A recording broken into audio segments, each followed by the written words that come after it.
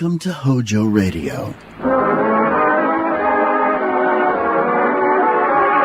Halo, everybody, halo.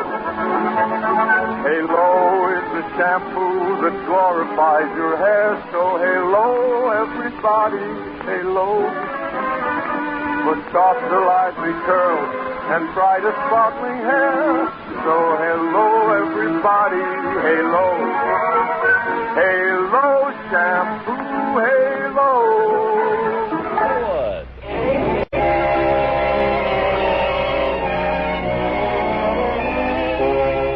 Fibber Brothers Company, the makers of Lux Toilet Soap, bring you the Lux Radio Theater, starring Humphrey Bogart and Greer Garson in The African Queen.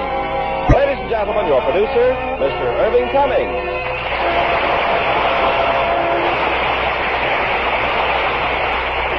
Greetings from Hollywood, ladies and gentlemen. When the Academy Award for Best Performance by an Actor was presented last March, a star who had built his reputation with great performances of gangster parts was among those nominated. And Humphrey Bogart won that award with great acclaim in the unusual role of the intemperate skipper of The African Queen. And as his co-star of this John Huston production, we have beautiful Greer Garson, another Academy Award winner. Tonight, Miss Garson will vary her popular role of the charming wife to play a straight-laced spinster. Naturally, Hollywood stars like to change the roles they play. But when it comes to complexion care, there's just one favorite, Lux Toilet Soap. Our most glamorous stars know they can count on daily Lux facials for the finest in complexion care. Care that really leaves skin smoother and fresher. So try Hollywood's own beauty care, Lux Toilet Soap. Now, The African Queen, starring Greer Garson as Rose and Humphrey Bogart as Charlie Allnut. The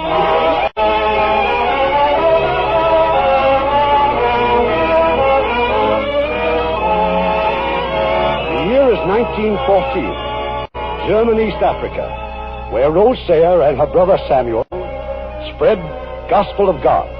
For more than a year, the missionaries have seen only one white man, Mr. Allnut, pilot of the African Queen, a filthy, dilapidated launch that gasps her way up and down the river. Do we have some more tea, Mr. Allnut? Thanks, miss. I don't mind if I do. Just listen to this stomach of mine. I mean, the way it keeps growling and squealing, the way it sounds, you'd think I had a hyena inside of me. You do take sugar? Queer thing, ain't it? Now, what do you suppose makes a man's stomach carry on like this? You're planning to stay overnight, Mr. Allnut? Oh, no, miss. I got to get upriver and back to the mine. Oh, I almost forgot to tell you, I probably won't be coming around this way for a couple of months. But what about our mail? Don't look like there's going to be any mail for a while on account of the war. War? What war? Where? Europe, miss. Germany and England. England? You really mean war? Yeah, that's what they tell me, Reverend. But what do you know about it? What's happened? Well, now, let's see. Oh, yes, French are in it, too, and all them little countries, Austria, Hungary, Belgium. I forget who's with who, though. Oh, brother. Yes, Rose. I know. This is German East Africa. We're enemy aliens. Now, what harm could anybody do the Germans in this God-forsaken place? God has not forsaken this place, Mr. Allnut, as my brother's presence here will bear witness. Oh, no offense, miss. Well, I'll be getting aboard the Queen and shoving off. Thanks for the tea, miss. Goodbye, Mr. Allnut. Goodbye, and thank you. Oh, that wretched little man with his foul cigar. His indifference about the war. He's Canadian. Doesn't he realize he's in this, too? Shouldn't we try to get to Limbazi? I mean, while we can? The shepherd does not forsake his flock when the wolves are prowling. We shall stay here, Rose. Yes, brother. Yes, of course. Come, dear, come. We shall pray.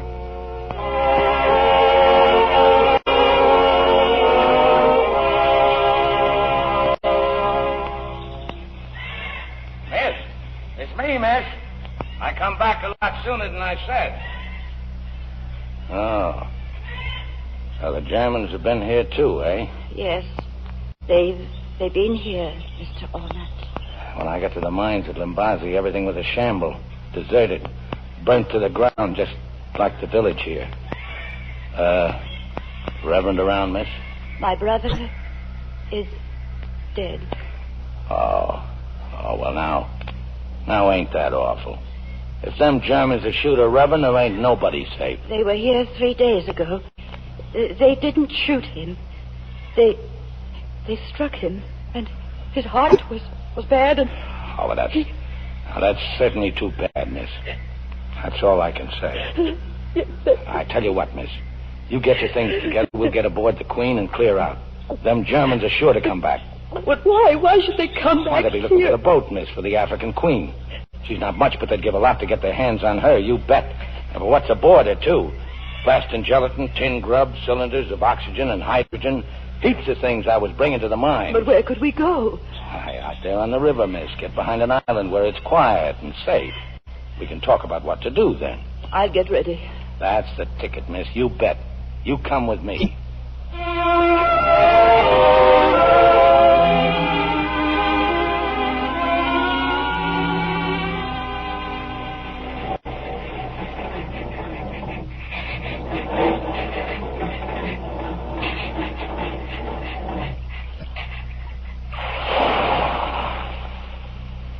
Well, miss, so far so good. Here we are, safe and sound, as you might say. A nice shady spot and a nice lonesome spot. The question is, what next? Quite, Mr. Allnut. Now, we got heaps of grub aboard, 2,000 cigarettes, and 2 cases of gin. Gin? Why, we could sit out the war here if we wanted to. All the comforts are home, miss, including running water. Mr. Allnut, we simply cannot remain off a backwater island until the war is over. Can't we now, miss? Well, you've got the map there. Show me a way out and I'll take it. The British will certainly launch an attack. Now, the only question is, which way will they come? From the sea, maybe. Up the railway to Limbazi. Well, that'll put all them Germans between them and us. Might not our troops come up from the Congo? Miss, look. You see this lake on the map? Yes. That's 100 miles of lake, and there ain't nothing going to cross it while the Louisa's there. The Louise? She's a 100-ton steamer, miss, and German. She's boss of the lake because she's got 6-pounders, the biggest guns in Central Africa. Oh. We're in a bit of a fix, miss, whichever way you look at it. This river runs into that lake, does it not? Yes, miss. Yes, it does. But if you got any ideas of getting there in this launch, you better get rid of them. Why? We can look at the map, miss. This here is Shona. The Germans have a fort at Shona. They blow us right out of the water, and before that, there's the rapids. 20 miles of water that's like it was coming out of a fire hose. But it has been done. Yes, miss, in a canoe. A fellow named Spengler, he almost... Mr. Allnut, what did you say was in those wooden boxes? Them was blasting gelatin, miss. Is it dangerous? Bless you, no. That's safety stuff. Takes a detonator to set it off. And what are those long torpedo-like things? More stuff for the mine. Them's oxygen and hydrogen cylinders, miss. Mr. Allnut, you're a machinist, aren't you? Kind of a fixer, miss. Jack of all trades, like they say. Could you make a torpedo? How's that, miss? Could you make a torpedo? A torpedo? Ask me to make a dreadnought and do it upright, miss. A torpedo? You really don't know what you're asking. Why, there just ain't nothing so complicated as the inside of a torpedo. It's got gyroscopes and compressed air chambers. But they're only to make it go, aren't they? Well, we've got the African Queen. How's that, miss? And if we were to fill those cylinders with that blasting gelatine, and then fix them so that they'd stick out over the end of this boat, and then if we were to run this boat against the side of the ship, well, they'd go off just like a torpedo would, wouldn't they? Yeah, that's right, miss. Well, then we could point the launch towards the ship, and just before she hit, we could dive off, couldn't we? Sure, miss. Absolutely, only there ain't nothing to torpedo. Oh, but there is. Is what? The Louisa. The Louisa? Oh, now, don't talk silly, miss. You can't do that. Honest, you can't. I told you before we can't get down the river. Spengler did. In a canoe. If a German did it, we can do it. Not in no launch, we can't. Well, how do you know? You've never tried. Well, I never tried shooting myself in the head, neither. In other words, Mr. Allnut, you're refusing to help your country in her hour of need. I wouldn't put it that way. Just how would you put it? All right, miss. Have it your own way. But don't blame me for what happens. Very well, then. Let's get started. What, you mean now? Now. But there ain't 2 hours of daylight left, miss. We can go a long way in 2 hours, Mr. Allnut. But the boiler, the fire's gone out practically. We can't move till we get the old kettle boiling again. Well, you're well stocked with firewood. Do so. Oh, refusing to help your country in an hour of need. Could you make a torpedo, Mr. Allnut? Well, do so, Mr. Allnut. Did you say something, Mr. Allnut? Me, miss, I didn't say nothing, miss.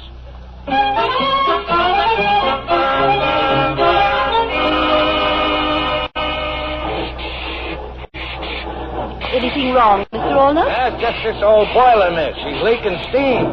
See? Oh. Why are you kicking the boiler, Mr. Allnut? Feed pump full of rust and scum. She gets clogged up. And that's all you have to do? Just kick it? It's knowing how to kick her, miss. She gets peevish now and then, ever since I dropped a screwdriver down the safety valve. What would happen if you didn't kick it? The whole boiler'd blow up.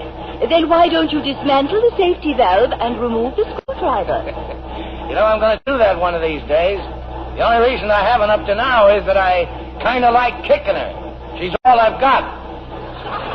Well, she seems to be operating quite normally now. Yeah, like I said, miss, all she needs is a good boot. Well, you ready to call it a day? It's kind of like a lagoon up ahead. It's a real nice place when the bugs ain't too bad. I shan't complain, Mr. Allnut. We have much to be thankful for. And that's a fact, miss. It's like they say. It ain't never so bad that it can't be worse.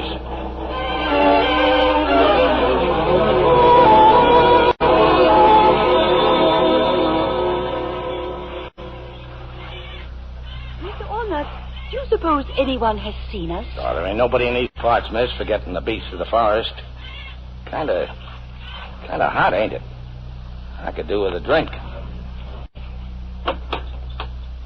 I got an extra cup here, miss, if you're going to have one. Oh, no, thank you. What is it? Gin, miss. Gin. Something wrong? No. Well, if you're worried about there not being enough, why, there's 2 full cases aboard. Oh, no, please. Well, maybe you'd like a nice cup of tea. Well, thank you. You get real service on the African Queen. Hey, see this? Hot water all the time. Out of the boiler? It'll taste a little rusty, but then we can't have everything, can we? There you are, miss. Just add the tea to suit your taste, like they say on the box. Thank you. Don't mention it. Well, now, you just sit and relax, and after a bit, I'll start thinking about supper. How long you been out here, miss? In Africa? Oh, almost 10 years. You ever get homesick? Well, I'm afraid I have been homesick many times. It's Sunday afternoons that I think of most. The peace and the quiet of home. On Sunday afternoons, I was always sleeping one off. Sleeping one? Oh. What brought you to Africa, Mr. Allnut? The Zambezi Bridge, miss. A whole boatload of us Canucks came over to work on it. Don't know yet what they wanted the bridge for, but then why did the chicken cross the road? I beg your pardon? Nothing, miss. Yeah, sometimes I wish I was back, but then I remember how I'd have to be taking orders from somebody while out here. I'm my own boss. Well, drink your tea, miss. I'll go fix you some grub.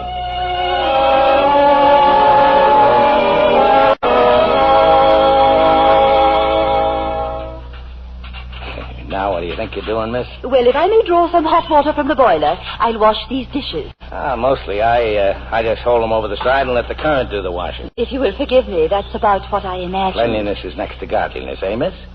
Is that so amusing, Mr. Allnut? No, miss. You don't see no crocodiles around, do you? Crocodiles? No. It's too shallow for them. Well, I could do with a bath before I turn in. I'd like a bath myself. Well, now, you do the dishes back here, and I'll go off the bow. So long as we don't look, it don't matter. Well, how about it, miss?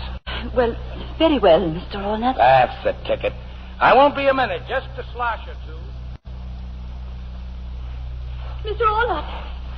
Mr. Allnut! Right here, miss. How's the water? Oh, no. Stay just where you are. Oh, dear, I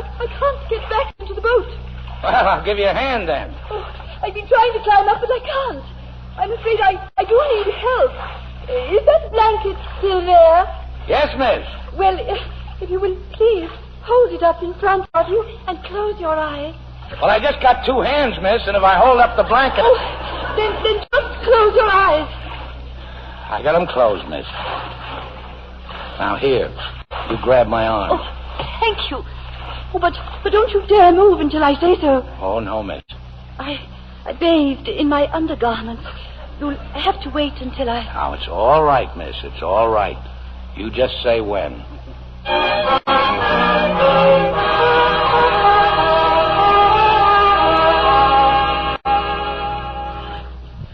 Well, you feel better, miss? Oh, yes.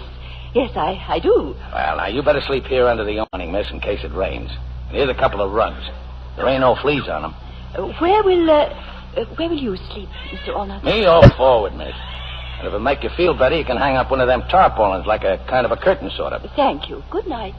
I'll turn out the lantern if you're ready, miss. I'm quite ready. Good night, Mr. Arnold. Good night, miss.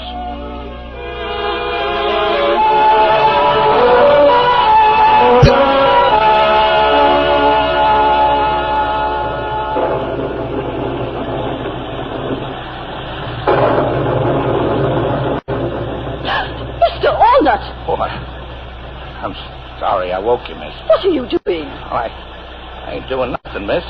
Just getting out of the wet. Well, go away this instant. Yes, miss.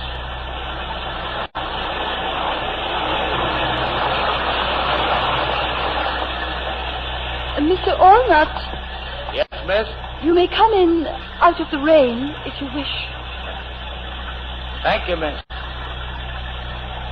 Miss? Yes?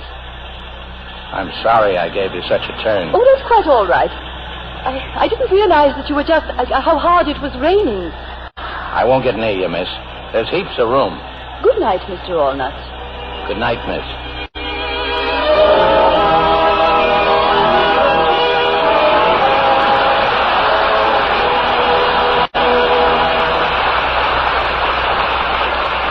Before we return with Act Two of The African Queen, here's Francis Scully, popular Hollywood commentator. Wasn't it a pleasure, Ken, to meet the famous swimmer Annette Kellerman on your program last week? Oh, yes, indeed, Francis. She's a remarkable woman. No wonder Metro-Goldwyn-Mayer filmed her life story and called it $1 Million Mermaid. Well, the film looks like $1 million in gorgeous Technicolor with stars like Esther Williams, Walter Pidgeon, Victor Mature, and David Bryan. Esther Williams certainly does some sensational routines in those beautiful water ballets. Oh, and she looks so glamorous, particularly in the famous one-piece bathing suit that shocked Boston in the 1920s. Yes. Well, I thought it was an exceptionally good love story, too, Francis, with both Victor Mature and David Bryan in love with Esther Williams, as she becomes the toast of two continents. Yes, and Annette Kellerman, Esther Williams, plays an exciting role, filled with glamour and romance in $1 Million Mermaid. Well, I can't imagine a mermaid more beautiful than Esther Williams. In Technicolor, her complexion looks like $1 million. And yet, Ken, Esther Williams' complexion care is one that every girl can use. It's Lux toilet soap.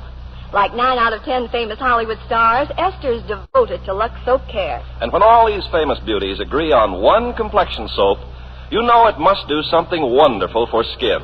Must really smooth and freshen your complexion. And that's just what Daily Lux Care does. Its skin tonic action helps your skin retain natural moisture. Even dry skin looks fresher, more appealing. And Lux facials take only a minute. You just cream in the rich Lux lather, rinse warm, splash cold, and there your complexion sparkles. Yes, girls, Lux Care is simple, but so effective that Lever Brothers Company guarantees it will improve any normal skin. So try these daily Lux soap facials. See how quickly your skin looks lovelier. Really Lux lovely. Now, here's our producer, Mr. Cummings. Act Two of The African Queen, starring Humphrey Bogart as Mr. Allnut and Greer Gosson as Rose.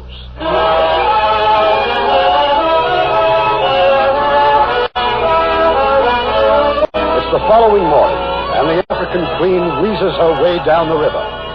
Mr. Allnut is at the rusty engine, administering with tools and frequent kicks of his experienced foot. And now suddenly what he is dreading is upon them. The sluggish river has turned into whirlpools and rapids.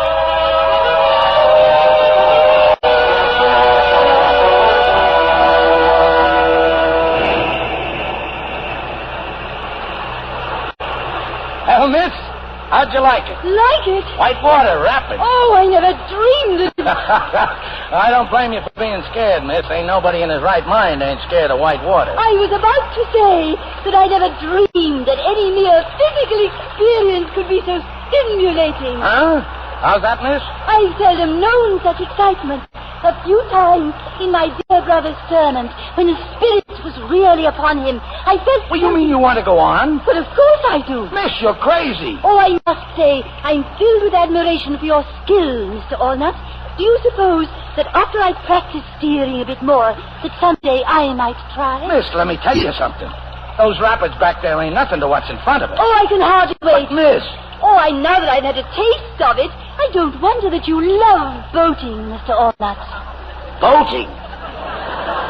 Excuse me, miss, I need a drink.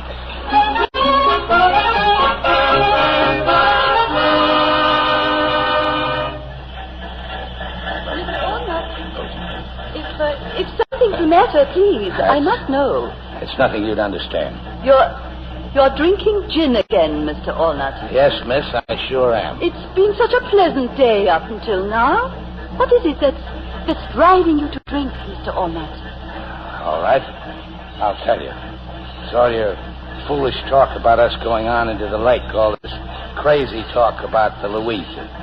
Well, we ain't gonna go. Well, of course we are. What an absurd idea. What an absurd idea. What an absurd idea. Why don't you want to go on? Because of the river and the rapids and then Shona. Shona? Oh, yes. Well, Germans have a fort. Yeah, you're darn right, Shona. Just one bullet in that blasting gelatin missing. We'd be little bits and pieces. They will go by the fort at night. Oh, no, we won't? They will go by day. We could go on the far side of the river, speeding along just as fast as ever we can. We ain't gonna go speeding along any place. You agreed to go. I never did. I never agreed to anything. Mr. Allnut, you are a liar. And what is worse than that, a coward. Oh! Coward yourself. You ain't no lady, no, miss. That's what my poor old mother would say to you. My poor old mother would say to you. Whose boat is this, anyway? I asked John because I was sorry for you. That's what you get for feeling sorry for people. Oh, I ain't sorry for you anymore. You're a crazy, psalm-singing, dried-up old maid. Mr. Allnut, you are drunk. Not half what I'm going to be, either. There was a bold fisherman set sail for Port Pimlico to catch the bold piggy and the game axe.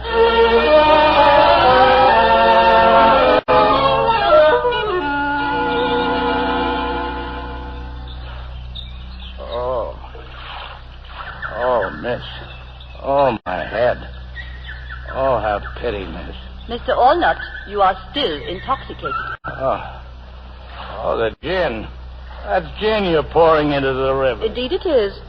Oh, you don't know what you're doing, miss. I'll perish without a hair of the dog. Look at you, reeling about helplessly. Oh, my head. Oh, my head. I'm warning you, miss. That gin ain't your property. It's no one's property now. 21 empty bottles floating on the waves, and I'm glad. Oh, a criminal, that's what you are. Oh, I'll die. Then what'll you do? I'll suffer and die, and I'll float on the wave. It's all you're doing, you hear? You did it all. Oh.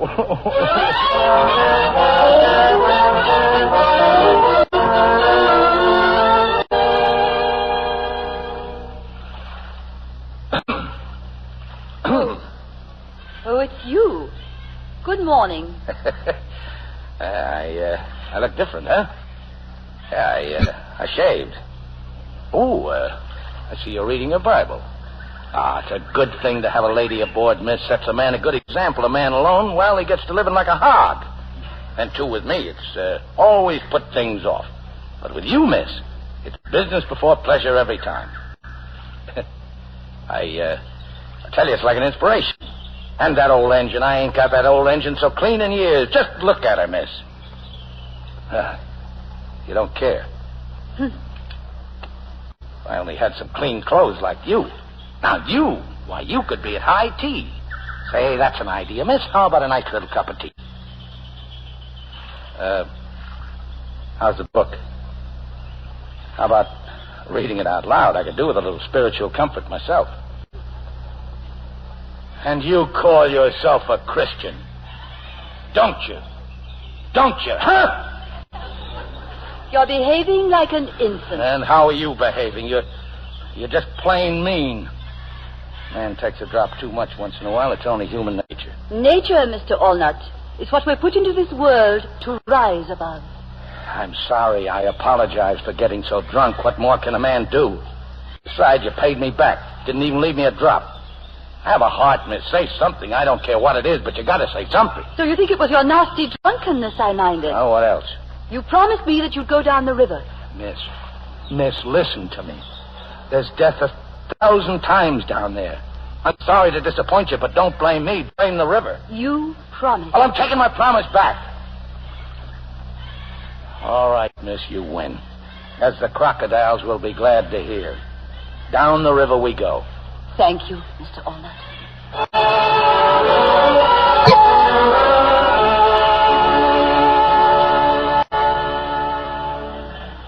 We're making splendid progress, Mr. Allnut. Look over there. Sure? Not yet, miss, but soon over there's a crocodile waiting for his supper. Which side of the river is Shona on? Starboard, miss. But good. Then the sun will be in their eyes. Oh, you're worried, aren't you? Oh, not me, miss. I gave myself up for dead back where we started. Well, that noise. What was that? Well, that fort's closer than I thought. They're just letting us know they've sighted us. Their next shot's going to be closer. Their aim's dreadful, isn't it? Their aim will be good enough unless we turn back. Mr. Allnut, I don't want to hear those words again. Yes, miss. Now put your head down. We'll get rifle fire, too, in a minute. Can't we go any faster? Well, we're sure going to try, miss, and if it's all the same with you, start praying.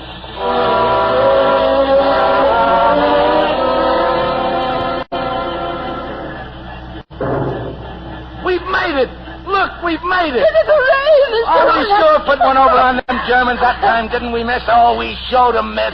Hip, hip, hooray! Oh, was my handling of the boat Oh, all right? better than all right, miss. They were that surprised at seeing the old African queen. They didn't really start shooting till we were past. Oh, those wonderful old boats.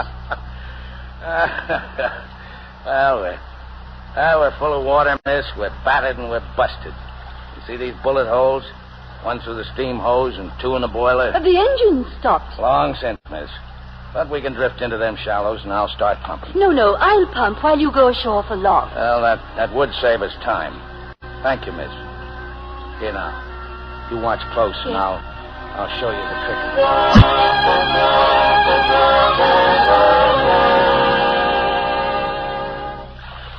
I've got almost all the water pumped out, Mr. Allnut. Come and look. Just let me see you set these logs down. Oh. You've worn yourself out, miss. Well, so have you. Well, if it's all right with you, we'd better stay here till morning. Hey, where'd they come from? Them flowers. Oh, I just couldn't resist them. I waded ashore and I picked them. Do you recognize them, Mr. Allnut? I've never seen them before. Well, I can't say that I have either, miss. What if no one ever has? What if they don't even have a name? Well, name or not, miss, they sure are pretty. Here, put one in your hair. Catch. Oh, dear. Oh, I dropped it. No, I'll get it. No, I can pick it up.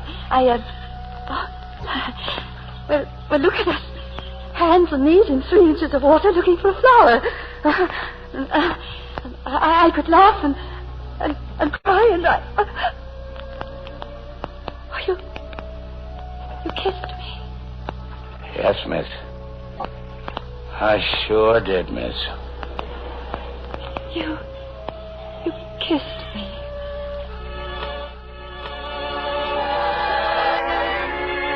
Hojo Radio, we're your old-time radio headquarters. Stay tuned. Mr. Allnut. Mr. Allnut. Dear. Oh. Hello, Rosie. You've been napping. Supper's ready. Rosie. Fancy you building a fire and all while I slept. Dear, what is your first name? Charlie. Charlie. Oh. Give us a kiss, Rosie. Charlie, dear. The more I look at this place, the prettier it gets. I expect it's about the prettiest place I've ever been to. Oh, not that I ain't all for going down the river, you understand? Oh, yes, Charlie, I know. Why, the sooner we blow up the old Louisa, the better. What I meant was I'd like to come back here someday. Then you think we can do it? Do it? Well, there's nothing a man can't do if he believes in himself. Never say die, that's my motto. I've had misgivings, Charlie. I was beginning to think that perhaps the whole thing was a mistake. How's that, miss? I mean, Rosie. Well, I had a moment of weakness. Oh, well, if you're feeling weak, Rosie, why, a day or two here on shore won't make any difference. Oh, no. We'll go on and thank heaven for your strength, Charlie. Thank heaven.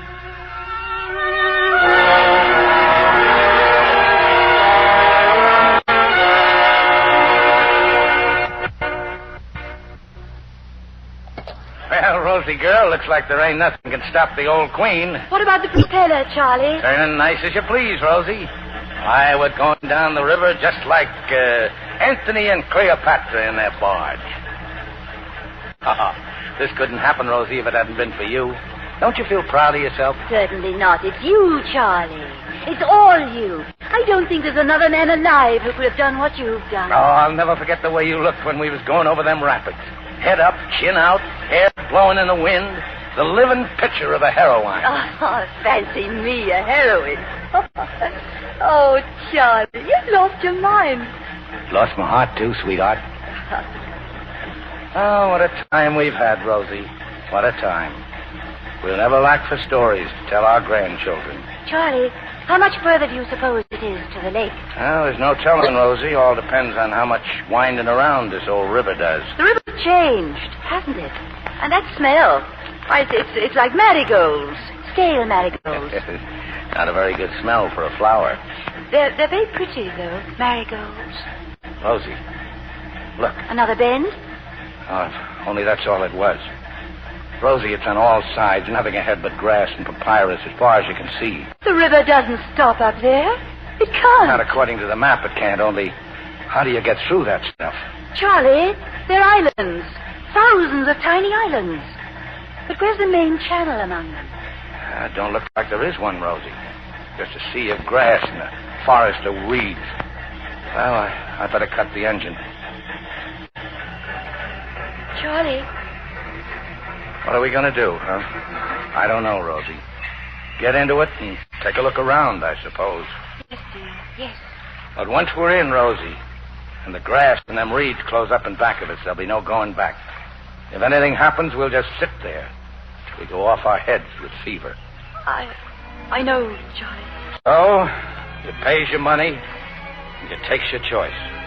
Which is it, sweetheart? Straight ahead or turn around? Straight ahead, Charlie.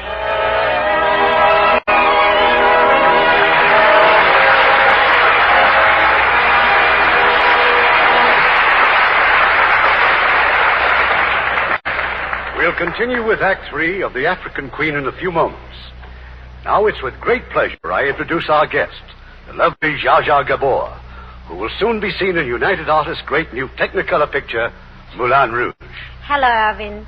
You know, I've just returned from Paris. That's where the picture was filmed, because it's about the famous French painter Toulouse-Lautrec. Yes, and his genius and reckless way he defied convention make one of the screen's most dramatic stories. You know, José Ferrer plays the actor, and now the new French star Colette Marchand plays the woman he loves. And I am Jean Avril, the famous singer and dancer in Toulouse-Lautrec's poster. It's a spectacular picture, Zsa Zsa. In Moulin Rouge, producer John Huston captures all the flavor of Paris left bank and the colorful artist life. Well, Zsa Zsa, you're a knockout in that red and white costume of Lautrec's famous poster. You set it off so perfectly with that creamy complexion of yours. It's a Lux complexion, I know. Of course, Ken. I'm devoted to the Lux toilet soap facials. And I really appreciate Lux for my bath, too. Especially after making this picture. My dance number required 93 rehearsals. Was I tired? But my Lux bath completely refreshed me. Yes, a bath with creamy white Lux soap is the quickest beauty pickup ever. It treats you to so many luxuries in one. First, there's the rich, abundant lather Lux gives, even in hard water. Second, there's that delightful mildness of Lux, the way its gentle lather leaves your skin so soft. The luxury I love is the Lux perfume. It clings so long, yet is so delicate. Flower fresh. Well, thank you, Zsa. Girls, try the big bath-size Lux toilet soap. Do it tomorrow. Be Lux lovely for the holidays ahead. We pause now for station identification. This is the CBS Radio Network. WCBS, AM and FM, New York.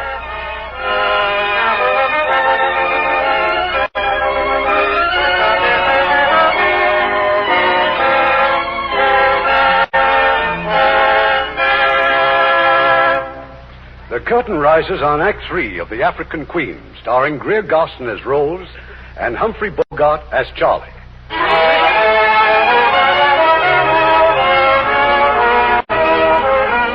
For days now, the journey of the African Queen has been halted. Across the breadth of the river, like a towering living wall, is a jungle of grass and reeds, an endless morass through which 1,000 different channels twist and turn. And somewhere among them, Rose and Charlie are hopelessly lost. Charlie, please, let me pole for a while. It's no use, Rosie. All the channels we've lost, all the squirming and turning we've done. This river's crazy. Crazy as I am. Oh, Charlie. Sorry, old girl. Well, the only thing that will put the roses back on our cheeks is to get out of these reeds. I'll go over the side again. You pole, Rosie, and I'll push. Just keep us straight if you can, Rosie. Head us through the grass. There must... Your main channel... Mustn't there?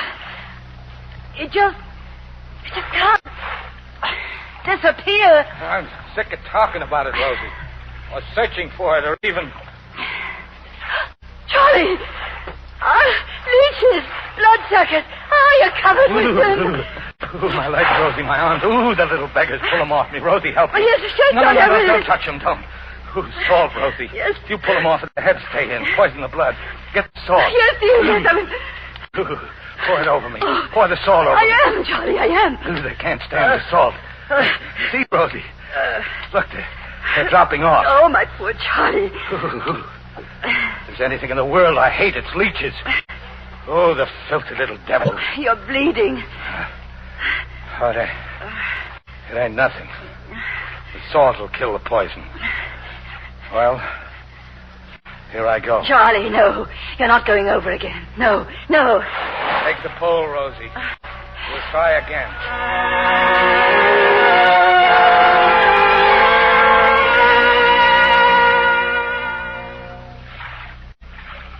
Rosie.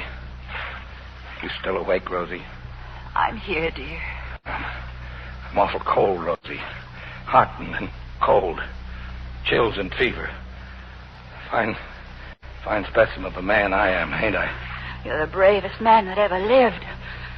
You're just overdue. That's all. Try to sleep. And when you wake up, we'll be on our way again. On our way. Even if we had all our strength, we'd never get the boat off this mud. We're finished, Rosie. I know it. But I'm not one bit sorry I came. What I mean is, it was worth it.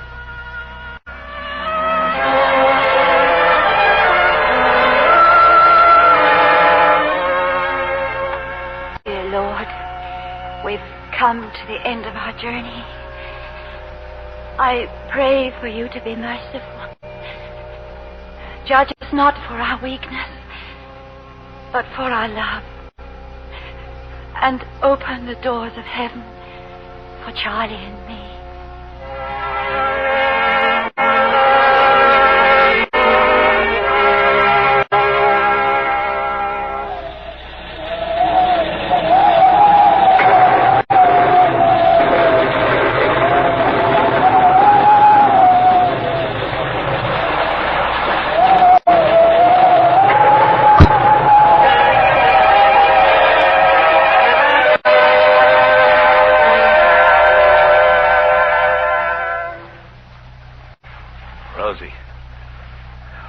It's over, sweetheart. It is? The storm's over. Open your eyes, dear. It's daylight.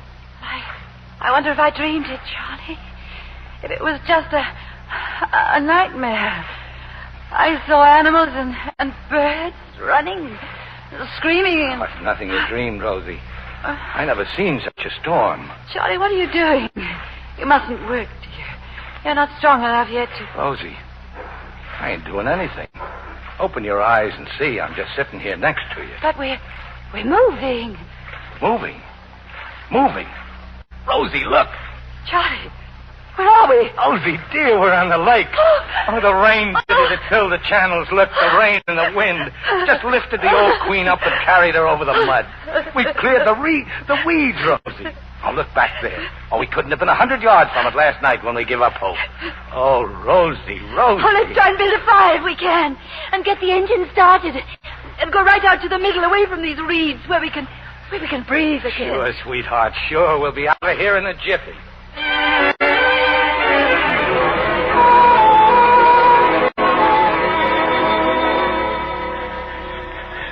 Oh, this air. Oh, Charlie, it's wonderful. This mist clears away. You see the lake's as big as an ocean. We're on it, Rosie. Oh, just to breathe again. Yes, like... I know you don't approve, but it's like a shot of gin. Makes your blood race and your spirit soar. Oh, I'm sorry I poured out all that gin, Charlie. Oh, forget it, Rosie. And just to show you there's no hard feelings, I'll make you another cup of it. What, Charlie? Rosie. There, to starboard. That's the Imperial German Navy. That's the Louisa. She's coming towards us, Charlie. We gotta make a run for it. Back to the weeds. Stick around while I stoke the boiler.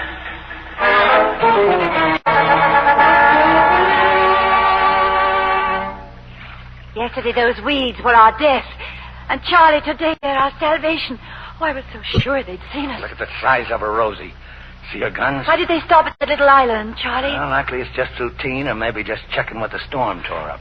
They'll be back again. You know how them Germans are. Methodical, yes. Yeah, that's them, all right. They lays down systems, and they stick to them. Mondays, they're one place, Tuesday, someplace else, and Wednesday, they'll be back here. Oh. Yeah, I know what you're thinking, Rosie. You're thinking of the next time the Louisa comes back here, aren't you, old girl? How long will it take, Charlie, to get the torpedoes ready? Depends on the detonators. Well, I gotta rig up something. We'll manage it, Rosie. We'll manage it.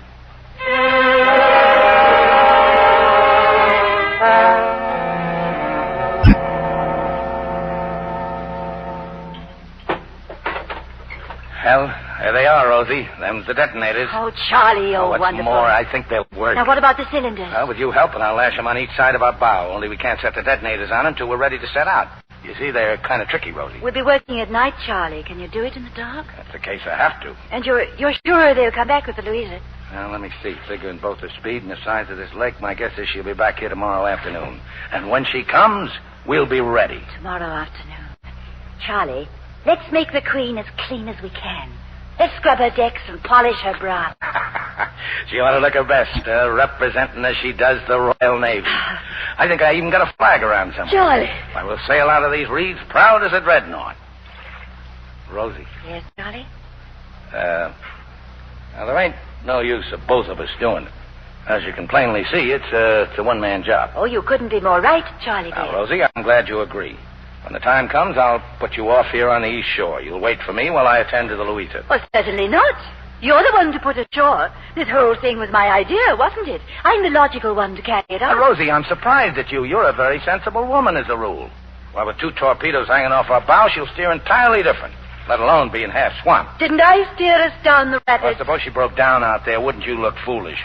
But me, she knows who her boss is, you bet that old engine does. Well, I suppose you're right.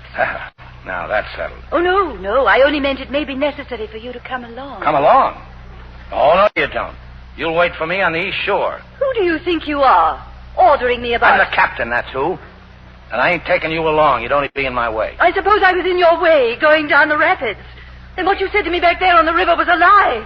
How you never could have done it alone. And how you'd lost your heart and everything. And... Oh, you liar! Oh, Charlie, we're having our first quarrel. Oh, Rosie. It's just that I can't bear the thought of you Well, supposing that anything should happen, not that anything will. Don't you understand, Charlie? I wouldn't want to go on without you. Oh, Rosie. All right. It'll be you at the tiller and me at the engine, just like it was from the start. I knew you'd see it, Charlie, dear. Thank you.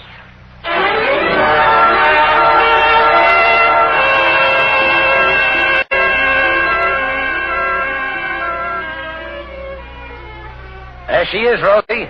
That's the Louisa, right on time. There's no smoke from her sack. The wind, sweetheart, is blowing the smoke fast as it comes out. I don't like this wind. Me neither, Rosie. It's going to storm. But if it storms tonight, there'll be less chance of them seeing us. Maybe a storm would be a blessing, Charlie. That's the way to look at it, Rosie, old girl. Now let you and me get them started on them detonators.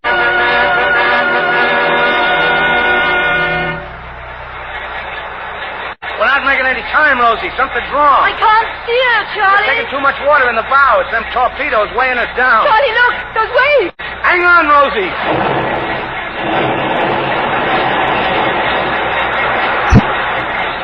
Charlie, the torpedoes.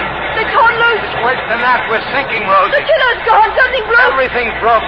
Grab the preserver, Rosie, and then jump. Charlie. Charlie.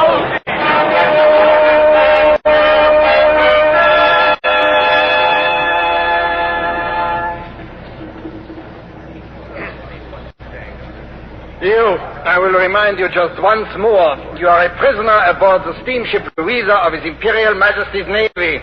Yeah, I know. You will tell us the truth. Now, what is your nationality? French, Belgian, British? Yeah. Yes, what? British. What were you doing in these waters? Fishing. Yeah, fishing off the island. You're a spy for the British.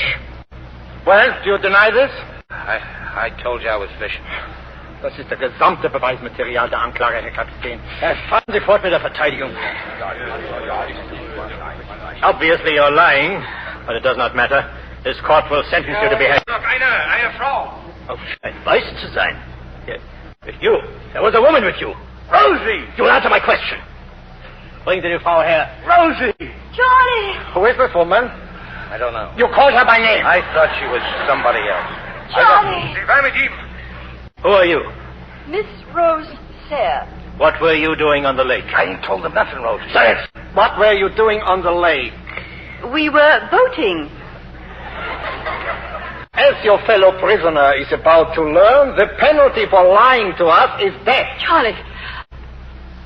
Very well, then. We came here to... Rosie, no. To sink this ship. Charlie, dear, at least let's have the pleasure of telling them. Don't you believe her, Your Honor? She's touched, you know. Fever. And just how, Fräulein, did you propose to sink the Königin Louisa? Why, with torpedoes. Torpedoes? Yes, Mr. Allnut made them. Made them? Amazing. Charlie, tell them how you made the torpedoes. Well, you see what I did was I took the heads off 2 cylinders of oxygen. I filled them up with live explosives, about 200 weight. Now, that was easy enough, but with the detonators took some doing. And you know what I used? Cartridges and nails and blocks of soft wood. Go on, please. Then I took the 2 cylinders and hung them port and starboard in the bow of the African Queen, so as when we rammed you, poof! And where is the African Queen? She sank last night in the storm. Too bad.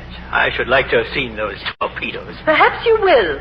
They'll still be floating around somewhere nearby. Yeah, they could still sink this ship, Rosie. Enough of this torpedo nonsense. Das ist ganz klar, dass die beiden Spione sind. Ich schlage vor, wir geben Ihnen 5 Minuten Frist, diese Lügen zurückzuziehen. You have 5 minutes in which to reconsider. Tell us the truth, or you will both be hanged. We've told the truth, haven't we, Charlie? Yeah. And we got a favor to ask, Your Honor. Well? Well, you're the captain, I guess. I am. Well, then you could marry us. Oh, Charlie, what a lovely idea. What kind of craziness is this? Come on, Captain. It won't even take 5 minutes. And it'll mean such a lot to the lady. If you wish it. Absolutely. Very well. What are the names again? Charles. Rosie. Rose. Da ist eine Bibel auf dem Brett hinter dem Schreibtisch. Ja, Herr Lieutenant. Ich sehe sie. Bringen Sie her. Charlie, look.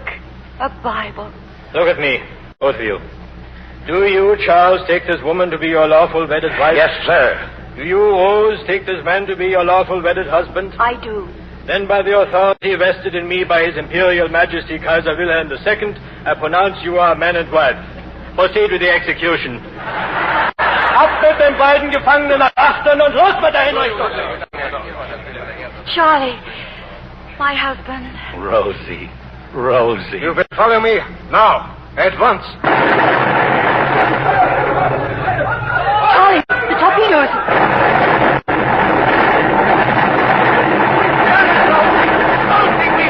We've done it!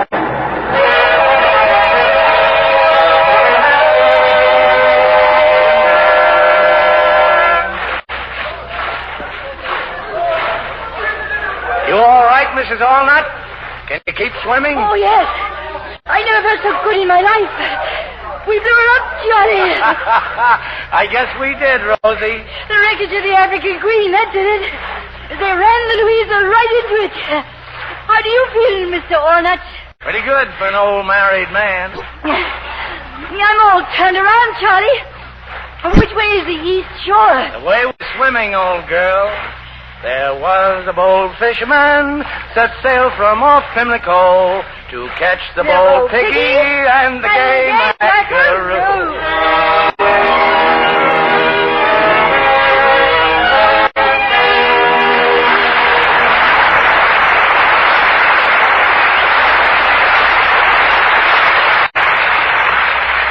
In a moment, our stars will return.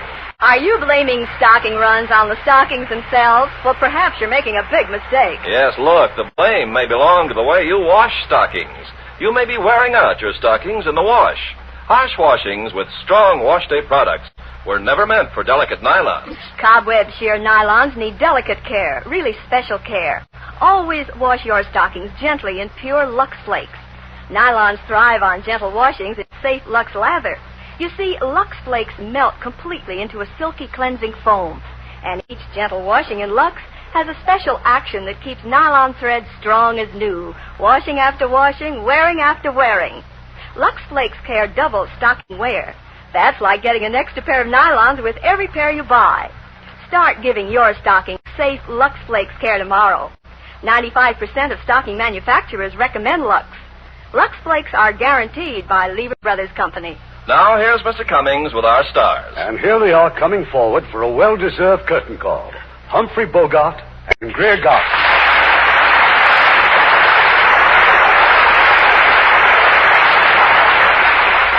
We certainly suffered every step of the way with you two on the trip of the African Queen. Irving, I remember another safari full of hardships that you and I made quite a long time ago. A safari, Bogey? What, to Africa? Well, no, to Palm Springs. It was Bogey's first picture in Hollywood, and I was the director. We went on location to Palm Springs, and it was 120 in the shade. Only there was no shade. And you should have seen Bogey in his first love scenes. I couldn't see the girl for the water dripping in my eyes. But it doesn't sound as if you were having exactly a circus. No, but my latest picture is just happens to be Battle Circus, co-starring June Allison. I'll get into it. See, I've been working at your home studio, Metro Goldwyn Mayer. Well, I congratulate you, Bogey. You know we make only the very best pictures over there. We mentioned one on the Lux Radio Theater recently, Plymouth Adventure, starring Spencer Tracy, Gene Tierney, Van Johnson, and Leo Gann. I don't think Greer would like that. It's all about the pilgrims leaving England and sailing for America on the Mayflower. Oh, we English think it's a great idea. We've been doing it ever since. We're always glad to welcome our English cousins, particularly you lovely actresses with those beautiful complexions. Well, thank you. We're glad to adopt your way of caring for those complexions with Lux soap. I think it's wonderful. And you'll both think next week's show is wonderful. It's such a great story that it's been made into a picture 5 different times. And we're going to bring you the inspiring 20th Century Fox version of Victor Hugo's immortal classic, Les Miserables. And from the original cast, we have the lovely Deborah Paget and that fine actor, Robert Newton. And in the unforgettable role of Jean Valjean, another great Academy Award winner, Ronald Colman. Well, that'll be a swell show. Good night, Irving. Good night. Good night and happy holidays. Now here's Ken Carpenter with news about mouse health. Ken? Millions of Americans have found that Chlorodent toothpaste does more to give you a clean, fresh mouth than any other dentifrice. And now here is proof that Chlorodent gives you a healthy mouth, too. Wholly in the interest of child health, Chlorodent was tested under the supervision of dentists at Father Flanagan's famous Boys Town in Nebraska. In this research, Chlorodent and the fine white toothpaste were used regularly by different groups of youngsters. And in just 60 days, dentists found that 3/4 of the boys using Chlorodent showed dramatic improvement in mouth health.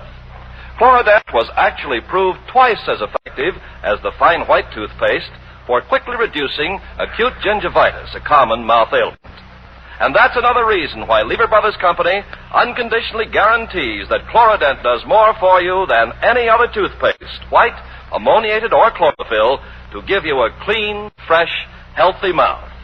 Make sure you get the toothpaste used in this Boys Town research. Ask for Chlorodent. Lever Brothers Company, the makers of Lux Toilet Soap, invite you to be with us again next Monday evening. And the Lux Radio Theater presents Ronald Colman, Deborah Paget, and Robert Newton in Les Miserables. It's Irving Cummings saying good night to you from Hollywood. Heard in our cast tonight were John Dodsworth as the Reverend and Harold Ironforth and Hans Conried as the German officers. Our radio play was adapted by S.H. Barnett, and our music was directed by Rudy Schrager. Trust silver dust. Trust silver dust. Trust silver dust to give you more for your money with a goodwill offer that's really a honey. Trust silver dust.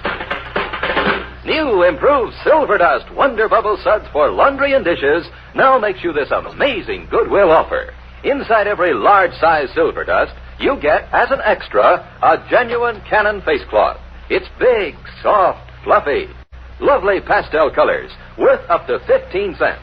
Remember, in large-size Silver Dust, you get this genuine Canon face cloth as an extra. Try Silver Dust. See how it safely digs out dirt, gets clothes cleaner, speeds dishwashing, kind to your hands. Yes, Silver Dust, a great washing product with a Canon face cloth inside, gives you more for your money than any other washing product. That's guaranteed. Get the large size box of Silver Dust with the big Canon face cloth as an extra today.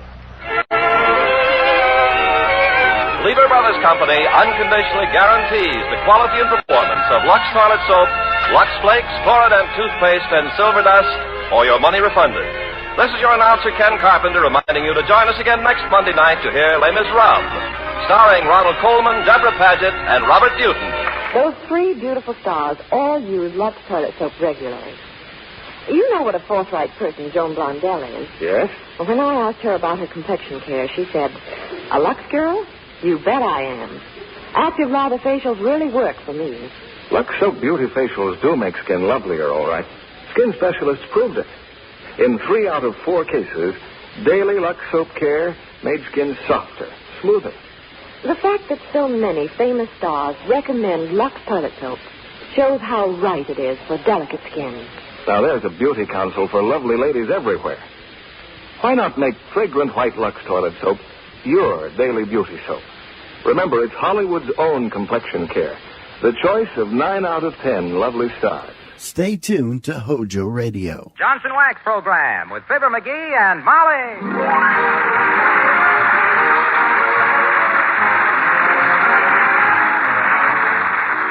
The makers of Johnson's Wax products for home and industry present Fibber McGee and Molly with Bill Thompson, Gail Gordon, Arthur Q. Bryan, Bea Benaderet, and me, Harlow Wilcox.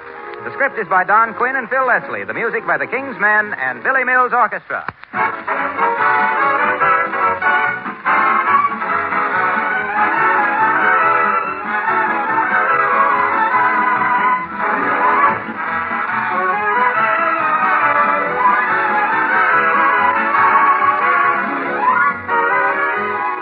April showers are still busy working on May flowers, and that's very nice.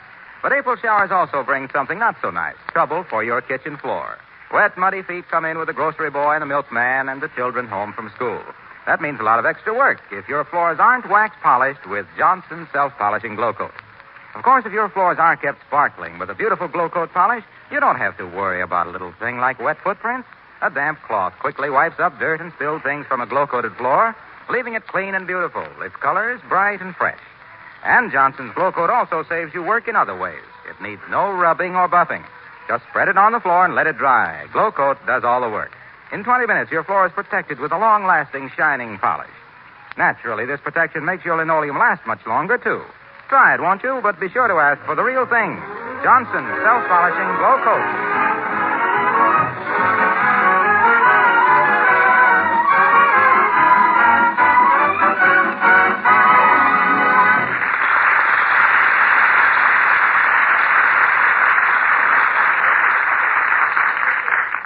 It's a wise woman who knows how to turn off the heat when her husband comes to a boil. Listen to Mrs. McGee of 79 Wistful Vista lowering the flame under her so-called better half as we join Fibber McGee and Molly.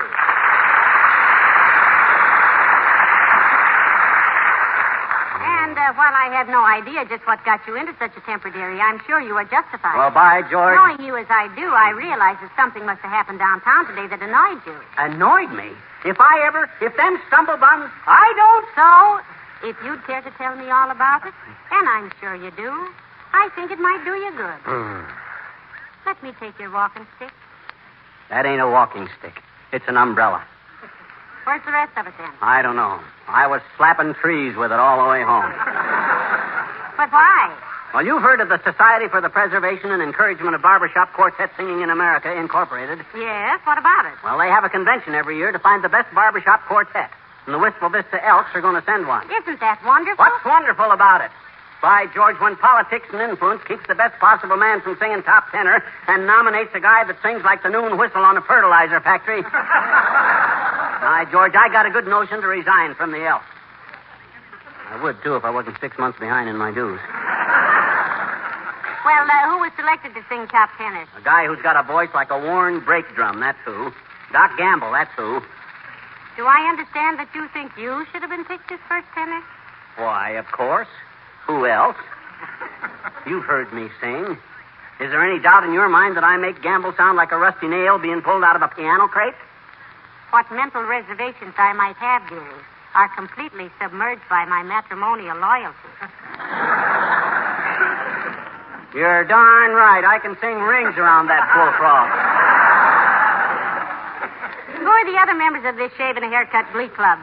Arlo Wilcox, Wallace Wimple, and Latrivia. Didn't Mr. Wilcox used to sing in Chautauqua, dearie? He claims he did. Personally, I don't think any of the four of them could sing their way out of an unlocked bathroom.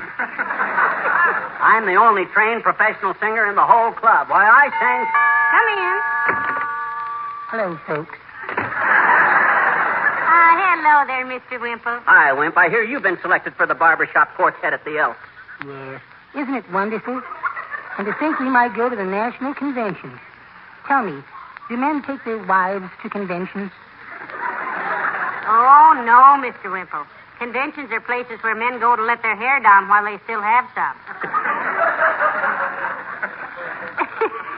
If this quartet goes to the annual convention in Cleveland next June, Mr. Wimple, will your wife let you go, do you think? Oh, I've got that all fixed, Mrs. McGee. She's going on ahead and meet me in Salt Lake City. Hey, wait a minute. The convention is in Cleveland. Yes, I know that, but she doesn't.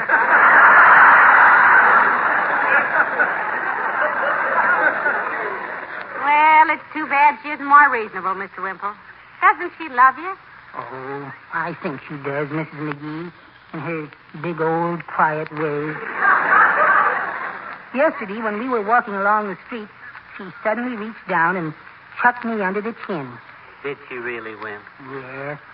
Under the chin of a horse that happened to be passing by. Heavenly days, Mr. Wimple. Were you trampled underfoot? No, I was awfully lucky about that, I guess. I recognized the horse immediately as one I used to bet on at the races. Oh. So quick as a flash, I reached up and put a $2 bill on his nose, and he stopped dead. I knew what the beast would do if I had any money on him. Well, see you later, folks.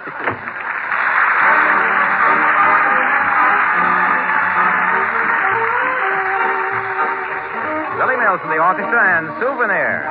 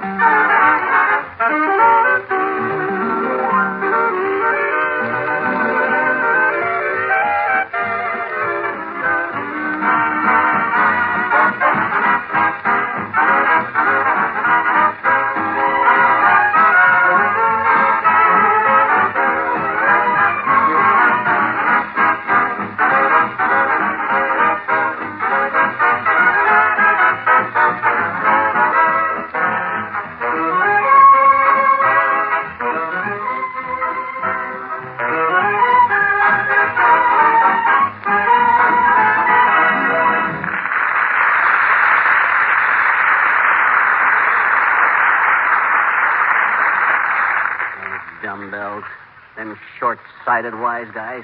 Picking a Johnny One note like Doc Gamble instead of a natural tenor like me. Of all the stupid, asinine, deliberate... Oh, now forget it, McGee. Dr. Gamble was selected by the committee fairly and squarely, so be a sport about it. It ain't a matter of sportsmanship. It's a matter of who's the best top tenor. And Doc Gamble can't sing Don't Fence Me In without Petrillo sending him a dozen tickets. If he ever... Come in. Oh, hello there, Dr. Gamble. We were just talking about you. That is, McGee was, weren't you, dearie? Yes. That's nice. You think so? I was just remarking, Doctor, that I don't know how you were going to be able to go to the Barbershop Quartet convention in Cleveland this June with all your medical work here and all. Don't worry about me, Bughead. I am combining it with a medical convention in Detroit. I can go from hold that tiger to let go that cirrhosis with no trouble whatsoever. Himself here has generously suggested to me that if you found you couldn't make it, Doctor, he might fill in for you. He sings tenor, too, you know. Does he indeed? You know darn well I do, you big four-flusher. And if it hadn't been for rank favoritism... Oh, what am I saying? You sing a lot better than I do, Doc. That's what everyone says. Let's hear a little sample of your work, Doctor. I'll be glad to accompany you on the piano. Yeah, she used to teach piano in Peoria, Doc. John Charles Thomas studied with me, Doctor. Did he really? Not he, they. John Hanson, Charles Mikowski, and Thomas Nogafree. With what I taught them, they've really made good. Are they singers? No, they're piano movers. Do these barbershop quartets have names, boys? Oh, sure. They've had some wonderful names at them conventions. There was the Wait Till You Hear Us For. The Cleft Dwellers. The Shaving Mugs. The name I always liked was the We Often Wonder What We're Singing For. And incidentally, Molly, the use of a piano is forbidden. Heavenly days, even for rehearsing? Yep, so Doc's got to get used to just the pitch pipe. As it happens, Aerosmith, I got my old pitch pipe right here with me. Is that thing supposed to give a pitch? Yep. I can strike a truer note than that by snapping my garters. Oh, I think that's a pretty true note myself, Doctor. Trouble with you, Lancelot, you're tone deaf. And I can fix it. How, Chiselwit? I'm going to train you. You? Train me? Isn't that a little like Mickey Rooney training Lionel Barrymore? Now, don't brush it off, Doctor. McGee was a public entertainer, you know. He really knows quartet singing, he says. Well, never let it be said that I was allergic to education. What would you suggest, Bucklewort? Well, first, Doctor, give me a good, sweet, clear tone. Take it from this. Dear old girl, the robin sings above. No. Huh? You got to loosen up, Doc, old man. What? You ain't getting any emotion into it. Look, maybe we make you nervous. We make him nervous. Well, what am I supposed to... Here, take this pitch pipe. And believe me, you're the only guy in this whole world I'd lend it to. That's what I think of you, Doc. You know what I think of you? No, and I don't want to. It might embarrass you. You said it, dearie. Now, look, Doc, take this pitch pipe, see, and go into the dining room, shut the door, and practice getting off to a clean start. Like this. Dear old girl, the robin sings above you. Get the idea? Boy, I've done you an injustice. You have a very good voice. Thanks very much. If I begin to disturb you, let me know. McGee, I'm proud of you. Huh? What for? I think it's wonderful how you conquered your resentment and acted like a sportsman. Oh, shucks. It's nothing that any red-blooded American boy wouldn't do if he had the idea in the back of his mind that I got.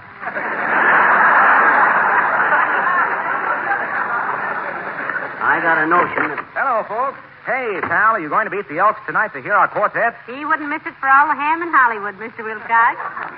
Matter of fact, Junior, I'm training Doc Gamble. For a so-called top tenor, he needs a lot of coaching. He does? I thought Doc was in pretty good voice. Well, McGee ought to know Mr. Wilcox. He's a veteran quartet singer. He's sung Old MacDonald Had a Farm so often, somebody has to accompany him on a cream separator. Say, didn't you used to sing in Chautauqua, Mr. Wilcox? Yeah, baritone. Why'd you give it up, Junior? Tent begin to leak or something? No, it was the impermanence that got me, I think. The impertinence?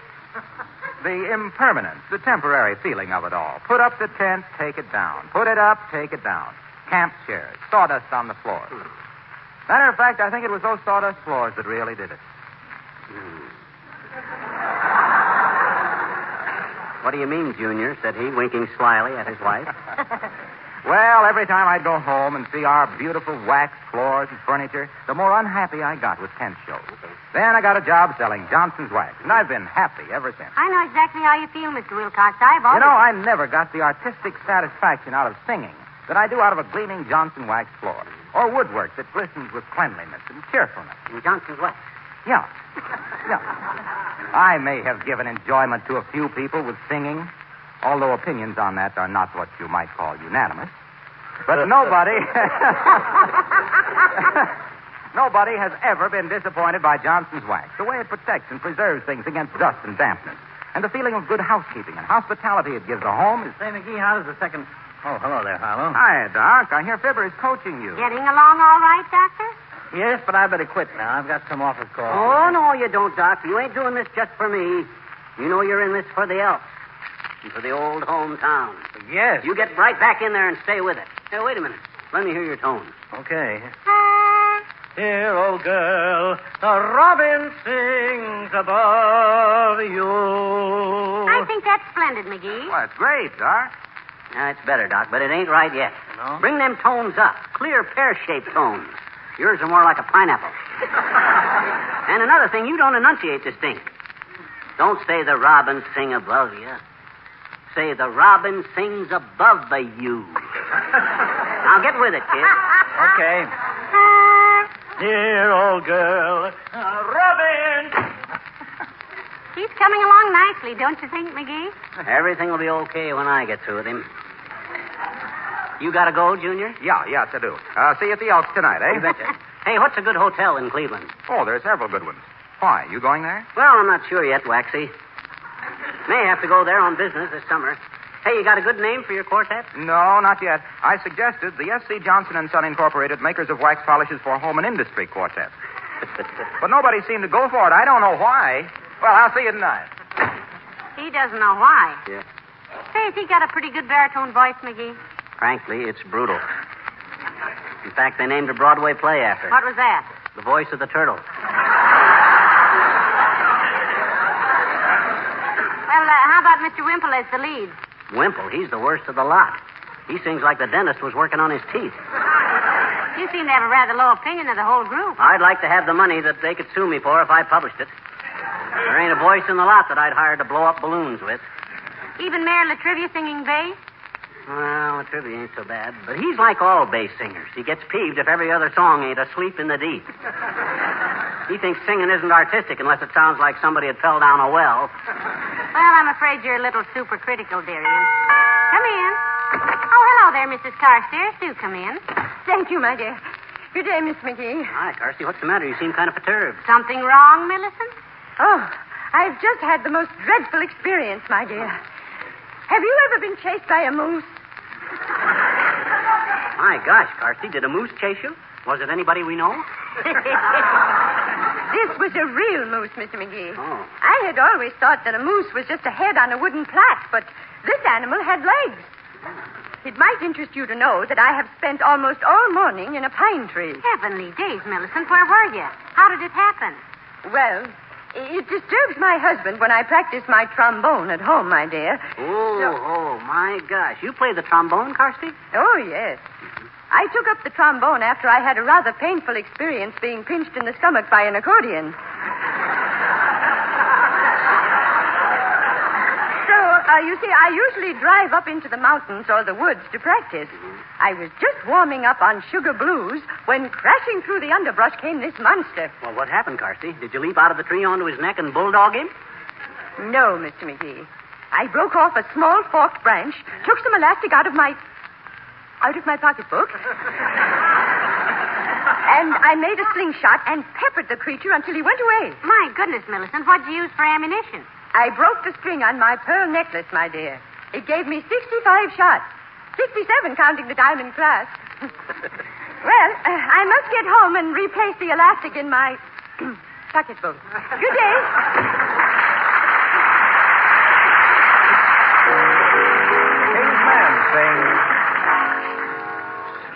I'm a humming on the honeysuckle vine. Sleep, Kentucky babe. Sandman, I'm a-coming to this little babe of mine. Sleep, Kentucky babe. You tell me your dream, I'll tell you mine. My dreams are sweet, dear, with love divine.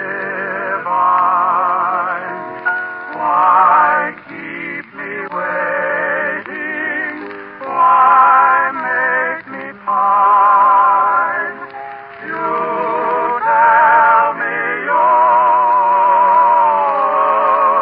dream. I'll tell you mine. I want a girl just like the girl that married dear old Dad. She was a pearl and the only girl that Daddy ever had. A good old-fashioned girl with heart so true, one who loves nobody else but you. I want a girl just like the girl that married dear old Dad. Dear old Dad.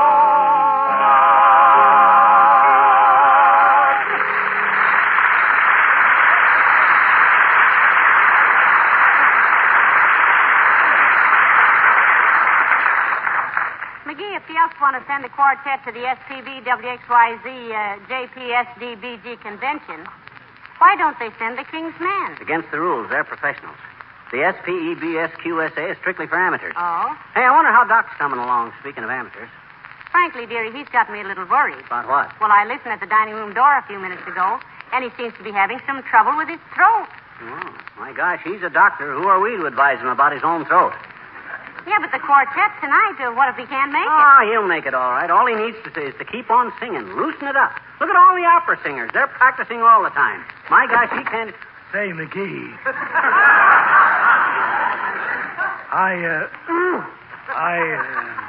the matter, Doc? Well, I think I'd better... I think I've had enough practice if I'm going to be any good tonight. Don't you? Well, McGee, maybe he had better rest a while. Well, gee whiz, I'm no slave driver. I'm no Simon McGee. If he needs a rest, he can have it. But I got to be sure it's necessary. Give me a sample, Doc. Okay. Dear old girl. The robin. Hey.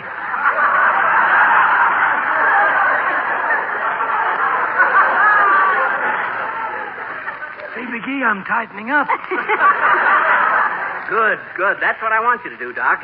You keep it up for another half an hour and you'll be singing like Crosby. Yeah, but McGee, he might strain it. He already sounds like Andy Devine with a tight collar. Look, you kids, what are the vocal cords? They're muscles. What do you do to develop muscles? You exercise them. Stay with it, Doc. Remember, this is for the old hometown boy. We're depending on you, fella. Don't let the old lodge down. Yes, but what... Now, you get back in the dining room there and give it another 20 minutes. Yeah, but... And don't baby yourself, see? Sing loud, pear-shaped tones. Right from the diagram. Now, go on. Oh, okay. Dear old girl. Say, McGee, are you sure you're giving him good advice? My dear girl, I know what I'm doing. With my vocal experience, I gotta... Say, do you know what Lawrence Tibbett said to me one day in the old Auditorium Theater in Chicago? No, what'd he say? He said, "Where's the gentleman's lounge?"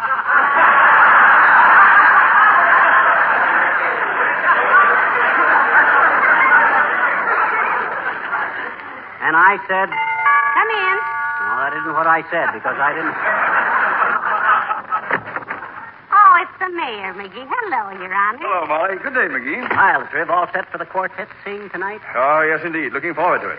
I'm a member, you know, of the SPEBSQSA. You done much singing, Latrivia? Oh, yes, quite a bit, McGee. I belonged to the Glee Club in college. Oh. The coach thought so highly of my singing that he got me an engagement to sing at a dude ranch in Arizona. How interesting, Your Honor. Did you drive out?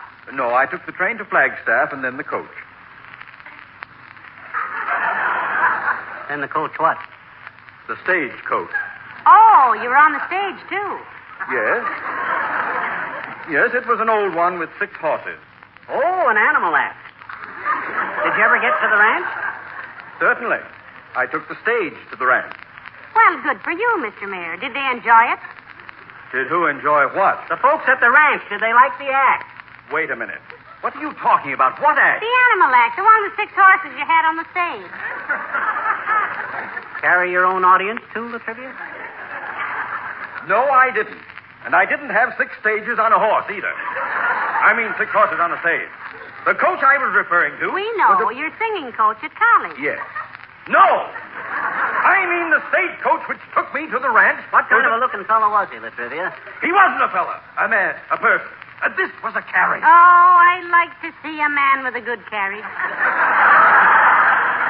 I often tell himself here to throw back his shoulders and... I didn't say anything about a man's carriage. This was a coach with wheels on. Oh, roller skates, you mean? I had a teacher once who wore stilts, but that got... He didn't wear roller stilts. A wheel coaches. I merely said I rode to the horses on 6 ranges. The carriage had 6 coaches. In the Glue Club, the Glee Club, I said that you were the...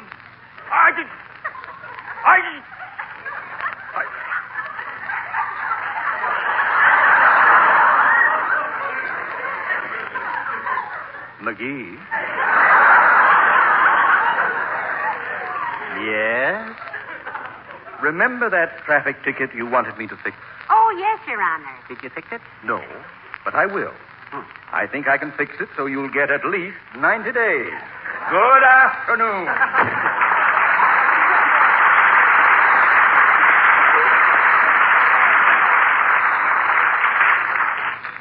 Heavenly days. You think he really will? No, he was just kidding. Hey, I wonder what's happened to Doc. I haven't heard a sound out of him for quite a while. Hey, Doc. Yoo-hoo! Oh, Doctor. You called me? My gosh, kid, what's the matter? You catching cold? Oh, I guess I overtrained. I can hardly talk, say nothing of singing. I'll never make it tonight, McGee. Heavenly days, this is terrible. Imagine a thing like this happening. You better call the Elks right away, Doc. Oh, you call them. I can only whisper. Isn't this awful? Hand me the phone, Molly. Hello, operator. Give me the Elks Club quick. Hi, Elks Club. This you, Steve Cady? This is Fibber McGee. I got bad news for you, Steve. Doc Gamble overtrained and lost his voice. He can't sing tonight. Huh? Who? Me? Oh, why, yes, I am. But not half as good as Doc, huh? Oh, I couldn't do that, Steve. I'd feel terrible taking Doc's place like that. Yeah, just like you would if you were made president of Standard Oil. Go on, McGee. Do it. What say, Steve? Oh, well, if you put it like that, I don't know how I can refuse. It means dropping all my business affairs, but I'll make the sacrifice. Okay, Steve, I'll be right down. Goodbye. Hey, Molly, give me my hat. Hey, Doc, give me my pitch pipe. They want me to sing top tenor. I'll see you later, folks. Well, it takes so little to make some people happy, doesn't it? Yeah. Why, Doctor, your voice, it's cleared up. Were you faking all this trouble? Well, sure, I can't go to Cleveland. There's a woman there who wants to marry me. Well, thanks for the use of the dining room. This is ridiculous.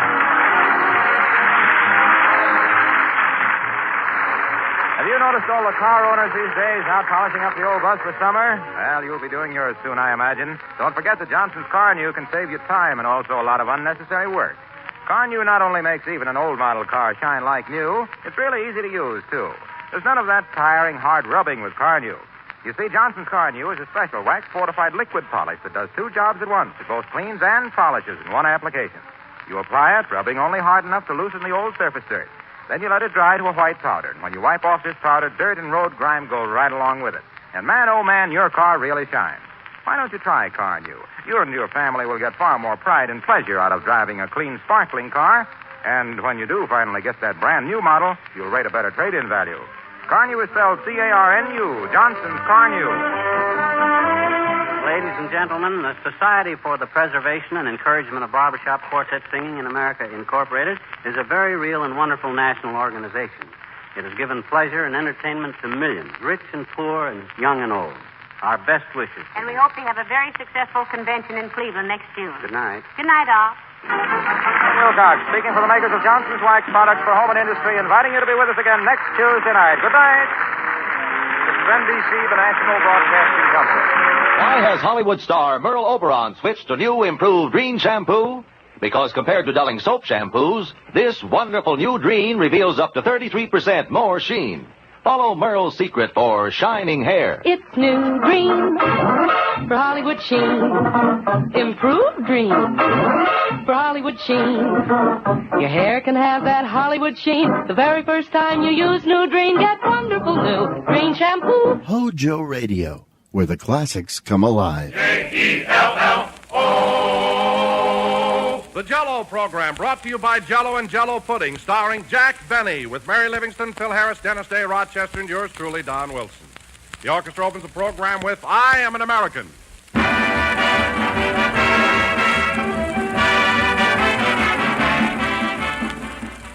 Year after year, Jello keeps getting better and better. And today, Jello is richer, more delicious than it's ever been before. The reason for this extra goodness is a new Jello process that locks in Jello's famous flavor and makes it even more tempting, even more enjoyable. Jello is a beautiful dessert, radiant with color and glistening with goodness. And its swell flavor, so tangy and refreshing, makes you think that you're actually tasting the ripe, juicy fruit itself. Yes, Jello's marvelous flavor is gloriously good, a flavor that everybody loves. And now that it's locked in, Jello's grand flavor reaches a new peak in pleasure. But prove it for yourself. Open a package of Jello. Notice that there's no sweet, fruity odor, no telltale aroma to warn of escaping flavor. Then dissolve the tiny Jello particles and notice the way Jello's captive goodness comes pouring out with a rush of delicious fragrance and flavor. Ask your grocer tomorrow for several packages of Jello. You'll find that Jello is better and richer than ever now that its flavor is locked in.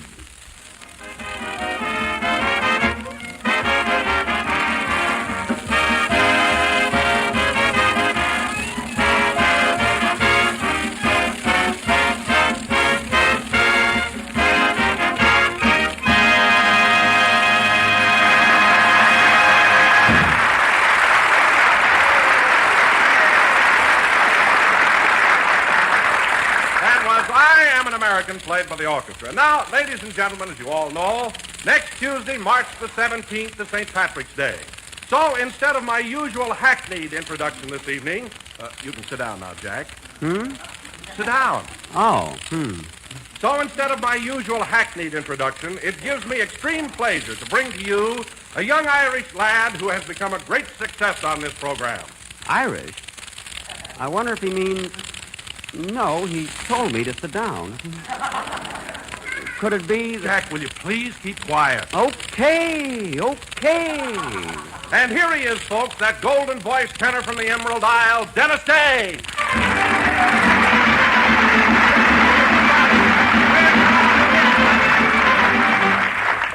Well, take a bow, Dennis. Thank you.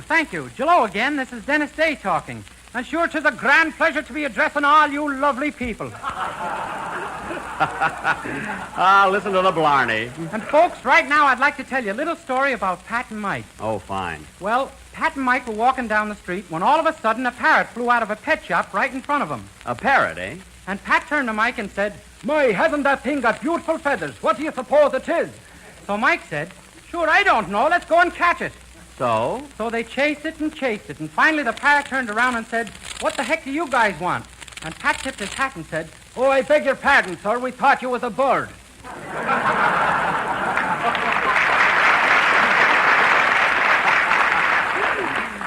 Very good, Dennis, very good. Now, go and sit down. Sit down? Gee whiz, Mr. Benny, I thought I was going to do the whole program tonight. No. Don thought that on account of it being so close to St. Patrick's Day, it would be a nice gesture to introduce you first. But that's all. Oh. You see, Dennis, you haven't had enough experience to handle the whole program. Well, let's get going. Jello again. This is Jack Benny talking. What are you trying to do, hold me down?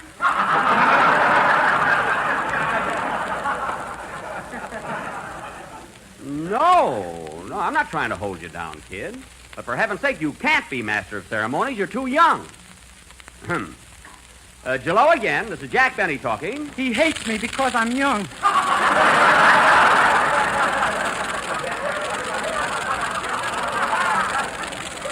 I don't hate you, Dennis. I simply can't take the chance of letting you handle this program. You might be a flop. But, Jack, on the other hand, he might be very good. Don, either way, I'm taking a chance. Now, let's drop it. Jello again. This is Dennis Day talking. And sure, folks... Oh, nuts. This is all your fault, Don Wilson. You had to introduce the kid. You had to be topical. Well, I thought it was a good idea, Jack. After all, our listeners may be tired of the same old thing week after week. Oh, so now I'm an old thing. Well, Mr. Wilson, I'd watch my step if I were you, because the time of year is fast approaching when your contract comes up for renewal. I'm glad you brought up the subject, Jack, because I may not be with you next season. I'm sick and tired of it. Oh? You may not be with me? Oh, now, here's the situation. I've had a splendid offer to do the announcing on the Baxter Beauty Clay program. Beauty clay? Yes. They offered me a very nice salary and all the mud packs I can use. Well, Don, after all these years, if a little mud can come between us, well... There's a difference in salary, too. Mud or money, you ain't loyal. That's gratitude for you. Hello, Jack. How are you? Hello. How do you think I am? Well, what's the matter with you? You look like somebody just stole your rubber heels. They better not, sister. I've got my license number branded on them. I'm taking no chances. I'll bet your hot water bag is safe, too. And so is my teething ring. I can go along with a gag. Anyway, if you want to know why I'm upset, it's because I've discovered that my pal Don Wilson is a traitor. A big, fat traitor. He wants to leave me for the Baxter Beauty Clay program. Well, why not? They made us a swell offer. What do you mean, us? They want Don, Phil, Dennis, and me. What? Can we put in a word for you, Mr. Benny? Keep out of this. Well, Mary, all I can say is that fine appreciation after all I've done for you. After all you've done for me? Yes, when I first met you, you didn't even have a pair of stockings. What are you talking about? There was a whole counter full. I mean of your own. And another thing, young lady, who put you in show business? Who started you out in vaudeville? I started in vaudeville with my sister Babe. What an act that was. Tumblers, the bouncing Livingston.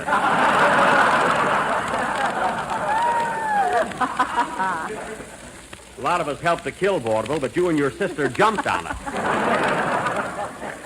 Now, wait a minute, Jack Benny. You never even saw our act. I did, too, and I'll never forget your sister Babe. She was so nearsighted, she used to take bows with her back to the audience. She knew what she was doing. Oh, yeah? And furthermore, she's not nearsighted. She's not, eh? Well, I'd like to have a nickel for every weighing machine she said hello to. Fine name she picked out, Babe. She looks more like Babe Ruth. Well, we got a program to do tonight, and as long as you're all working for me temporarily, you might as well do your song, Dennis. Okay. I'm going to sing The Garden Where the Praties Grow, and I dedicate it to Mr. Baxter and his beauty clay, who is listening in. Baxter's beauty clay. What burns me up, I've been using that clay for years. You must have been growing radishes in it. I tried it on my face, too. Anyway, I'm talking about friendship and appreciation and gratitude from my own cast. Should I sing now, Mr. Benny? Wait a minute, Dennis. I just happened to think of a little poem that fits this situation to a T. It's entitled Loyalty and was written by Otis J. Cribblecobblers. Now, let this sink in. Loyalty.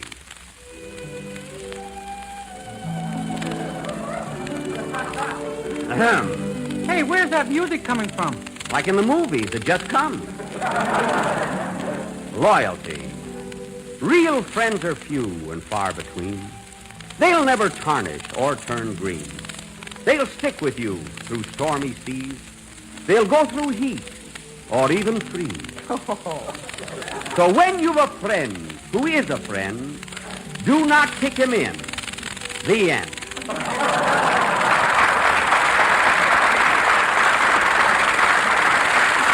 Now, remember that, all of you, before you think of deserting me for another program. Sing, Dennis. That poem didn't sink in very well. Maybe I'll have to give the gang more money or something. I don't know.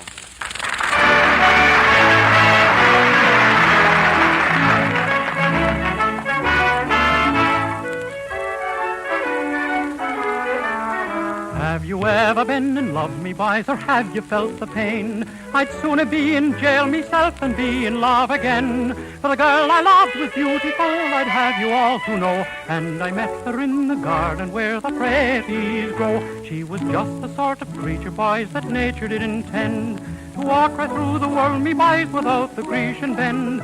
Or did she wear a chignon? I'd have you all to know.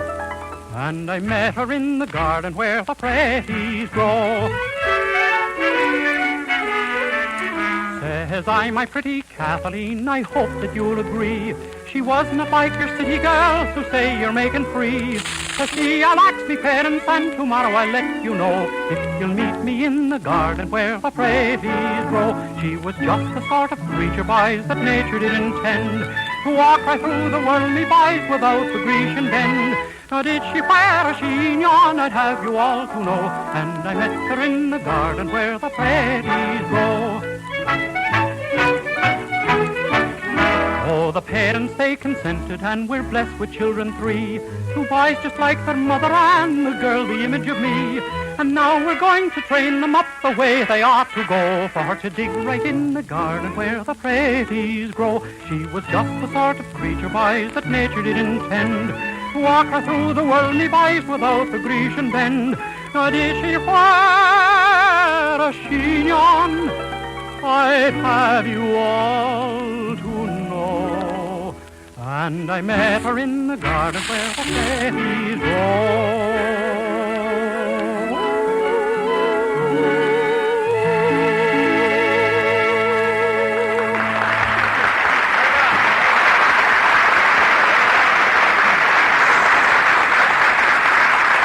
Was The Garden Where the Pretties Grow, a special St. Patrick's Day song sung by Dennis Day. And Dennis, that was swell. Stick with Uncle Jack and you've got a brilliant future. Well, I'd love to, but Mr. Baxter has made me some wonderful promises. Promises? If it's promises you want, you're with the right guy now. I deliver the goods, too. Dennis's contract called for a raise this month, and he got one. Some raise. You put high heels on his shoes. A raise is a raise. It all depends on how you look at it. Gosh, I turned my ankles 10 times this week. Well, watch it. Don't be so clumsy. Anyway, Dennis, you better think twice before you listen to anybody else's promises. You know, they don't always... Here comes another traitor. How do you do, Mr. Harris? Feeling fine, I trust? Mr. Harris, why all the formality? If you mean formality, Phil, which is my guess, the reason for my frigid attitude is because I found out that you're a snake in the grass. Well, I haven't even seen grass for 10 years. Well, you've seen snakes. That I know.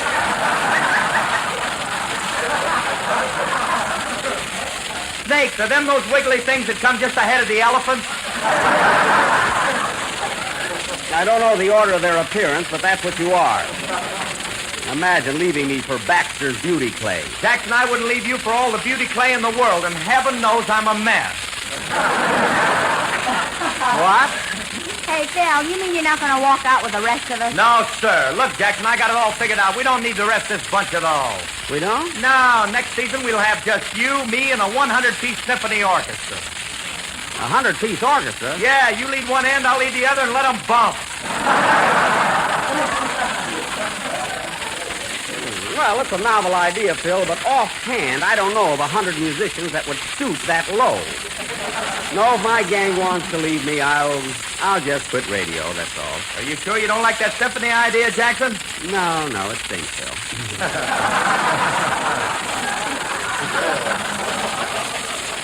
But thanks just the same. I'll just quit radio. Now, wait a minute, Jack. I think this has gone far enough. We did have an offer from Mr. Baxter, but we're not going to accept it. Not much. That's the truth, Jack. Why, we couldn't leave you or Jello. We're all locked in together. That's a plug if I ever heard one.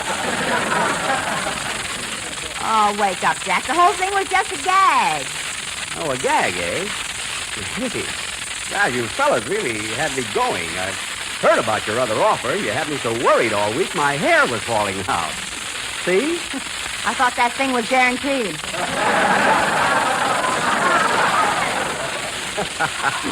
Good, Mary, good. Well, let's get going on. Let's get going on with the program, shall we? Ladies and gentlemen, immediately after a number by Phil Harris and his orchestra, we are going to present a special surprise attraction in which we will definitely expose for the first time... Excuse me. Hello? Oh, Mr. Benny, this is Rochester. I'm busy now, Rochester. What do you want? Well, boss, I got to send in my income tax by tomorrow night. Yes? And I'm a little short of that green stuff that ain't grass, yet it ain't hay.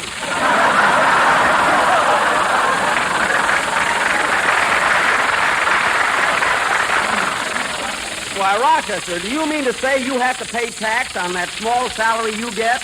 I better. Mr. Morgenthau sent me a blank with RSVP on it. RSVP? Rochester send velvet pronto. Oh, I see. Well, Rochester, tell me, how much does your income tax amount to? That all depends on my dependents. Is it okay if I put my brother down as a dependent? Well, I don't know. Can your brother work?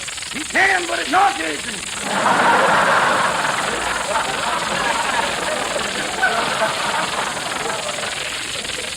Oh, well, look, maybe your brother can't work. Maybe he's incapacitated. Beg your pardon? I said maybe your brother is incapacitated. He's too weak. Boss, any man that can stack up sirloin steaks and eat them like flapjacks ain't into anything. Well, then in that case, you cannot deduct him as a dependent. In fact, Rochester, I wouldn't bother with any deduction. If I were you, I'd just send in a check for the full amount. A check? Yes. Well, can you suggest a good bank that can go along with a gag?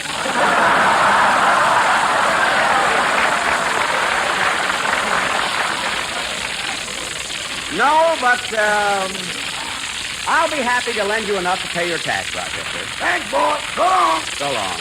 Oh, say, boss, Mr. Benny. Now what? Can I deduct for stock market losses? Why, of course. Wait a minute. What stock did you have? Well, I took an awful beating in African Cubes Incorporated. You can't take off for dice. Goodbye. That guy is always in trouble. Play, Phil, and then we'll have our big surprise of the evening.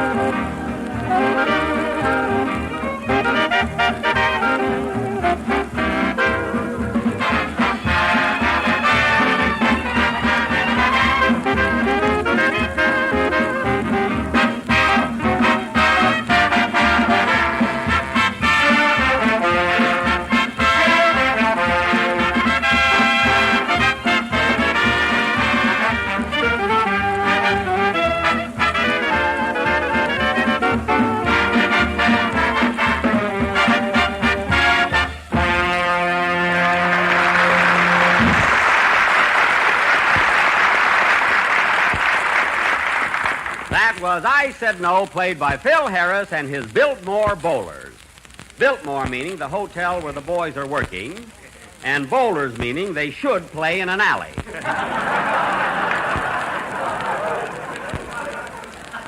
And now, ladies and gentlemen... Gee, thanks for the plug, Jackson. You can't insult the guy. It's amazing. And now, ladies and gentlemen, for our surprise feature attraction.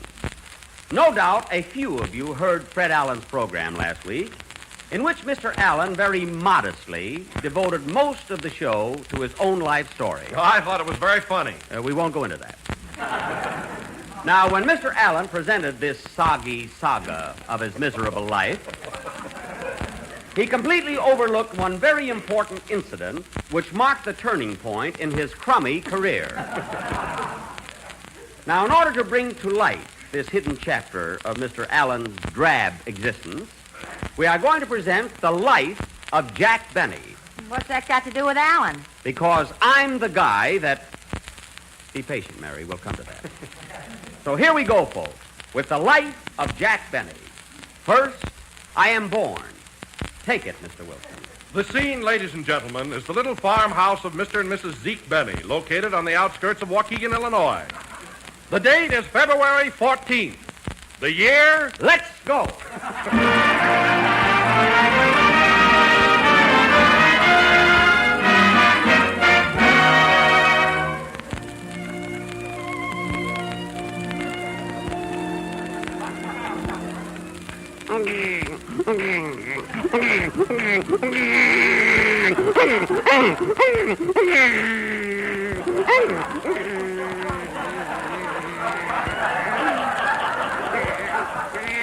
Goo goo.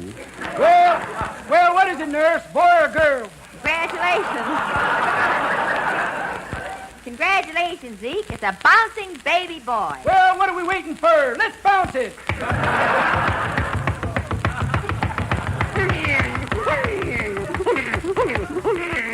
A fine start I got.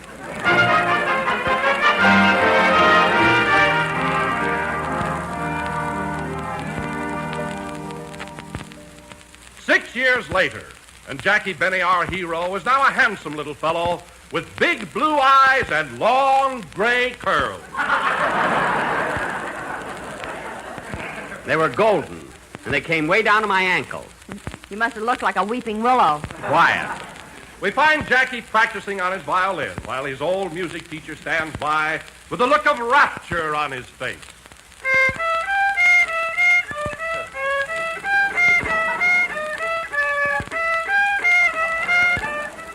How was that, Mr. Lindsay? Eh? I said, how was that? Am I getting any better? Eh? I said, am I getting any better? Oh, have you been sick? Oh, well, someday I'll be a great violinist.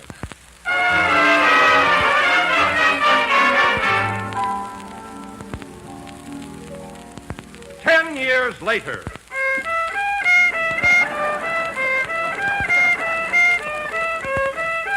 I'm playing it by heart now, folks.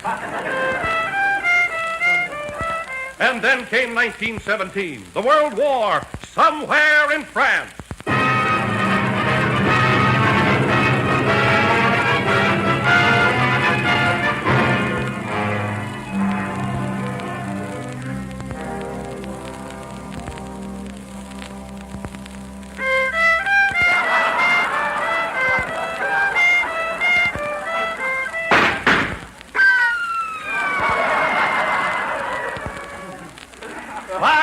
Later, and Jack Benny starts his vaudeville career as a concert violinist.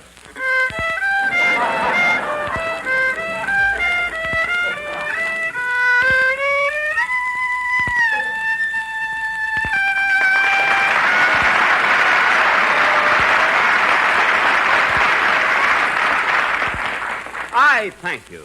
Wait a minute. What's all this got to do with Fred Allen? We're coming to that. Continue, Mr. Wilson. The scene changes. It's a cold winter's day in 1927.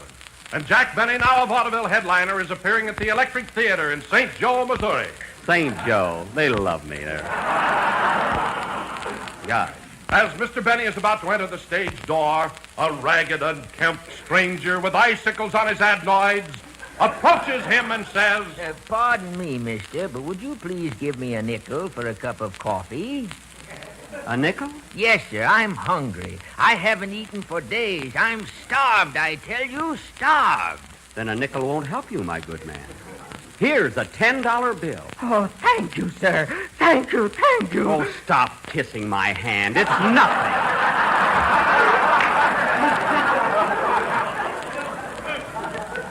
Poor boy. Oh, but I'll never forget you for this. Never, never. Don't wipe my shoes. It's quite all right.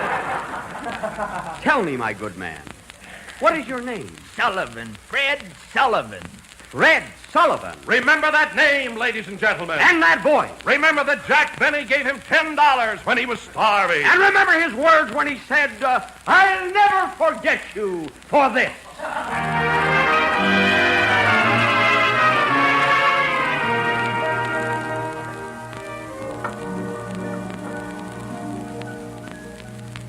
3 years later, and Fred Sullivan is now Fred Allen, a successful juggler in vaudeville. See why I told you to remember that name, folks? And it's a cold winter's day in New York City, and Mr. Allen is about to enter the stage door of the Palace Theater when a ragged stranger with a long black beard and a tin cup approaches.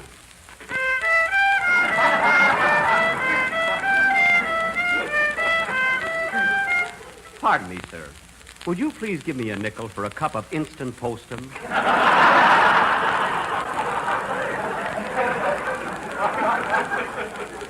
Please, get away from me, you bum, or I'll take my gold-handled cane and give you 2 lumps for your postum. See what a rat he was, folks? But I'm hungry, starved, I tell you, starved. Out of my way, you derelict. Fink's mules are just taking their bow, and I'm on next. Very well, but I'll tell Variety about this. Mr. Sullivan? Sullivan? Who are you? Wait till I pull off this false beard. All right, who am I? Jack Benny. That's right, the man who gave you $10 when you only asked for a nickel. And the man who's going to beat you to within an inch of your life. Take that, ouch, and that, ouch, and that. Leave me alone. And that. I'll give the money back. Help. Ouch. Well, have you had enough, Alan?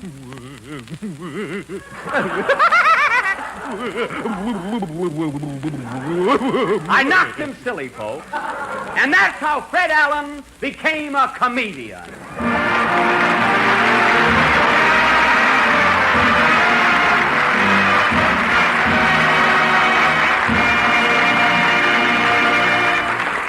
That, ladies and gentlemen, is the incident Mr. Allen was ashamed to reveal on his program last week. Playfill.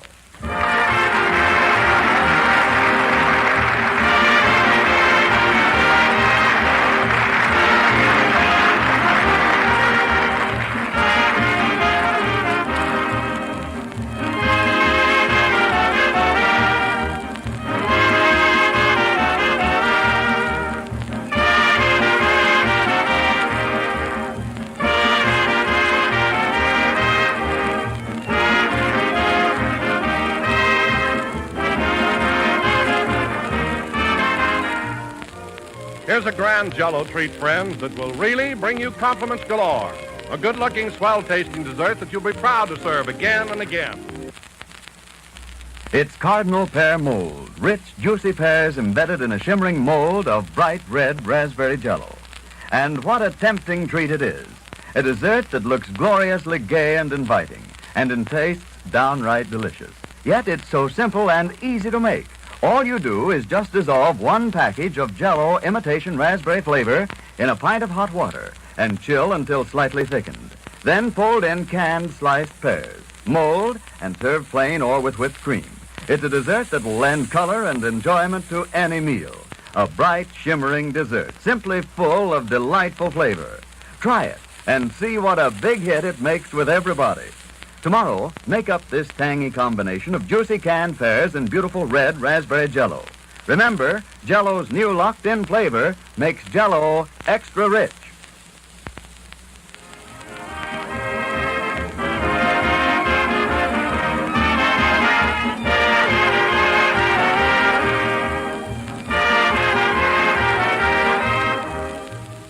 This is the last number of the 24th program in the current Jell-O series, and we will be with you again next Sunday at the same time. Say, Jack, did you really give Fred Allen a $10 bill when he only asked for a nickel? Oh, it may have been a 20 or a 50. Who knows? I couldn't see very well. It was snowing. You mean to say you took off your shoe in the snow? I carried a wallet then. Good night, folks.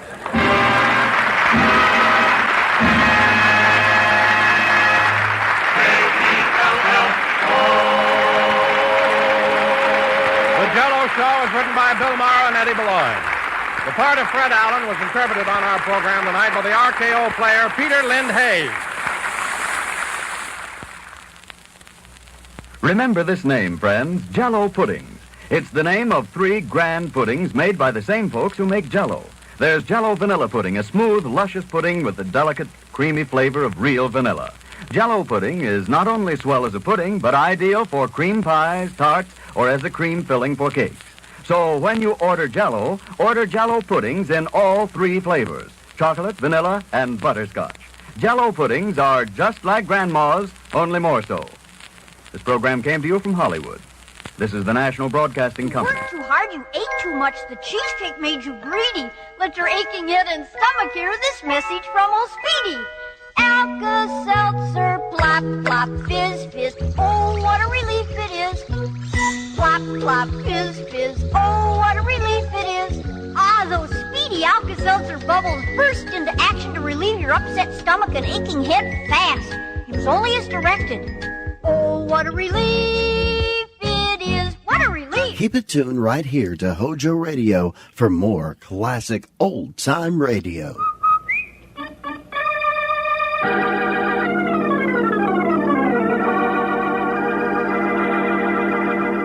Rinso, R-I-N-S-O, Soapy Rich Rinso presents Boston Blackie, starring Chester Morris.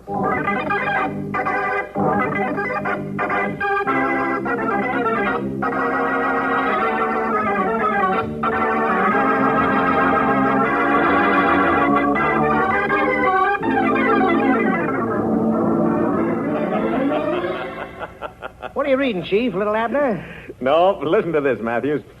Special feature of the Great Gems exhibit at the famous Corday Jewelers will be the incomparable Star of the Nile emerald.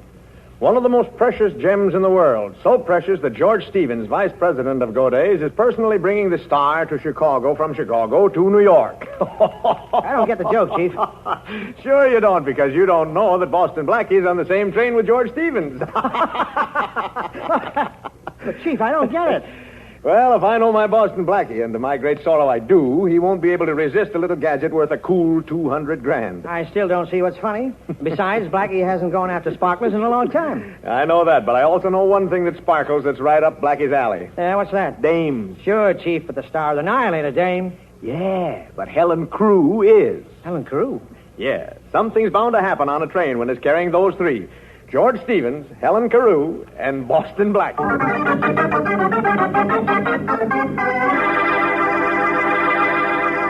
Well, nobody has to lead Blackie to adventure because somehow adventure always seems to seek him out. In just a moment, we'll hear more about Blackie and the Star of the Nile. You know, you can lead a soap to water, but you can't always make it give thick, rich suds. Not if it's hard water, and not if you're using one of those Lazy Bar or Skimpy Suds package soaps. No, ma'am, that's when you want Rinso. Soapy Rich Rinso on the job. You see, Rinso bubbles up into mountains of suds, practically at the touch of water. Suds that go right to town on your clothes. Suds that get out more dirt to give you that Rinso white, Rinso bright wash. And no hard scrubbing or boiling to ruin your wash day disposition. A short soaking in Rinso suds, a few quick finger rubs on extra soiled places, and your clothes are ready to rinse. So, next wash day, whistle up a Rinso wash. A wash that's Rinso white and Rinso bright. And now, Chester Morris and the Adventures of Boston Blackie.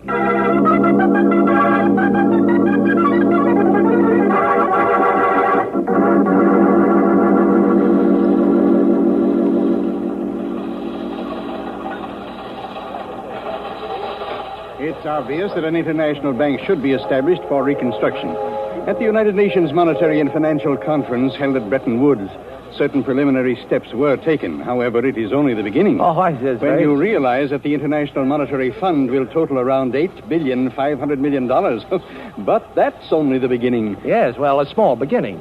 You know, I get kind of mixed up when I start counting over 850. Oh, young man, we'll all have to learn how to count in millions and billions in the post-war world. Well, that's very interesting. Oh, here you are, Stuart. I'd like some dessert. Will you take this seat, miss? Oh, thank you. Never mind the dessert, Stuart. Well, I'm finished. Wouldn't you rather have this chair by the window? Thank you. And good day to you, young man. Thanks for your company. Well, thanks to you for the tip on the international monetary situation.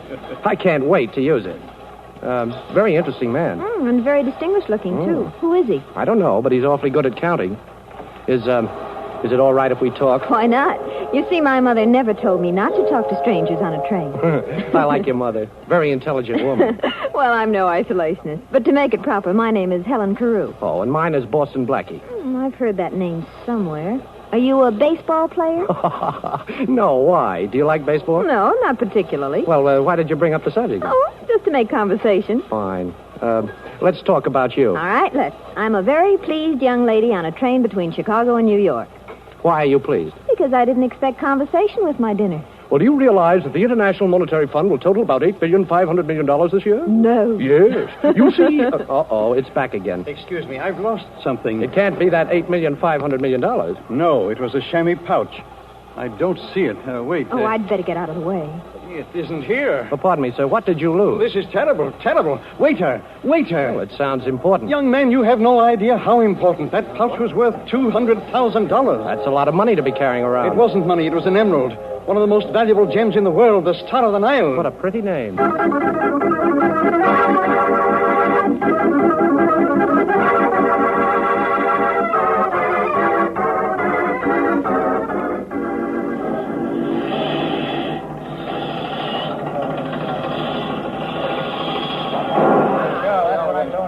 I tell you, Inspector, I've been robbed.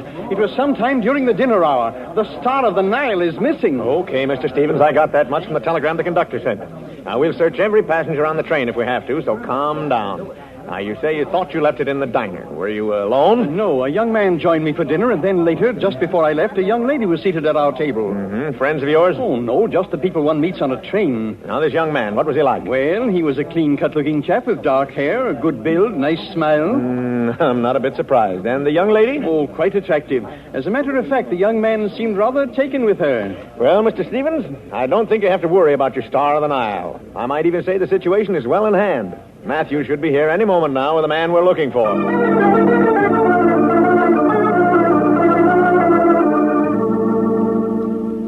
Here he is, Chief. Welcome, Boston Blackie. Welcome home.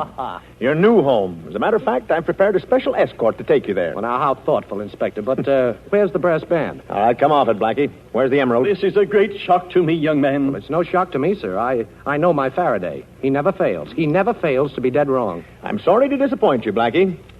But you were in the diner with Mr. Stevens when the emerald disappeared. Mr. Stevens? I didn't even know that was his name. Oh, now, Blackie, as if you didn't know that Mr. Stevens was vice president of Corday's and that he was carrying the Star of the Nile to New York. As if you didn't read the papers. Of course I read the papers, Inspector, but I was a little more interested in the fact that we'd just taken Cannes and Saipan. Okay. Now, you can tell me all about that at headquarters. Come on, Blackie. Now, look, Faraday, do you mind if I talk this over with Mr. Stevens? Whatever you have to say, you stay at headquarters. Come on. I'll be in touch with you, Inspector. Thanks again. Mm-hmm.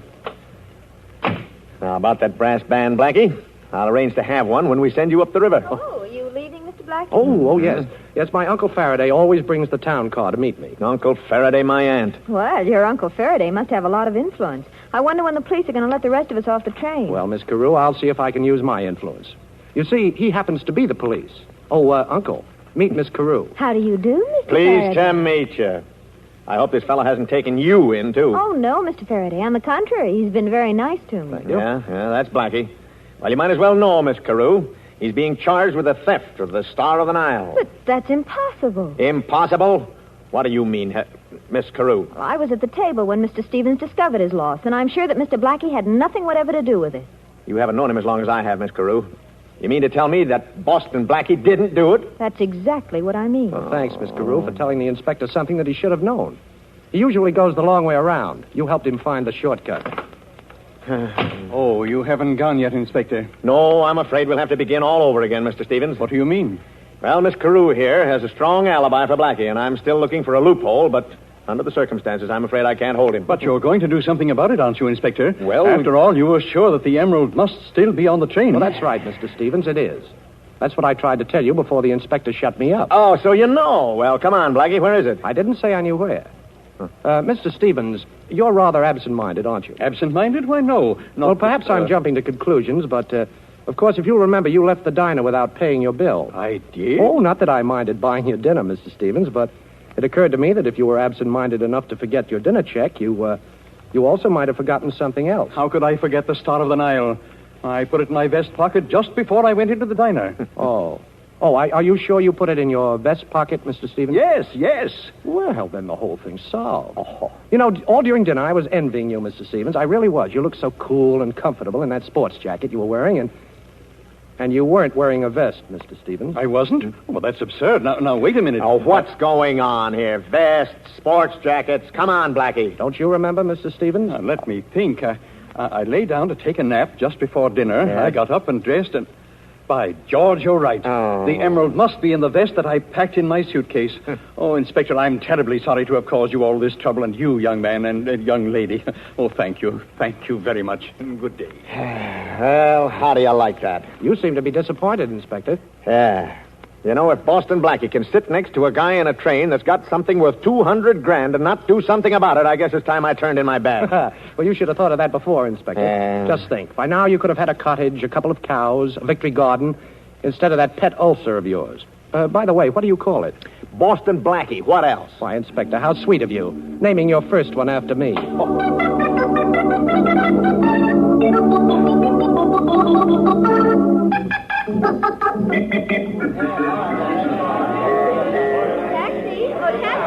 Oh, Miss Carew, I've been looking for you. Here's a cab coming up now. May I drop you someplace? Thanks. Where to, Miss Carew? The Middleton, please. Okay, driver, 48th Street off Lexington.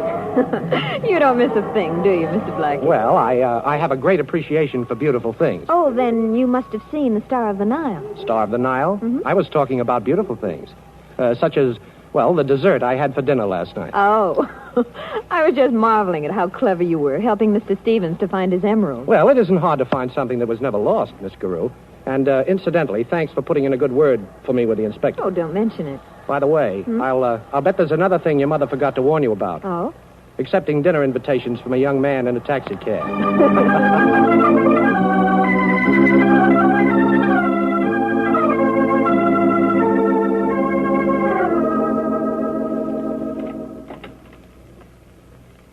I told you not to disturb me, Miss Everett. I'm too busy to see... Oh, who are you? Louis? Louis? Yeah. Miller said you wanted to see me. Oh, yes, Mr. Louis. Won't you sit down? Now, look, let's get this straight, Mr. Stevens. I don't know you, but Miller said you had a job for a guy with fingers. Well, I wouldn't exactly put it that way, Mr. And another Louis. thing, Mr. Stevens. This is strictly business. Miller says you want me to open up a safe down at Goday's and lift a hunk of jewelry. Well, now... And what's more, Mr. Stevens, I know you're vice president of Goday's. That's your business, but it ain't mine. And if you're worrying about what might happen, you're in a swell spot. After all, who'd the judge believe, me or you? Well, I'm glad we understand each other, Mr. Louis. The emerald has already been deposited in the Goday vault, and since the exhibit will open tomorrow, there's no reason for any further delay.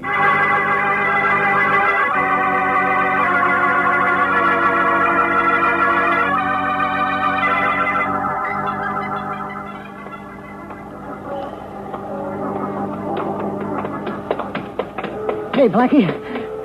Didn't you hear me calling you? Well, vaguely. To be honest with you, Shorty, I had my mind on somebody else. Well, boss, I just heard something I thought you'd be interested in. Yeah? You know, you were telling me about that emerald mixed up on the train? Yeah. Well, I just got a tip, see? Somebody's going to crack the Goday safe for that emerald. When? Midnight. How straight was this tip, Shorty? A very reliable tip, boss.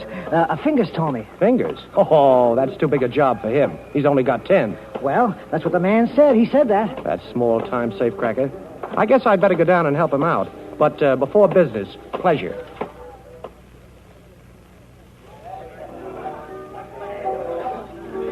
Well, for once, Miss Carew, I can't blame Faraday. After all, he brought us together. Brought us together? Yes. What do you mean? Well, if he hadn't accused me, you wouldn't have had the opportunity to vouch for me, and, well, I wouldn't have had the opportunity to show you my appreciation. Oh, I see. Well, the whole thing was a little silly anyway. Oh, well, not altogether.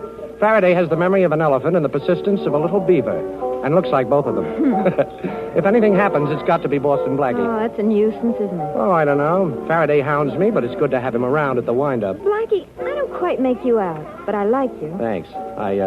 I hope that's an understatement. Well, I'm surprised the police are so suspicious of you. Oh, that's the story of my life. You see, Faraday has good instincts, only he picks the wrong person. If he knew, for instance, that tonight I may have something to do with robbing a vault, he'd become suspicious right away. But, of course, you haven't anything to do with that. But, of course, I have. Only it's not as bad as it sounds. Oh, now I'm really puzzled. Well, the only puzzle is, Why don't I spend the rest of the evening with you? Meaning that you have to leave? Meaning that I have an important conference about something green and something Egyptian. Oh, I see. But like the Sphinx, you won't talk. Perhaps I'll have something to tell you later. I'll get your coat. Oh, thanks. I have to phone. But don't make any dates for the next month. I want to put in my bid first. Hello? Operator, give me Madison 72772. Hello? Inspector? This is Helen Carew. I just had dinner with Boston Blackie. We're leaving now. He's dropping me off at my hotel. He's going down to Corday's. He's after the emerald. And, Inspector, if you should happen to catch him, please don't mention me.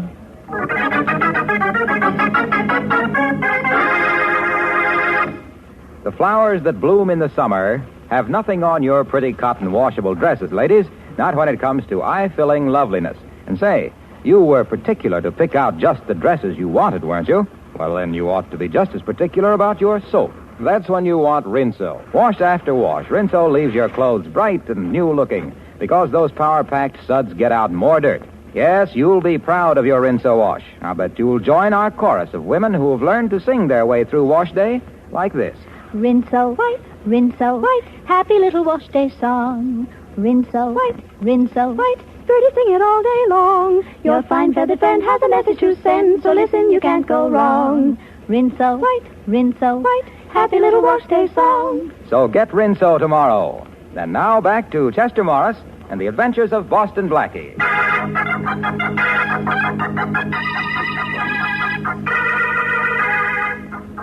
Boston Blackie, unaware that Helen Carew has tipped off Inspector Faraday as to his destination, is en route to Corday's Jewelers to try to prevent the robbery of the vault there and to discover who is back of the attempt to steal the famous Star of the Nile emerald.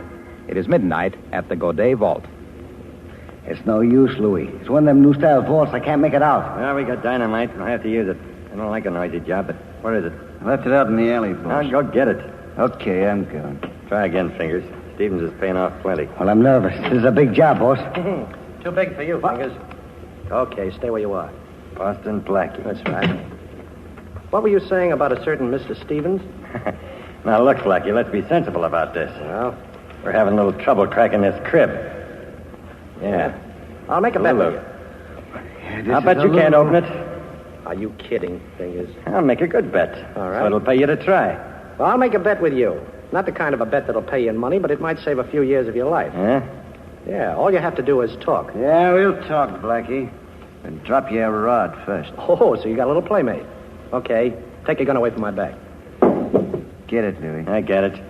You know, Blackie, this is a happy coincidence. As I said before, we can use you.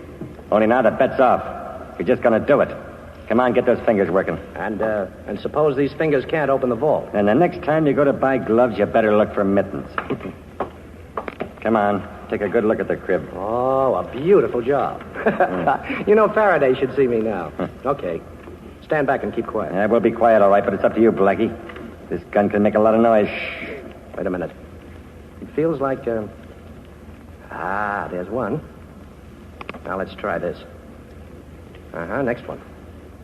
Oh, now that's two. Now... Open up. Open up or we break this door down. Come on, it's the law. It's the cops. Yeah, Miller. Is the alley door open? Yeah, and Joe's coloring out there. Okay, let's beat it. What about Blackie? Forget about Blackie. Come on. Okay.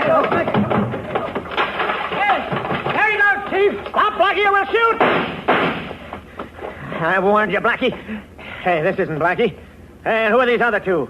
Oh, Louis, huh? Yeah, Fingers and Miller. Hey, what is this, a national convention? Where's Blackie? How'd you know Blackie was going to be down there, Faraday? A little bird told me, but where is he? Well, now, I don't expect you to believe this, Inspector, but so help me.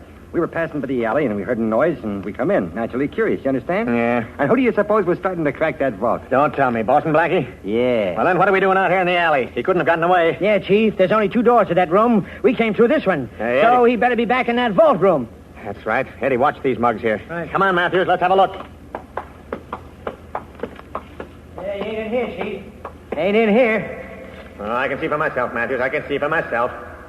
Must have slipped through the door before we came in. Matthews, you're fired. Me, Chief? I ain't done nothing. That's the trouble. You never do anything.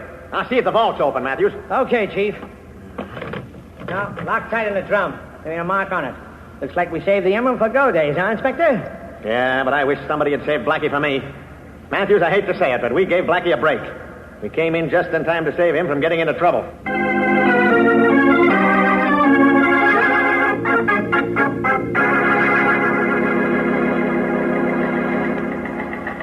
I just wanted to thank you, Inspector, for preventing the robbery last night and catching the thieves. Don't mention it, Mr. Stevens. Tell me, did they have a chance to open the vault? Nope, we were Johnny on the spot. They never even got started. Well, Inspector, I can't thank you enough for the fine job you've done. Fine job. Nothing ever happens. Nobody steals anything. Listen, Mr. Stevens, if somebody should steal that emerald and I catch him, then you can thank me.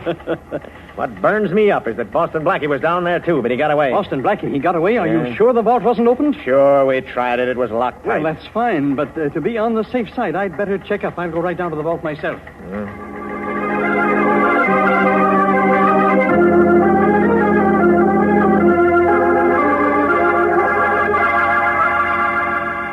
But I tell you, Faraday, it's gone. The emerald's gone. I just searched the vault. It's gone. That's great. I've really got Boston Blackie now. Don't worry, Mr. Stevens. Calm down. You'll get your star, and I'll get Boston Blackie.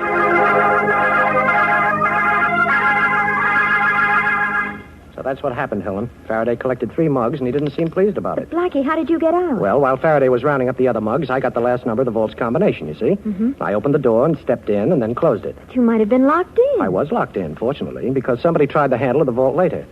You see, Helen, modern vaults have an anti-hold-up device. What's that? Oh, it's a sort of gimmick that locks the door from the inside. Mm-hmm. Well, I just pushed the lever. After they left, I slipped out through the alley door. What were you after, Blackie? I told you before. Something green and something Egyptian. The Star of the Nile emerald, of course. Did you find it in the vault? Yes. Oh. But I didn't take it. I just wanted to make sure it was there. You didn't take it. Blackie, I don't understand you. Now, look, somebody's after the Star of the Nile, and if he gets it, somebody's going to take the rap for it. Could be me, but that's not the point. Nobody's going to take a rap for somebody else while I'm around. You're talking about somebody. Who? I'll find that out. But first, I want to have a talk with Mr. Stevens at his hotel. Perhaps he has an idea. Goodbye, Helen. Next time, I promise you, we won't have any outside interference. Operator, give me Madison 72772. Hello? Helen Carew speaking. Oh, the inspector isn't there? Well, then I want to leave a message. Tell him that Boston Blackie is on his way to the Cavanaugh Hotel to see Mr. Stevens. I can't wait for the inspector to call back, so tell him I'm going to see Stevens, too, right now. But try to get the inspector there as quickly as you can.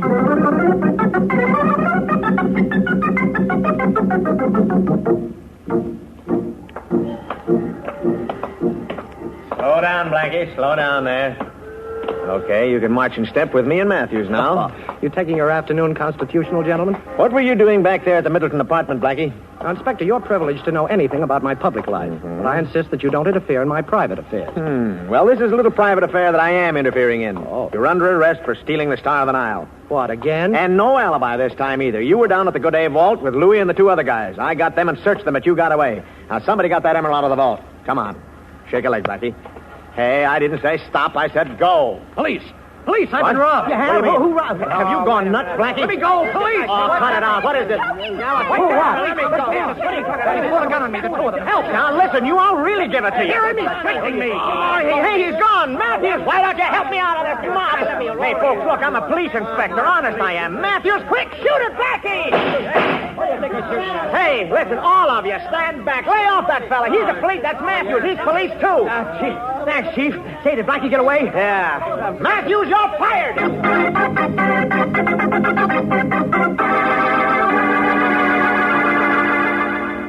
But I was sure he was coming here, Mr. Stevens. Miss Carew, why should Mr. Blackie come to see me at my hotel? Besides, I'm confident that by this time Inspector Faraday has made sure that the young man is no longer a free agent. Perhaps, yes, perhaps you're right. But, well, I'm not sure the inspector is right in what he's doing. Oh, now, Miss Carew, it's quite obvious that you have an attachment for Mr. Blackie, and if the police have taken him, I won't have to worry about the Star of the Nile any longer. The police haven't taken me, Mr. Stevens. Boston Blackie. And incidentally, if I knew how much the Star of the Nile would be worth to you, I might listen to reason. Blackie. Hello, Miss Carew. I rather expected you'd be here, too. I wouldn't try to phone Mr. Stevens.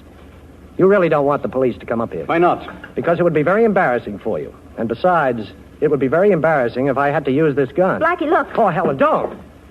Helen, why did you knock the gun out of my hand? Because you had me fooled for a while, but I'm finally beginning to understand you, Blackie. All right, the two of you stand still and put your hands up high. Oh, so you have a gun too, Mr. Stevens. Is that to guard the emerald you stole from your own vault? Mr. Stevens took the emerald? Yes. Usually when people want to steal something, they just steal it, but Mr. Stevens had to do it the hard way. But you made it much easier for me, Mr. Blackie. You see, you were in the vault, and now everybody will know that Boston Blackie stole the emerald. There's just one thing I'd like to know, Mr. Stevens. Why does a vice president of a large firm like Corday's have to steal a piece of jewelry? Well, there's an ugly word for it, embezzlement. I'm awfully sorry, Miss Carew. Sorry that you came here tonight because no one else can know what you two know now. I'm going to have to kill you. Come on, Stevens. Give me that gun. Stay where you are. I want that gun, Stevens. Blackie, don't. I told you to stay where you are. Look, you can't pull that trigger. Get back! Get back! Thanks, Helen, for sending the message. Inspector, I think Mr. Stevens will go with you now. Oh, Stevens? Yes, Inspector, and thanks for putting Helen on this case. We've got your man.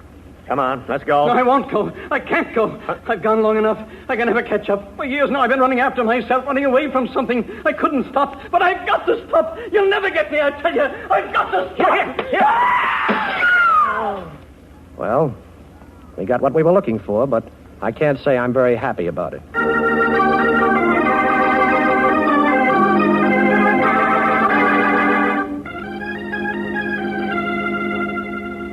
Well, Faraday, this time I've really got to thank you. Don't kid me, Blackie. No, on the level. You saved my life.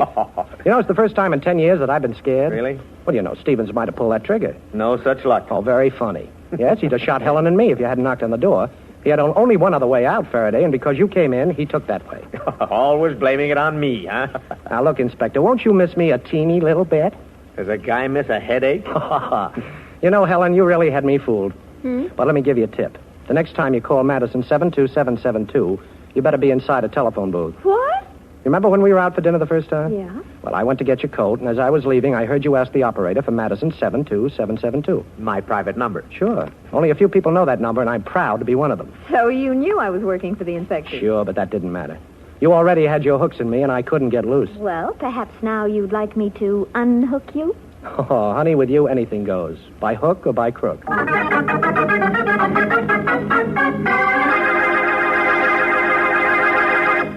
I suppose it's your business if you want to make a big job out of dishwashing, but I'd like to butt in just the same because I feel you don't really like to spend a lot of time at the kitchen sink, and you don't have to if you put Rinso to work for you. Those peppy Rinso suds get your dishes sparkling bright so easily that there's not much point in scraping and scouring with the lazy suds of some soaps. And Rinso's so economical, too. Just a little Rinso goes a long, long way. So better get Rinso tomorrow for dishwashing, for all the soap and water jobs around the house, and for a wash that's Rinso White and Rinso Bright.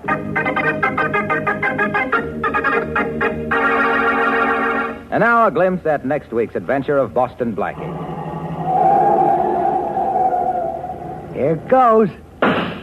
What a crack-up. Them plainclothes cops in that car ain't never going to interrupt another one of our hijack jobs. Plainclothes cops? Them ain't no cops. The driver of the car that just wrapped around a telephone pole is Boston Blackie.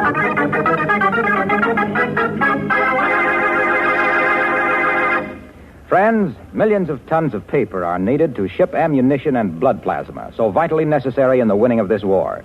Do your share to see that our boys get the material they need. Save paper. The need is terribly urgent. Now, one simple way to help is to take your own shopping bag to the grocer's.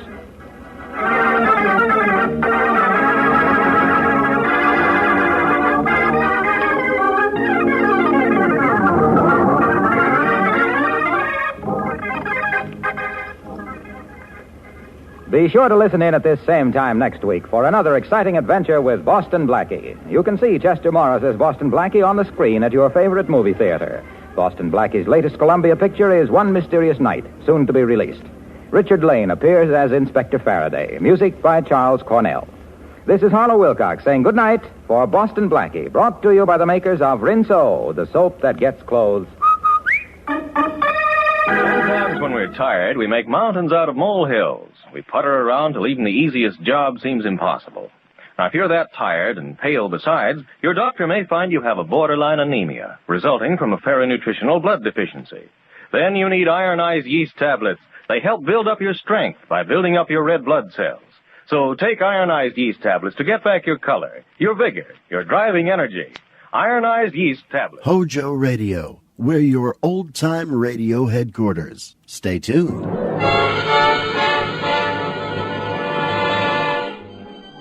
Broadway's My Beats, with Anthony Ross as Detective Danny Clover.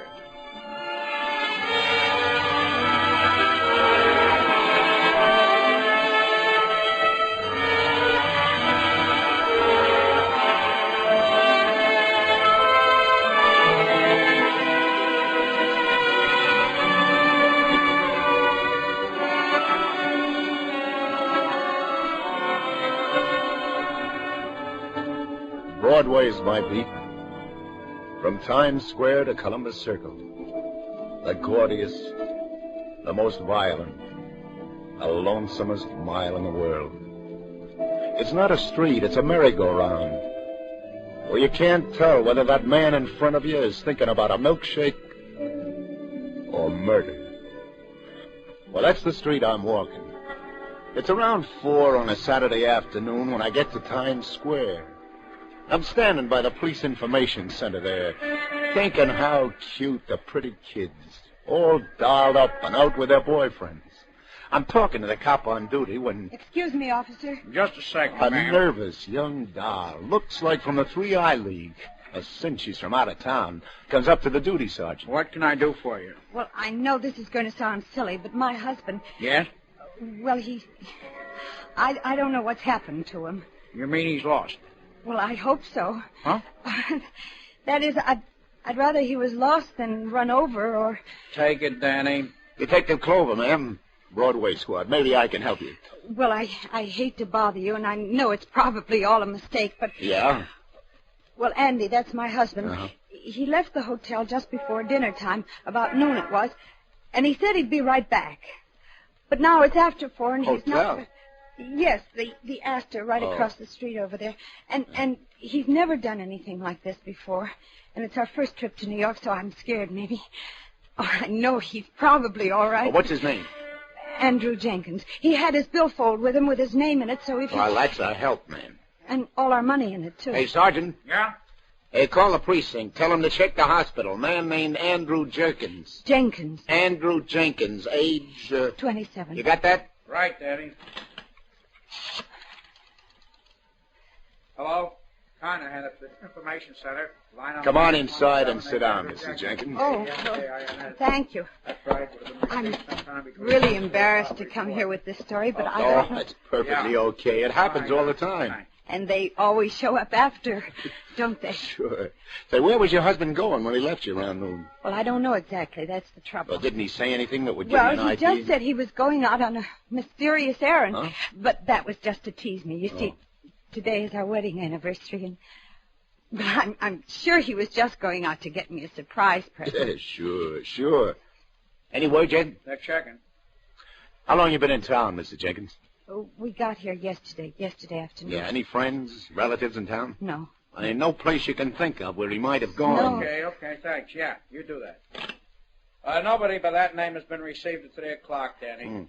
Oh, can't you help me? Look, lady, the best thing for you to do is to go back to your... No, please, don't tell me to go back to my hotel room. I've been sitting there all alone for more than 4 hours. Yeah. Hey, Sergeant, call the Astor. Any messages for Mrs. Jenkins, you pick 'em up. I'm going to take her walking. Walking? Yeah, sure. Come on.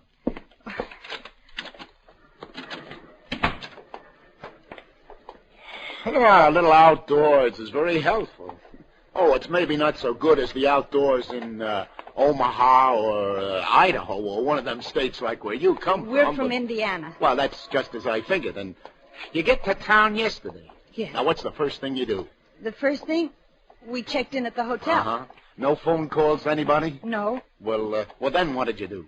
Well, we went out to have a look at Broadway, just a couple of hicks. Uh-huh. No waiting for seats. Seating on all floors immediately. No waiting for seats anywhere in the house. Well, which way did you walk?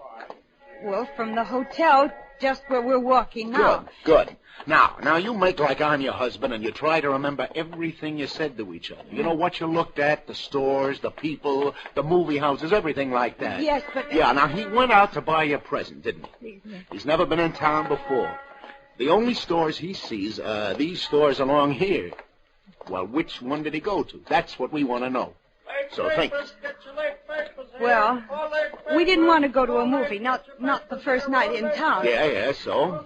And then, well, I remember this nut store, and he said he didn't like the smell of nuts roasting. Yeah, well, that's two of us. And there, we stopped in and looked at this window at the little turtle. Turtles? Yes. 10 cents a turtle. Write your name on it and send it home. Hey, would he have come back here to buy you a turtle? No. Now think, Mrs. Jenkins. Yes. Wasn't there something you told your husband you wanted? Something that gave him the idea he should sneak out and buy it? I can't think, Lieutenant. I can't think of anything except where is Andy. Yeah, but you've got to think... I know. I'm sorry. No, I'm sorry. It's no good, Lieutenant. Everything I see reminds me of him. Yesterday, I remember how we stopped and looked at this window, all the jewelry they were auctioning off. Lieutenant, what's happened to him? Why can't you do something? Did you look at anything particular in this window? Well, what difference does it make? Wait, yes, there was something. What? An old-fashioned gold watch. Is it still there? Hmm? Now, do you see it anywhere in the window? No, it's gone. Come on. Let's go in.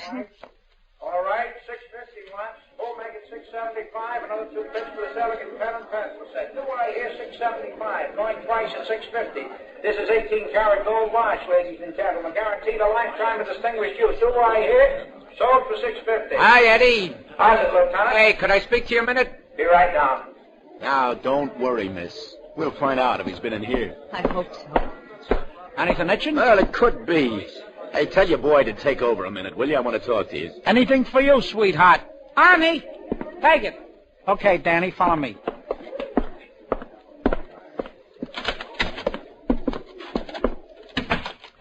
What do you want I should be on the lookout for this time, sweetheart? A hot ferry boat? It's nothing like that, Eddie. Hey, meet Mr. Jenkins. Oh, a pleasure. We're trying to get a line on a young guy who would have come in here about noon today, Eddie. Describe him, will you, Mr. Jenkins? Well, he's about your height, only heavier, bigger. He'd make him about 27, Eddie. From Indiana. Oh, Indiana. Yeah. Yes, he has brown hair, straight, and hazel eyes. Hazel? You had an old-fashioned gold watch in your window yesterday, Eddie. It's not there now. Well, maybe he came... I make him. Huh? That did it. Sure. I make him now. A light gray suit and a green hat. Yes, that's it. It's a screwy thing, Danny. What? This guy, your husband, lady? Yes, do you know where he is? He come in around noon and he asks about that watch. And just 2 minutes before, a couple of guys are in asking about the same watch. 2 minutes. Less. Yeah, so what? Sure. I got him tapped. Indiana. Nice-looking young guy. Oh, the watch. Yeah. So, both these parties want I should knock the watch down. A real coincidence. So? So I knock it down. They're bidding against each other. They both want it real bad. Your husband? A stubborn character, lady? Yes, well, if he wants something... They bid this watch up. Yeah. I get $62 for it. It's white. I got news for you. It's white, maybe 25, the outside. Huh? How come? Beats me, sweetheart. The bidding's up higher than a cat's back. Yeah, but who got it? The young guy. Your husband, lady. He got it. Takes it away from me with a grin. If it had been any bigger, his face would have split. He goes out. The other two guys, the guys who's bidding against him, they go out too. Looking pretty sore at each other. They didn't have any more ready cash with him. Then where did he go? Which way did he go? Which way? Yeah. Who looks? I seen the three of them standing out on the sidewalk for a few seconds. All the time I'm trying to figure what's with this watch. They should get so grabby for it. Then all the three of them head up Broadway together. Together?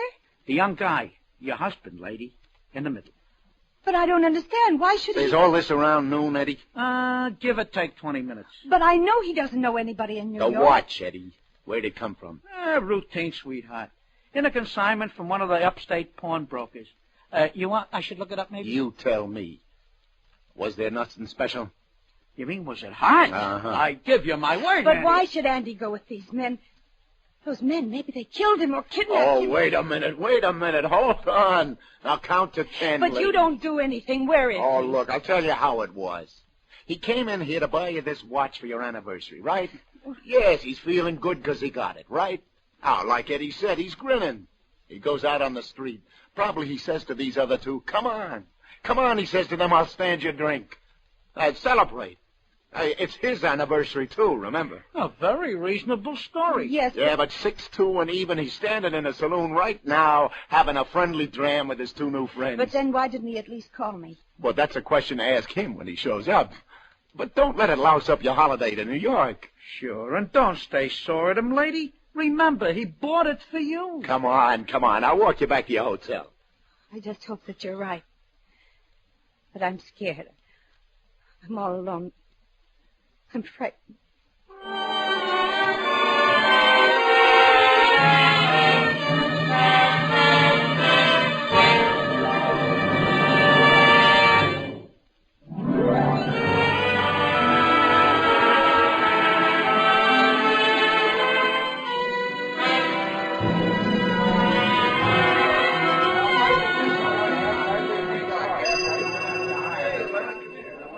Any phone messages for Mrs. Jenkins, room 1526, please? No, nothing. Oh, now just don't get rattled, Mrs. Jenkins. Look, just get used to the idea he's got this one wild oat he wants to stick in the ground, okay? Well, you'll let me know if you hear anything, won't you, Lieutenant? If there's any report? Yeah, I'll call you before 6, and that's a promise. Well, thank you, Lieutenant. Are you leaving now? Just over to get a cigar, Mrs. Jenkins, but, yeah, then I gotta get back to Station House. Don't worry, I'll call you. All right. Goodbye. Just for now. Lieutenant Clover, who's the lady I see you with? Hiya, lover. A couple of perfectos. If you can stop buffing your nails long enough. What'd you do to her? She don't look happy. Well, you can take warning, Sally. She had a husband, but she let him get away. Hey, let me use your phone to check in, will you? It's all yours. This is Clover, baby. Give me the precinct. What do you know for sure, Sally? The most exciting thing that's happened around here all day is I got a run in my stocking. Like a cemetery. Yeah? I take my ossified oath. Nobody's even come around to try to get two on the aisle for Kiss Me Kate. Hiya, Sergeant. Lieutenant Clover. Oh, business must be tough. Did you see the fight at the Garden last night, Danny? Hold it a second, lover. Homicide? Where'd you say, Sergeant? Get the bloodhound. Yeah. Okay, I'll get right over. Did I hear you say homicide, Danny? Some guy got the business in a hotel basement on 45th Street. Anybody we know? Well, if we don't, it's too late for an introduction. Got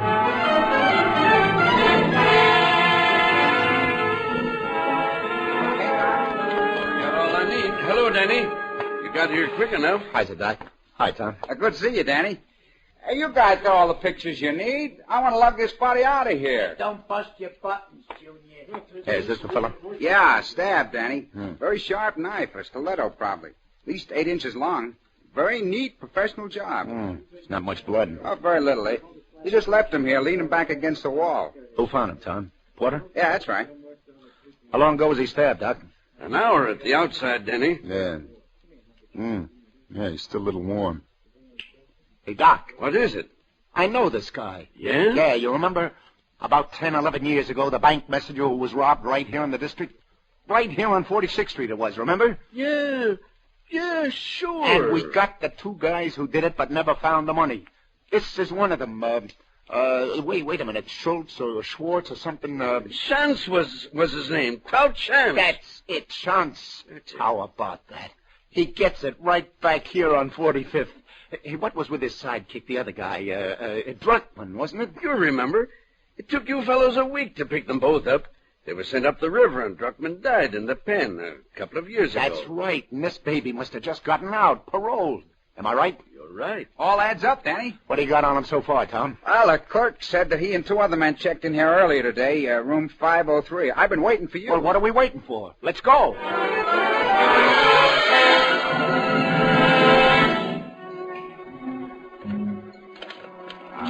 These pass keys. Yeah, this is the one. What have we got here? Hey, cut those ropes off, will you, Tom? All right. Get him some water, Tom. Oh, wait till I get my hands on those. You talk fast, mister. Who gave it a chance, you or your pal? Chance? Gave what? I don't know what you're talking about. Let me get to a phone. Yeah, drink this water. You'll get to a phone when I'm good and ready to let you. What's your name? Just a minute. No, just a minute, Jack. You listen to me. Listen to me if you're a cop. I was practically kidnapped, drugged, tied up, and gagged, and I had a gold watch stolen from me. So don't you get tough with me. I'm going to make a phone call to my wife or else. Say, Is your name by any chance Jenkins from Iowa? Jenkins from Indiana. Well, how do you do?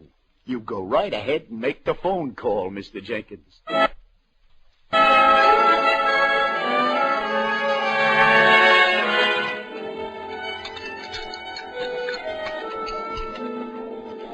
Coffee make you feel any better, Jenkins? Well, this is more like it. That's good. Now, look, I'd like to let you get upstairs and see your wife as quick as possible. I know you want to go, but first... What happened? Yeah. You want to know, huh? Mm-hmm. Well, I'm not too sure myself. I know I bid against those two men for the watch that Grace had said she liked. Yeah. And after, on the street, they suggested they buy me a drink. Yeah, well, then what happened? Well, we went to a bar up the street, and they started to get tough. Oh, shucks, I'd have given them the watch for what I paid for it if I knew they wanted it that bad, but they got tough with me, and I don't like that. That I learned. So when I said no, I guess then's when they doped one of my drinks. Next thing I know, I'm in that hotel room all tied up like you saw me. Now think. Did you hear them talk at all? Talk? Yeah. Yes, they talked. The younger one, he was laughing at something the older man said. Uh-huh. Something about how it had been right under their noses all along. The younger one? Yes, and I remember his name, too. The older man called him, Druckman. Druckman? What? Never mind. Go on. What else did they say? Well, then there was something about some gold or something. I think they were figuring on getting some money or some gold or something that had been hidden. It had something to do with the watch. Words. Remember their words. This gold they were looking for, somebody had scratched where the hiding place was on the inside cover of the watch. Well, now, once they knew where that was, why didn't they take off right away? Well, they said they couldn't right away. They said they had to wait for some reason. Yeah, but what they said, the words, what was the reason? I just remember the young guy laughing and saying something about gold and golden. It was ironical, he said, about the gold and the golden. What was ironical? I don't know, Lieutenant. I was still pretty dopey, I guess. Hey, what was this gold, do you know? Yeah, it was the haul on a robbery. $40,000 worth of gold certificates. It was hidden somewhere. Somewhere near here, I'm sure. If only... Anyway, they left me my money. Here, I got the checks. Give it. Oh, well, okay, thanks. The thing that gets me sore, though, is today's my wedding anniversary, and Grace wanted that watch. No, I got to get along. Hey, you better get upstairs to your wife. Here, let's cut through the lobby. I'll walk at the elevators. Yeah, I guess I better. I phoned her I was all right, but I didn't mention all this. She worries. If only... Yeah? Well, it's just that I want that watch back.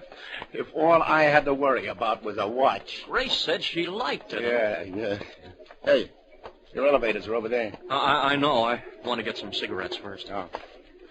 So, Lieutenant? Give. 2 packs, please. I hear it was the guy who pulled that robbery back in 38. That's right, Sally. Thanks. You're welcome. Who killed him, Danny? Well, there were these 2 guys, lover, and looks like one of them didn't want to go splits on the loot. Greedy man. Yeah. Who was he? From what Jenkins here says, it sounds like it must have been Druckman's son. Druckman? Who's he? Oh, Chance's original partner on the stick-up. Oh, by the way, meet Andrew Jenkins. This is Sally. How do you do? How do you do? Excuse me. Hotel Astor Smoke Shop, good evening. For tonight? 2 tickets? Well, I'll see. For which... A cigarette, Lieutenant? No, I never use them, thanks. Oh, yes, indeed. Yes, sir. Well, if you'll just stop by on your way out, I'm sure I'll be able to arrange it for you. You sure gave him the brush. Big spenders. He wanted free tickets to the New Yorker Theater tonight. Free? Mm-hmm. A New Yorker? Hey, there's no New Yorker Theater anymore, is there? Oh, I know. It's one of those radio theaters now. I can't start trying to remember the new names they give those theaters. To me, the New Yorker is still the New Yorker. The Hammerstein is still the Hammerstein, and the Golden will always be the Golden, and the... Sally. What? The Golden. That's on 45th Street. So was that stick-up. So what? You remember, kid? Yeah, the Golden. Gold in the Golden. No wonder they couldn't go right away. No wonder they had to wait. Today's a matinee day. The theater was full. Oh, what time is it? Not quite 5:30? Hey, what's with you two guys anyway? The matinee crowd will just about be out. Now, you wait in your room, Jenkins, and I'll say... Hey, where do you think you're going? With you, Lieutenant. I'm going to get my watch. But I told Let's you to... go. We haven't got all day.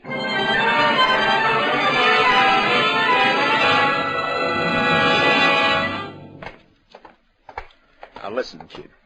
I'm letting you stick around, but don't go getting any ideas you're going to be a hero. Don't worry, Lieutenant.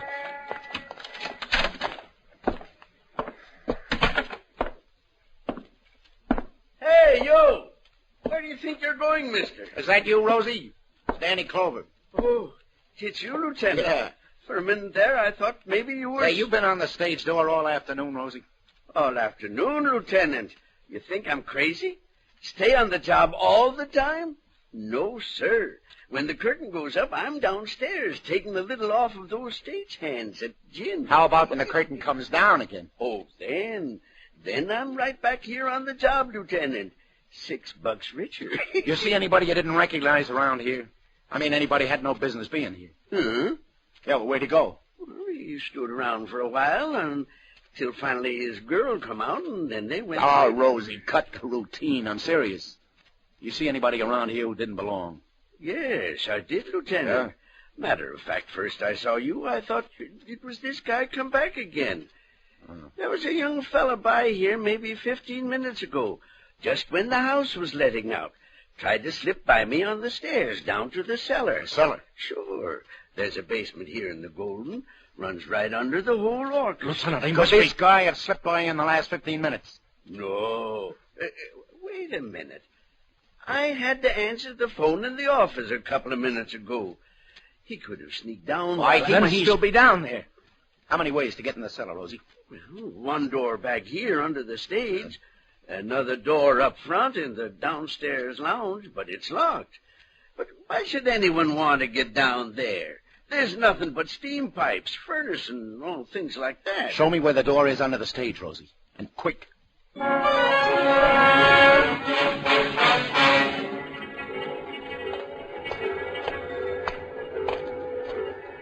Is this it? Yeah, but here, let me open the door. Hey, close it! Never open a door with a big light on back of you. Yeah. You might as well send the guy in there a special delivery telegram. Yeah, but who would... Never mind. Turn the light off. Jenkins, get back there by the stairs. You too, Rosie. But listen, Lieutenant, You save it.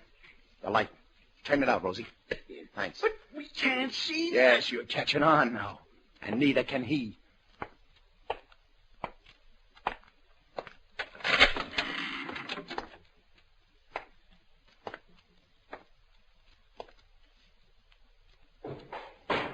You're getting nervous in the dark, Buster?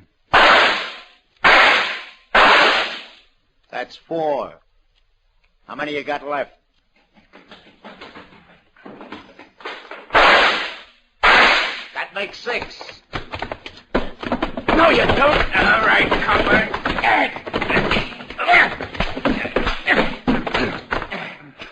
Lieutenant, what happened? Are you okay? I should have remembered he had a knife.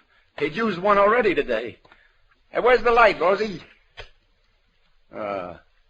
Come on, get up, you punk. You're not hurt bad. Did he hurt you, Lieutenant? Not a chance, Rosie. What'd he do? Oh, stole that gold watch off of somebody, huh? Yeah, that's right. Stole this gold watch off of this fella here. Hey, look. Look, have a look, Jenkins. Huh? Now, see? Scratched on the inside cover. Back of steam pipes, north side of Golden. Yeah. Here. Hey, what are you doing? Just getting a peek at your wallet, Junior. Oh, I'll take charge of this 40 grand, too. Yeah. Yeah, it's like we thought. Her name is Druckman. So what? It was your old man that died in stir. It's no secret. I get it now. Before we picked him up for that stick-up, your old man hid the dough and scratched where he hid it inside the watch, but he wouldn't tell Schranz, right? They wouldn't trust him. You're telling it. He wanted to wait till they were both out of stir. Then your old man dies, and the prison sends the watch they've been holding to your family. And you're such a bright boy. You pawned the watch. You never knew what it said there. It took Schantz to tell you. He wasn't very grateful to Chance. A knife in the back. Yeah, but the state will take care of that. Here. Let's get this guy to the station house. And then get you back to your wife.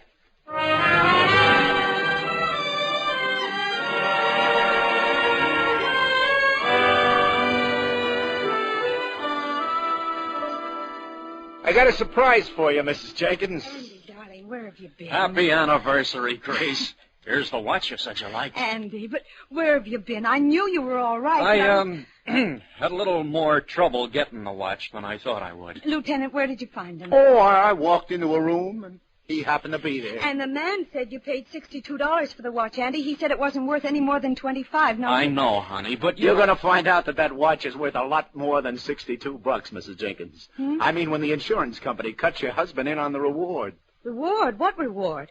For what? Andy, where have you been? You know, it beats me, Jenkins. What does? Here's the whole police force, and especially the Broadway squad, has been trying to run those 40 G's down for the last 11 years. Yes? 40 G's? And you should excuse the expression. An apple knocker hits town from Iowa for the first time in his life, and in 24 hours he's done the job. Listen, Lieutenant, we're from... Oh, never mind.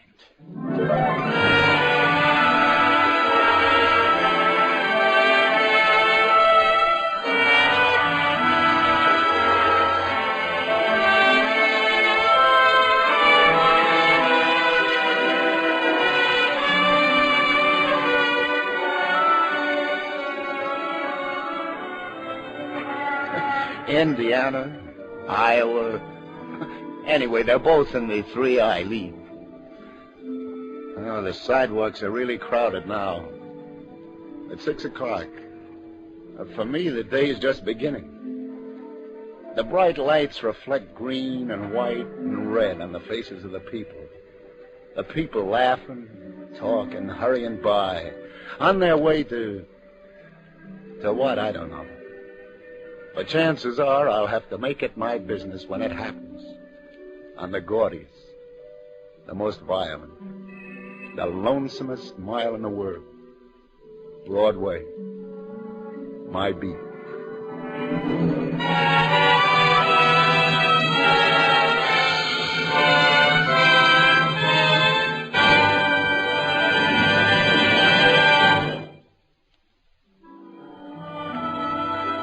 Columbia has brought you Anthony Ross as Detective Danny Clover in Broadway's My Beat. With him were Charlotte Holland as Grace, Jean Carson as Sally, Frank Butler as Andy, and John Forsythe as Tom. Others in the cast were Maurice Gottsfield and Tom Hoyer. Broadway's My Beat is written by Peter Lyon.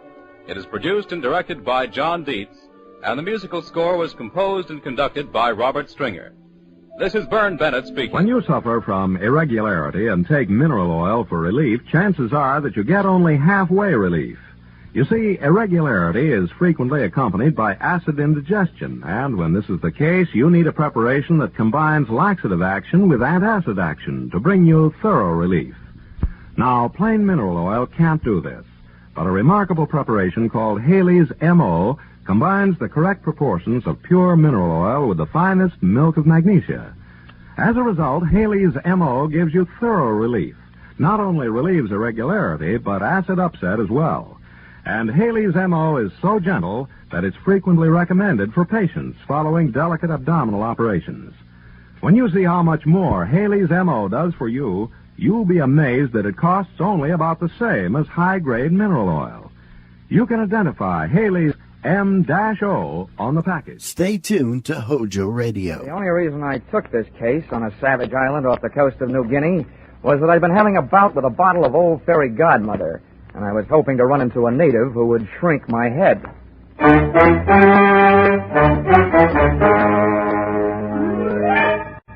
This is another in the adventures of America's fabulous freelance insurance investigator, Johnny Dollar.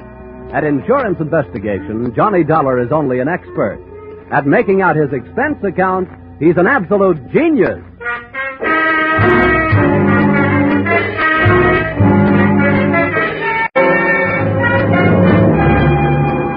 Expense account submitted by Special Investigator Johnny Dollar to Seven Seas Maritime Underwriters Association, Hartford, Connecticut.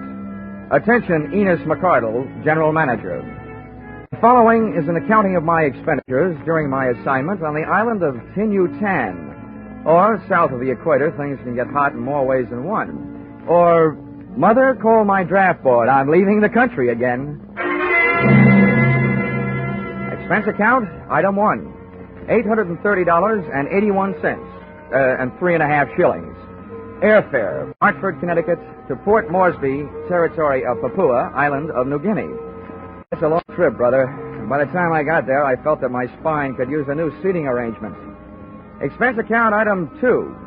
$36.80. New outfit, consisting of bush jacket, linen shorts, and a pith helmet. Item 3. 2 bits. To street beggar regarding location of building in which was situated the Port Moresby branch of the Seven Seas Maritime Underwriters Association. Oh, him, long house, him blowing white fella. Little way, big bit, money.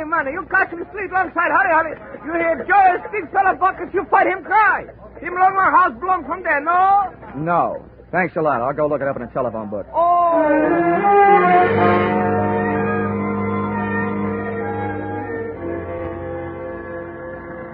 Yes, sir, I'm Mr. Narky, and it's lovely having you here, Mr. Dollar. I wish I could say the same about being here. Oh, now you'll get used to it. I don't expect to be here that long. Cool. You're a feisty one, aren't you? You have a very large job to do. Mm-hmm. Let's just say I'm usually very lucky. Look, first, let me tell you what I've been told so far, and then if I've left out anything, you fill me in, okay? That'll be ticky-boo, Mr. Dollar. Your company issued a group insurance policy to the Grand East Development Corporation in the United States.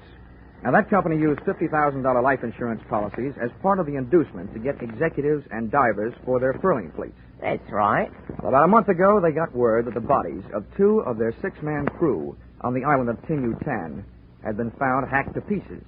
The other 4 men were missing, which adds up to a possible insurance payoff of $350,000. That's what I'm doing here, and that's all I know. Well, that's all there is to know. Oh, dandy. Has anybody done anything? What about the police? Oh, they got their own troubles right here in the port. And as for the government officials, they'll look into it the next time around. Should be in about 90 days. Oh, fine. That leaves you. What have you been doing to earn your money? Waiting for me? Well, you could put it that way, Mr. Dollar. Why haven't you gone over to Tinutan? Well, now you might say that I'm just not a man of great courage, eh? Hey, but say, I can help you to get there. Oh, thanks. Heaps.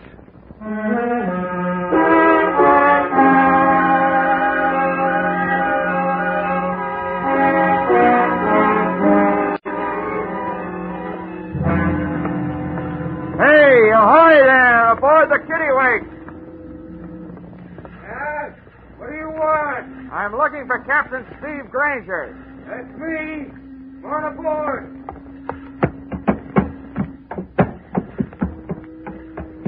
Captain Granger, I'm Johnny Dollar. Pleased to meet you. Mr. Narky of the Seven Seas Maritime Underwriters tells me you might be available for a charter job. Where to? Tinutan. Well, I guess so. Now, this is a big boat. It'll cost you big money. Narky says your prices are fair. When do we leave? Tide'll be ready by 5. I can't be 2. Good. I'll go get my toothbrush. Good. And since you're going to Tinutan, you might also bring one other thing. A .45. The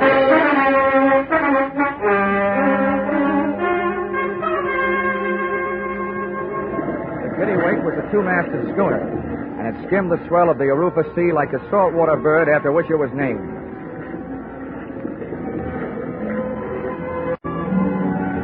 I guess I'm like most guys. When I'm standing on my sea legs, I suddenly feel like a giant, standing alone against the world. Romance is no longer a sleazy blonde in a tinny bar. All of a sudden, it's all stars and sky, horizon. When the wind and the water start to sing their song to me, any bad in me decides to reform. I was standing on top of the deckhouse like Captain Horatio Hornblower, with my legs spread and my outstretched hands gripping a pair of backstays, or at least that's what I think they were. And just about the time I'd reached the decision to trade my Hartford apartment for a berth on a Macassar pearling lugger, I heard a footstep from out of the night behind me. Fair passage, eh? Huh? Oh, yeah, Captain. Guess you caught me dreaming. A waste of time. This is the only place where dreaming can't possibly be as good as living. It's none of my business, but this sudden jump in 10-year-10 tourist trade, what's it all about? What do you mean, sudden? Well, it's the first time I've ever taken one passenger there, let alone two. Two? Yeah, another guy came to me after you did. He's below deck. Oh. Well, that ought to make you happy. It'll cut your fare in half. About that, I'll just let the guy who pays my expenses be happy. As for me, I like privacy. Who is this guy? Look, Dollar, I didn't ask you any questions, did I? Well, I didn't ask him any.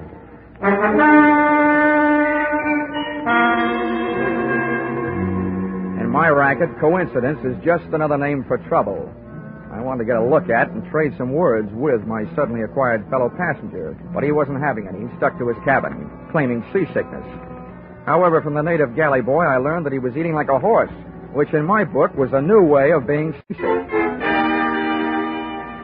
I borrowed a copy of Western Story magazine from the skipper, crawled into my bunk, and let the kittiwake rock me to sleep.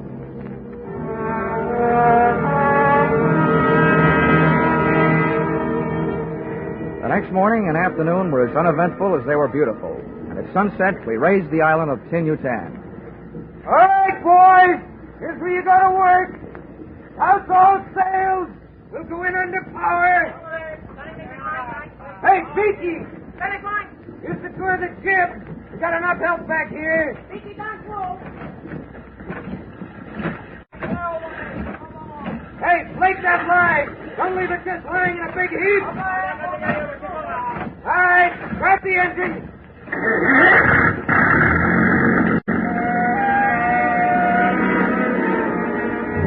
The big gas engine took over where the wind dropped it, and Captain Granger stood at his wheel, outfencing the submerged swords of coral with the slim prow of the kittiwake.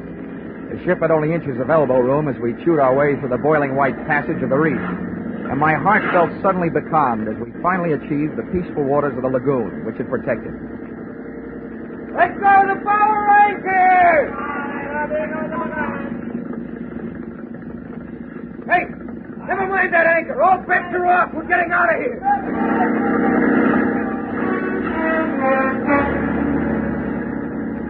Captain Steve Granger looked like a hard man to scare. What I saw up ahead on the beach would scare a hard man. The broken body of a shipwrecked curling lugger, and hanging from its foremast, the elongated body of a native who had been strangled out of one paradise and into another. Granger spun the wheel to starboard, and the kittiwake started a retreat.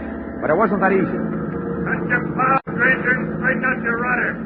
We're staying here. Finally getting a chance to meet my fellow passenger. I couldn't very well shake hands with him, though, because he had a gun in each one of them. What the devil's your game, Keely? I said cut your power. Got it! Keep that crew of Kanakas up forward. If you don't, we could use a few less natives around here. Hey, by the clock, it's time. Use English! I want to know what you're telling them. You, Dollar, get back there by the wheel. Keep your boys back there, Granger, I warned you. All right, you think I won't call your bluff? You got guts. An unarmed native, you ugly pig. You can't stop the other two, I can. Now, maybe you'll tell me what you were saying to them. I told them there was a crazy man aboard and to go over the side. They decided to protect me. They didn't make it. Now lay this rowboat in close to the beach and drop your hook. We're staying.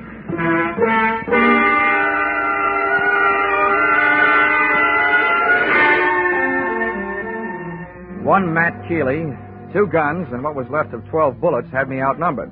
I decided the best thing I could do was stay quiet and stay alive. And apparently the skipper felt the same way. After we dropped anchor, Keeley herded us into the small boat, and we rowed him ashore. His gun shoved us up a path, through a grove of nipa palms, and into a clearing. First natives I saw there were even deader than the ones we had just left on the kittiwake. About a dozen of them in a semicircle. And what added up to the red-crusted craters on their naked, withering bodies was sticking out of a window in a small wooden tin-roofed hut. The water-cooled barrel of a .30 caliber machine gun.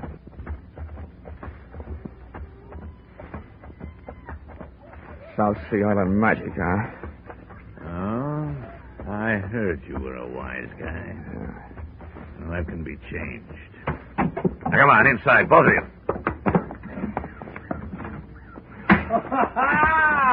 Keely, my friend. Why, you're shooting over the water. What's the matter? Big trouble you have getting here? Huh? Yeah, no, Porter's little one. This big blonde guy's the skipper. We got his boat, and it's a good one. Ah. This other one, he's an insurance investigator. Oh, see. Yeah, Portez, I'm your new nursemaid. The insurance company sent me out here to look you up and take care of you. I hope I get around to it. My way. Hey, Keely, what's that you say? You got my boat. Yeah, don't worry, big boy. We're going to pay you for it. We might even go as high as $500. Well, that's great. It's only worth $50,000. Oh, having 500 alive is better than 50,000 dead, my friend. What's your pitch? Yeah, simple. We want off this island. We got a long way to go. Cortez, me, and the native girl. She's in the next room. We may have to stay at sea for a couple of months. Not on my ship. Use your head, you won't get hurt. Hey, you woman! Get back in there. No, I stay. Put her away, put her away. Keep her out of here.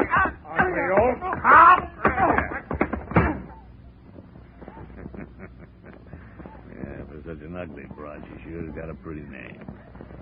Papalaya. Well, Dollar, you've seen yourself a South Sea Island princess. She's your date, Keely, not mine. Boy, Dollar. They do look like they were meant for each other. Save you one for your sails, Granger. Now, what about your boat? Do we get it with a bill of sale or without one? Either way's all right with me. If you'll take what goes... With Cortez out of the room with Nature Girl, Granger's move looked like a good one. I was halfway across the room to make a 2 against 1 for the right side when the odds snapped back to even money again. Cortez came rushing back to join the fray, and he started fighting when he was 5 yards away. Just about then, Nature Girl came charging out of her quarters, swinging a chair over her head. I'd just gotten in position to shoot a right hand at Keely's chin when another shot from Cortez's gun put me strictly on my own. Caught Granger square in the forehead, and he went down without a sound. I had time for one more try. Keely's chin telegraphed a knockout message. Da-da-da, da-da-da, K.O., back up my arm. But something was wrong. Oh! I passed out.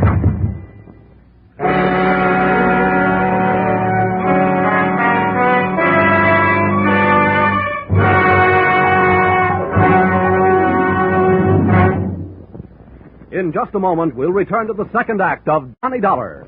But first, 50,000 or more, always in the jackpot on Sing It Again. Music by Gene Autry and Vaughn Monroe. Music and thrills with Gangbusters, Philip Marlowe, Johnny Dollar, and Danny Clover, the Broadway cop. That's the one-way ticket to top fun on most of these CBS stations every Saturday night. This fall, when you hear them all on CBS, Saturday night, Mama's top music, top adventure, and a chance at radio's top prize. Now, with our star, Charles Russell, we return to the second act of yours truly, Johnny Dollar.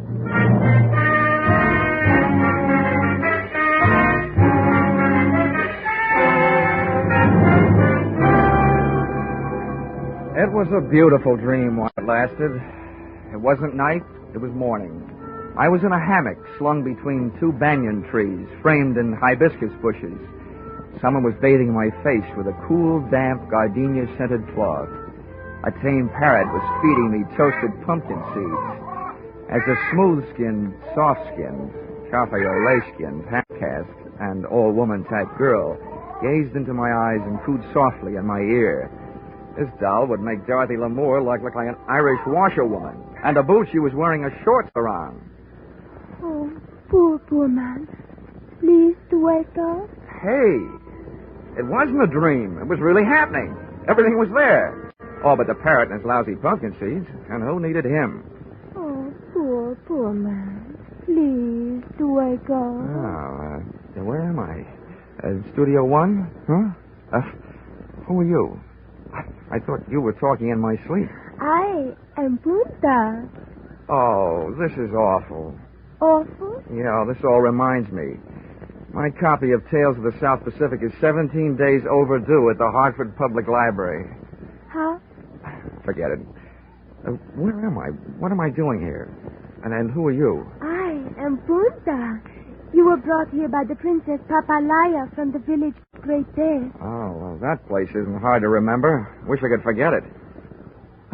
The princess! The one with the droopy ears, the long feet, the flat nose, the pot belly, the bad complexion, and dirty hair? Yes, she is it. She's a doll. Last time I saw her, she was swinging a chair at my head. Oh, no. She hit other fella on head after he hit you. She saved you. She like you. She tell me save you for her. Oh, what a way to die. Why didn't she hit me over the head with a chair? Hey, you speak pretty fair English. Where'd you pick it up? My father was Chinese merchant on island of New Guinea. Same time as the war. You like GI? I certainly do. Sorry I didn't bring a Hershey bar. But tell me, why did the Princess Papaya, whatever her name is, why did she save me? I tell you. She like you. Oh, stop saying that. All I want to know is, what was she doing with Keeley and Cortez? You know Keeley and Cortez, don't you? Yes, I know them. They bad. I work in village until they make the Great Death. They kill all their friends and many natives. They bad. Oh, now we're getting somewhere. What was that all about? They die for pearl here for a long time. The native boy, they do not like these men. They do not dive anymore. So these bad men steal all pearls first. Then they steal princess to make boy dive some more. Oh, kidnap, ransom, more pearls? What is this? Ransom? Oh, that means they'll hold the princess and won't give her back until they get what they want. Oh. But, Dream Girl, for me, a scheme like that wouldn't work with a gal like you. No, just holding you would be getting what I want.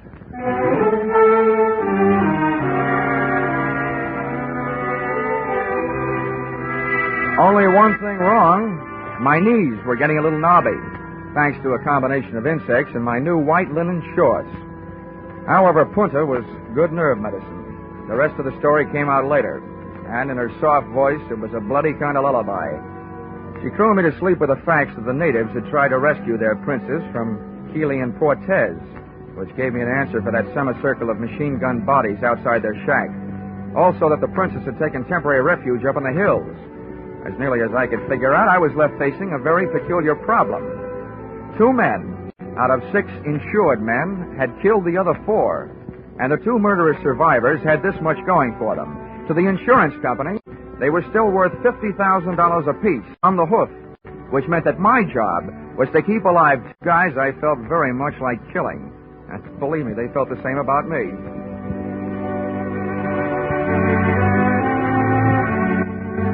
And with these beautiful, happy, restful thoughts, I left the call for darkness and went back to sleep. And who do you think I wound up with in my dreams? That hokey old parrot and his lousy pumpkin seeds. Johnny, it's time to get up. What? Oh. Hurry from your sleep, Johnny. There is more trouble. Hey, somebody's getting straight. What's going on? They are killing again with their machine gun. My people trying to fight them off the island, but they are being killed. Now you must go and lead my people. Help them kill those bad men. This you won't understand, gorgeous, but my job is to stop your people and save Keeley and Cortez. Johnny, you say that now? You are one of them. No, I'm not one of them. I told you wouldn't understand. There's something I don't understand.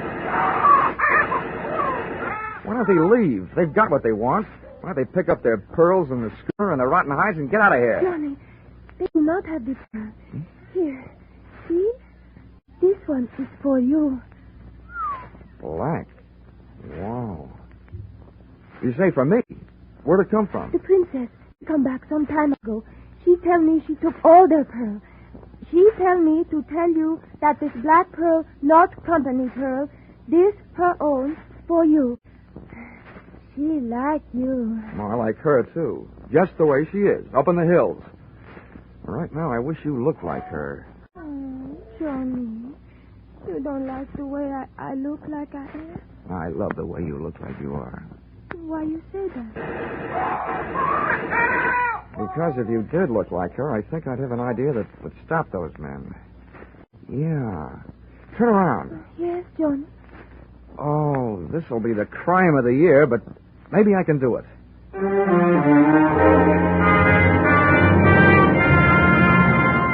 And I did. I gave Punta a thorough loss of beauty treatment.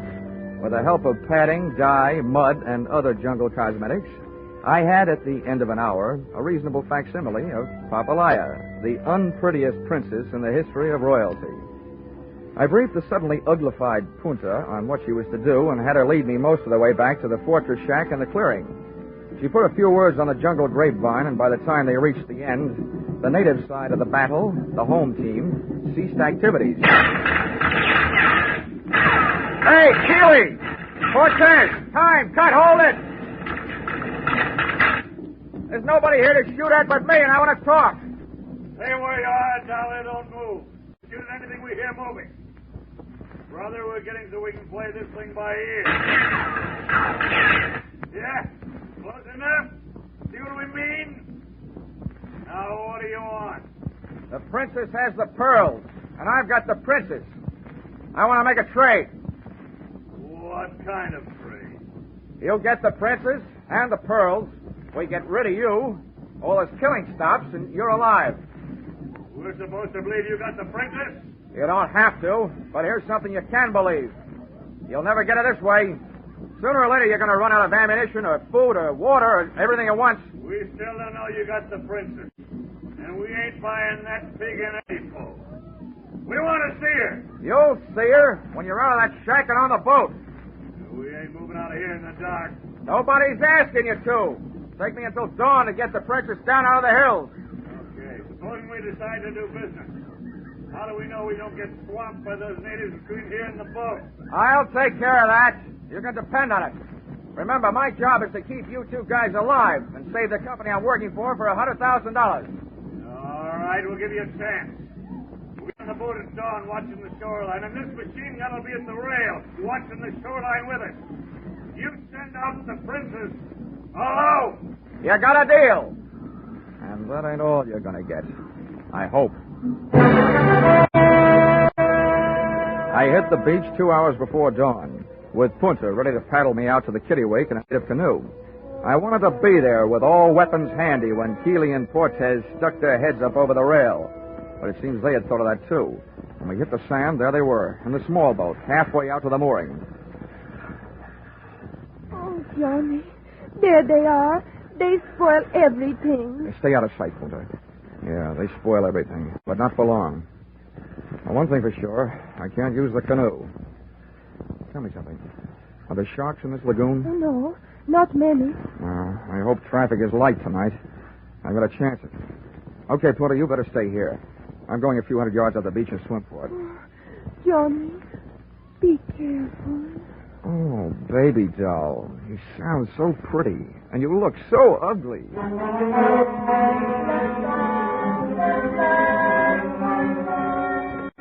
The water was warmer, and the pool at the Hartford Y. Certainly not as much fun. I spent most of the trip trying to keep from splashing and watching for shark rudders around me. It was good in a way. Helped me forget that I don't swim very well. 45 minutes later, I was still half alive, looking for a handhold on the slimy waterline of the kittiwake on the seaward side. And there I stayed for the next hour and a quarter, listening to Keeley and Cortez on the other side of the boat, nursing their machine gun and waiting like I was for the dawn. Okay, Cortez, clear your gun. Canoe's pushing off from the shoreline. I say that. Put the glasses on it. We don't want to know the state. Is that a princess? Yeah, wait till I get her in focus. They'll tell me. These glasses will bring in every line in their fat, ugly face. Those glasses brought something else, if they were that good. A hop on my heart, a lump in my throat. I had to move faster than I figured to. I had to get into action while their attention was all on the approaching canoe, and before they discovered that its passenger was not the princess, but her stand-in, Punta. I grabbed the gunnel, then the rail, cursing every drift that splashed back into the water off my body. I went slipping and sliding and rushing across the deck. Keeley was leaning forward, looking through the glasses, thighs against the rail, so I hit him first, sent him flying over the side. With or without a machine gun, Louis was a tough guy.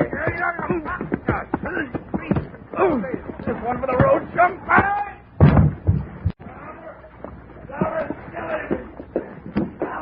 I turned around to see what had to be done to take care of Keeley and saw that it was already being taken care of by a canoe paddle in the hands of an irate dame. Puta! Puta! Don't kill him! I want him alive! Puta, stop! No. I kill enemy of man I love. Huh? Who? Oh, no.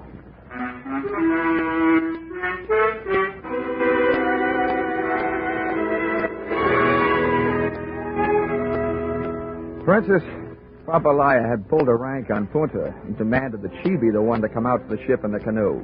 Because, as she kept telling me on the voyage back to New Guinea, she liked me. Oh, well, she may have been awful ugly, but she was also an awful good sailor. And knowing the way to a sailor's heart, I bought her a present. Expense account, item 4, $10. Tattooing job on the Princess Papalaya's fat right shoulder. A picture of a ship under full sail. So now when she laughs, it goes bounding over the waves. Expense account, item 5, $40. Long-winded cable to 7 Seas Maritime underwriters, that's you, gentlemen, recommending immediate cancellation of policies covering the lives of Keeley and Cortez, who were in the hands of the New Guinea officials and looking forward to a short life and an unmerry one. Item 6, $831.81, 3.5 shillings. Airfare, Port Moresby to Hartford. Item 7, 48 cents. Past due charges at 2 cents per day. Hartford Public Library on my copy of Tales of the South Pacific, which incidentally I never did get around to reading.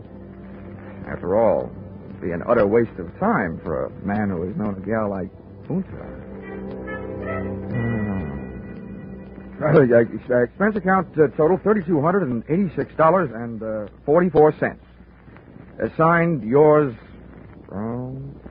truly, Johnny Dollar.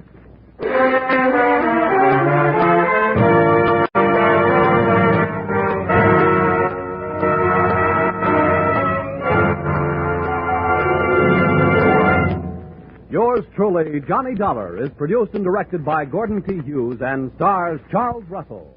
Never borrow money needlessly just when you must.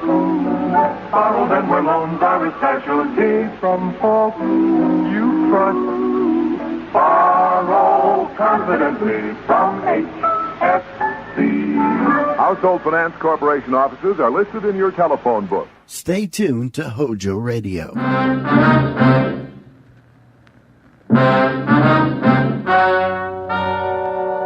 Ladies and gentlemen, the story you are about to hear is true. Only the names have been changed to protect the innocent. NBC brings you Dragnet.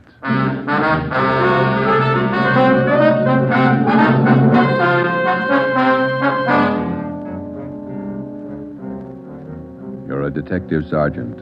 You're assigned to homicide. Somewhere in the tangled web of your city, there's a killer on the loose. A young woman has been brutally murdered. The weapon, a steel bludgeon. Your job is to get him. Dragnet, the documented drama of an actual crime, investigated and solved by the men who unrelentingly stand watch on the security of your home, your family, and your life. For the next 30 minutes, in cooperation with the Los Angeles Police Department, you will travel step by step on the side of the law through an actual case from official police files. From beginning to end, from crime to punishment. Dragnet is the story of your police force in action.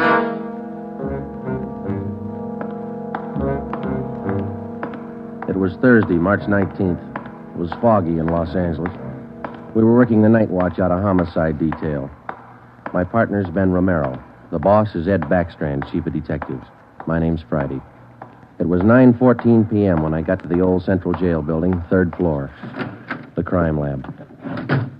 Hi, Joe. Hi, coming, Lee. Just ran a spectrograph. What'd you find? The paint flake from the victim's head matches that paint on the hunk of pipe. Any prints? The pipe was clean, no latent prints. Well, that figured. Anything else? Got those blood test reports. A couple of slides for you to look at under the comparison mic. Mm-hmm. Thanks, Lee. Oh, hi, Joe. Didn't hear you come in. What's it look like, Ben? Well, here's the blood test reports. This one is blood found on the piece of pipe. Type A. This one's blood from the victim. Type A. They match. That's right, boys. Doesn't mean too much, though. Did you look at these slides under the microscope? No, not yet. Well, this is your clincher. Wait till I get the light. Okay, take a look. Mm-hmm. Got a make? Yeah, go ahead. Well, this slide here on the right, that's a slice of hair from the victim's head. On the other slide is hair found on the steel pipe. Yeah? She had wavy hair. Both specimens are flat. Same hair, Joe. You got anything on that piece of pipe, Lee? Nothing. Just ordinary steel pipe, 14 inches long. What else you got? The plaster impressions of those footprints we found by the body. Here they are. Crepe soles? Tennis shoes, new ones, size 9, good impression. Ground was soft.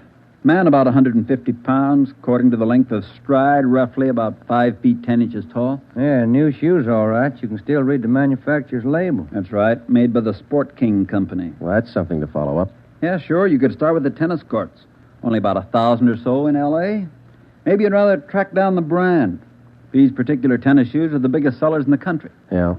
Where'd you like to start, Minneapolis or Pullman, Washington? What about that glove? Yeah, you might look for a missing glove. Yeah. They go well with the shoes, just about as common. White cotton work gloves with a blue top. Here's the right glove. You find the left one. Blood on the glove? Type A. Well, that's good evidence, Jones, but where's the lead? Now, look, I don't ask you to pay my parking tickets. You want to see blow-ups? Okay. Right over here. Oh, yeah. This is the vacant lot where they found the body. Yeah, that's right. Here's a close-up of her showing the location of the murder weapon, the glove, and the footprints relative to the position of the body. Looks as bad as yesterday. Sure did work her over, didn't he? The rest of these are morgue shots. Interested? No, I checked them this morning. Once is enough, Lee. Yeah, that winds it, boys. You want to go over the stuff in her purse again? You find anything more? No, nothing you haven't seen already. The usual. Makeup, comb, barrette. That's a hair clip. Few cheap stones in it. Loose change, a quarter, nickel, few pennies. Her ID card. Yeah. Helen Corday. 33 Naomi Place. Age 21. 21. That's not very old, is it, Lee? Not to die. No.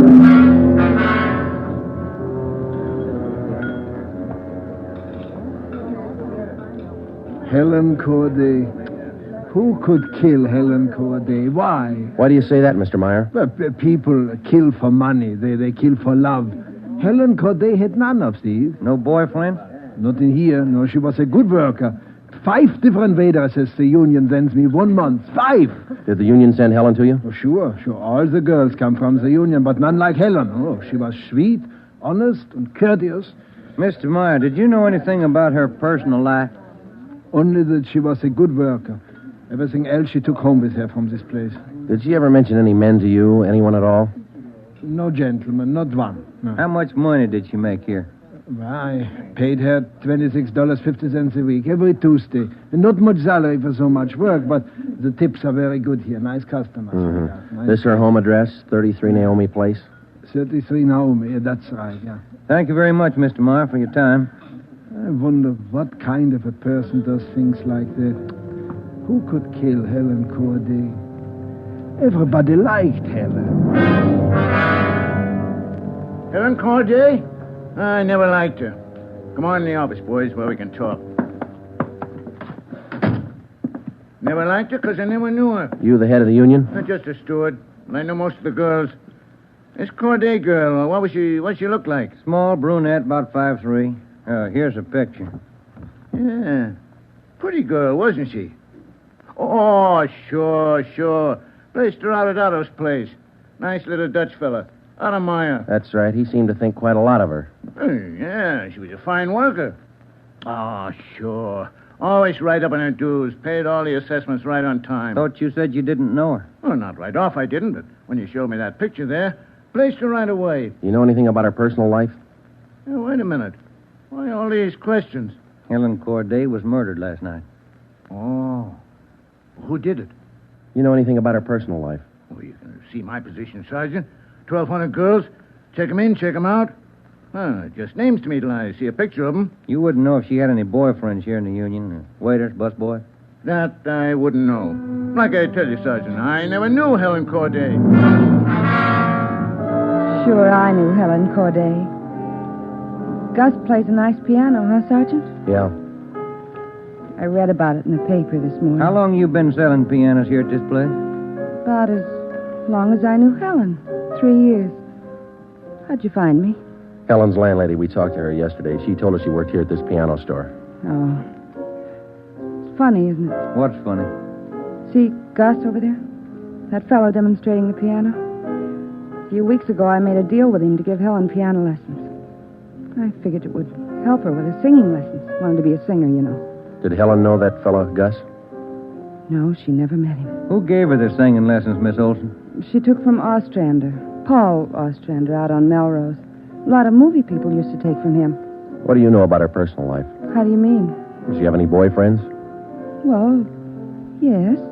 You don't seem sure, Miss Olson. Well, it's just that I don't know. I never asked Helen.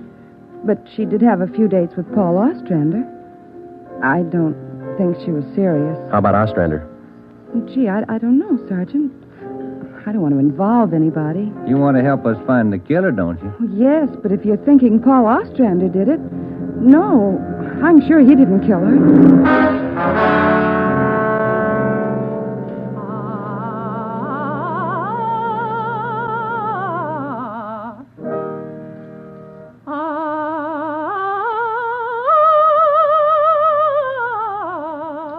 That's all for today, Victoria. No, gentlemen, I did not kill Helen Corday. You gave her singing lessons, Mr. Ostrander. You knew her pretty well? Yes, I gave her voice coaching for about 1.5 years. Helen showed a little promise. Not a great voice, a bad vibrato. You knew her pretty well? Why do you say that? Mr. Ostrander, didn't you used to take her out once in a while? No. No, I didn't know Helen socially at all. We know you had dates with her. That's not true. Only times I saw her was when she came here to the studio for lessons. You better tell the truth, Mr. Ostrander. We can prove that you've been out with her. Afraid of the publicity, is that it? Certainly that's it. I have a successful business here. I've spent years building it. Anything like this would ruin me. Then you have been out with her. Only a few times. Nothing serious. I had nothing to do with her murder. Now, that's the truth. Don't you know that withholding information about a thing like this can go kind of hard for you? Yes, I know that. What else could I do? Mr. Ostrander, somewhere in this city right now, there's a guy who beat a young girl to death. He crushed her skull with a piece of steel pipe. We need every bit of information we can get to track him down. I know that, Sergeant. You could have come to us. We wouldn't run to the newspapers with it. If the information's confidential, that's the way we treat it. Most of the time, it's the people who run to the newspapers first. Then they come to us. That's right, Mr. Ostrander. People are their own press agents. Sergeant, I'd like to know what right you have to invade my privacy and lecture me on my civic duty. All right, I'll tell you what right, Ostrander. We want the man who murdered Helen Corday. I got as much right as he had at 12:14 this morning. Come on, Joe. Yeah. Thanks, Mr. Ostrander. Sorry if I invaded your privacy.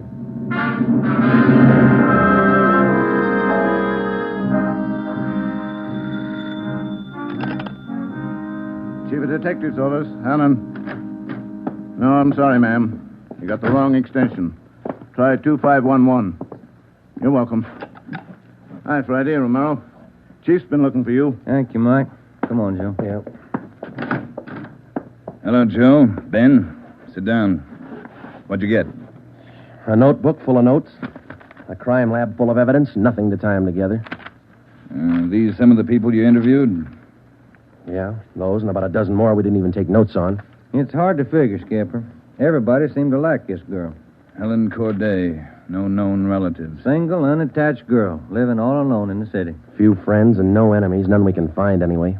Are you satisfied that all the people you interviewed are in the clear? Well, if we're going to stick to the simple robbery motive we are, the kind of money Helen Corday made wouldn't interest those people. How are you doing on the outside leads? Nothing. If we could just find one hole someplace, anything. All right, now look. You've got a lab full of evidence across the street. You've got a book full of names here. You've got the pieces. Now fit them together. They just don't add. Well, go over them and keep going over them until they do add. Anything from the informants? No, nothing so far. No tips on anybody that's been dough-heavy lately. Nobody shooting off their mouth. The guy we want won't advertise. Figures himself a pretty smooth operator. But he probably made a mistake somewhere along the line. We'll find it. Got a hot shot, Ed. Yeah? 3220 Casino. Woman. Probable attack. All right, Friday. You and Ben run it down. We ran down the hot shot call for 3220 Casino. Turned out to be a typical dead-end lead. Her name was Mrs. Lillian Horn. For the past 5 years, Mr. Horn had been paid regularly on Wednesdays. He spent all day Thursday drinking up his paycheck and beating his wife. The call had no connection with the Corday murder. We made the usual call into communications. Unit 80K to Control 1, 80K to Control 1. Control 1 to 80K, go ahead. On that probable attack, 3220 Casino, Code 4. 80K, roger. 80K to Control 1, KMA 367. That was the beginning.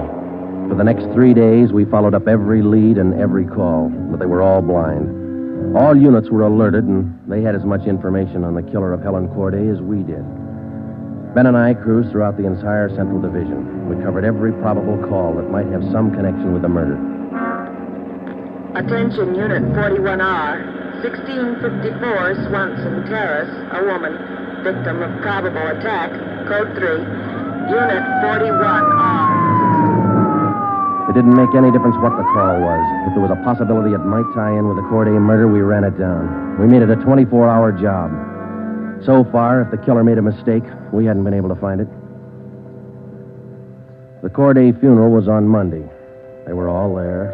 The girl's landlady, the voice teacher Ostrander, the girlfriend Marie Olson, the man from the union, and her boss Otto Meyer. But nobody else we hadn't checked. That was Monday afternoon. Monday night, we went back to the old routine, tracking calls during the night in the squad car, picking up small threads that led nowhere. 3 more days of the same thing. Thursday morning, 1 week after we found Helen Corday's body, we got an anonymous phone tip. I know who killed Helen Corday. His name's George Barlow. He lives at 418 White Oak Avenue. He used to date her up all the time. Get him and you've got the murderer. We checked George Barlow and about 10 others just like him. None of them knew Helen Corday. Saturday night, Ben and I were back in the squad car cruising the Central Division. Saturday night's a good night for robbery. By 10 p.m., we'd run down 4 various calls. 123, Code 1. 123, roger. 12G, call your station. Unit 13R, 1254 Tower Road. A woman screaming. Investigate the trouble. Code 2. Let's handle that one, Ben. Yeah, okay. I'll notify communications. Unit 80K to Control 1. 80K to Control 1. Control 1 to Unit 80K. Go ahead. On your 1254 Tower Road call, we're in the vicinity. We will handle. 80K, roger. 80K to Control 1, KMA 367. Let's go, Ben. Control 1 to 13R. Disregard your last call. Handled by 80K. Yeah, it should be right about here. Oh, here it is. 1254. That man is trying to kill me. He's running down the street. Where? He's getting to that corner street. He tried to kill me. Come on. Where'd he go, Joe? Turn right at the next corner. That's him up ahead. He's got a good lead on us. Hit the siren. He's gaining, Joe. Took a left at the next corner. Oh, he isn't going to stop. Close in as tight as you can, Ben. Down to the floor now. Swing out to the left a little. I'm going for his tires. Right. All right, that'll slow him down. Pull up on him. Yeah. All right, you. Keep both hands on that wheel and get over to the curb. Cover me, Joe. Right. Out of that car, mister. Shake him down. Hey, take it easy, will you? I haven't got a gun. Put the cuffs on him. Hey. Well, you boys work fast. What am I do with the gas chamber? Just save that, mister. It's pretty rough treatment for speeding. All right, come on, you. Look, I got a right to know where you're taking me. What's the charge? We'll let the girl tell you. What girl? You just sit there and be quiet, huh? Oh, I know where you're going. The place back on Tower Road. Well, I asked to use the phone. The girl slammed the door in my face. I don't know what you cops are trying to prove. I just wanted to use the phone, that's all. I even tried to scare her a little. I told her I'd hit her over the head if she didn't let me use the phone. It's a laugh, huh? All right, you get out. Yeah, I suppose so. Get out. Hey. I got nothing to hide. That little girl's gonna lie. You know that, don't you? there? Police officer. It's the man. That's him. He tried to kill me. His full name's Frank Philip Larson, Ed. No previous record. This the girl's report? Yeah, that's it, Skipper. Judy Scott. How old is she? He's 19. She's a babysitter. Real tough boy, isn't he? Forced his way into the house, beat her about the neck and arms. A tire iron. We found it in his car. Jones is running it through the crime lab. Asked her if she had any money. She told him no. Struck her again. Where's this Larson live? Hotel out near Santa Monica. He's a clothing salesman, Ed. Works for a big men's store, Burns and Company. According to the house book sales record, he bought a pair of tennis shoes 2 weeks ago. Weighs 158 pounds, 5 foot 11 inches. Tennis shoes are missing. They're not in his hotel room, and he's not wearing them. What else did you find? A rhinestone. You mean a pin? No, just a small loose stone recovered from the rug in Larson's room. Crime lab got it? Working on it now. Ed, I think...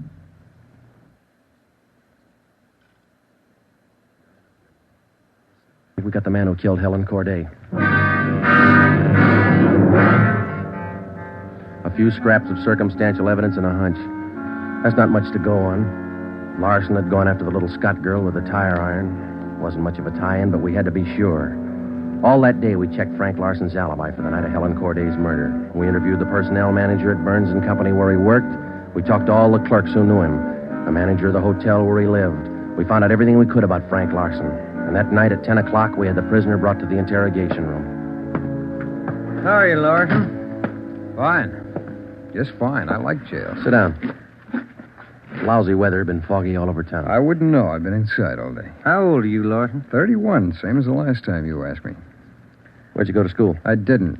I was born smart. You sell clothes, don't you, Larson? We know you work for Burns and Company. Remember, you told us. What is all this? What are you guys trying to build? We just want to know if you like selling clothes. That's all. What do you coppers know about clothes? One blue serge a year is your speed. You know quite a bit about clothes, don't you? I've been selling them for 5 years. Can you tell me something I've been wondering about? What's that? Are your socks and tie always supposed to match? That's what the style books say. Bet you always know the right things to wear, don't you? You wouldn't wear black shoes with a brown suit, would you? Is that what you're keeping me here for? Stylism? Oh, would you? Would you wear black shoes with a brown suit? Most people wouldn't. Bet you wouldn't wear brown shoes with a tuxedo either. I've been smoking too much. You got a glass of water? Oh, yeah, sure.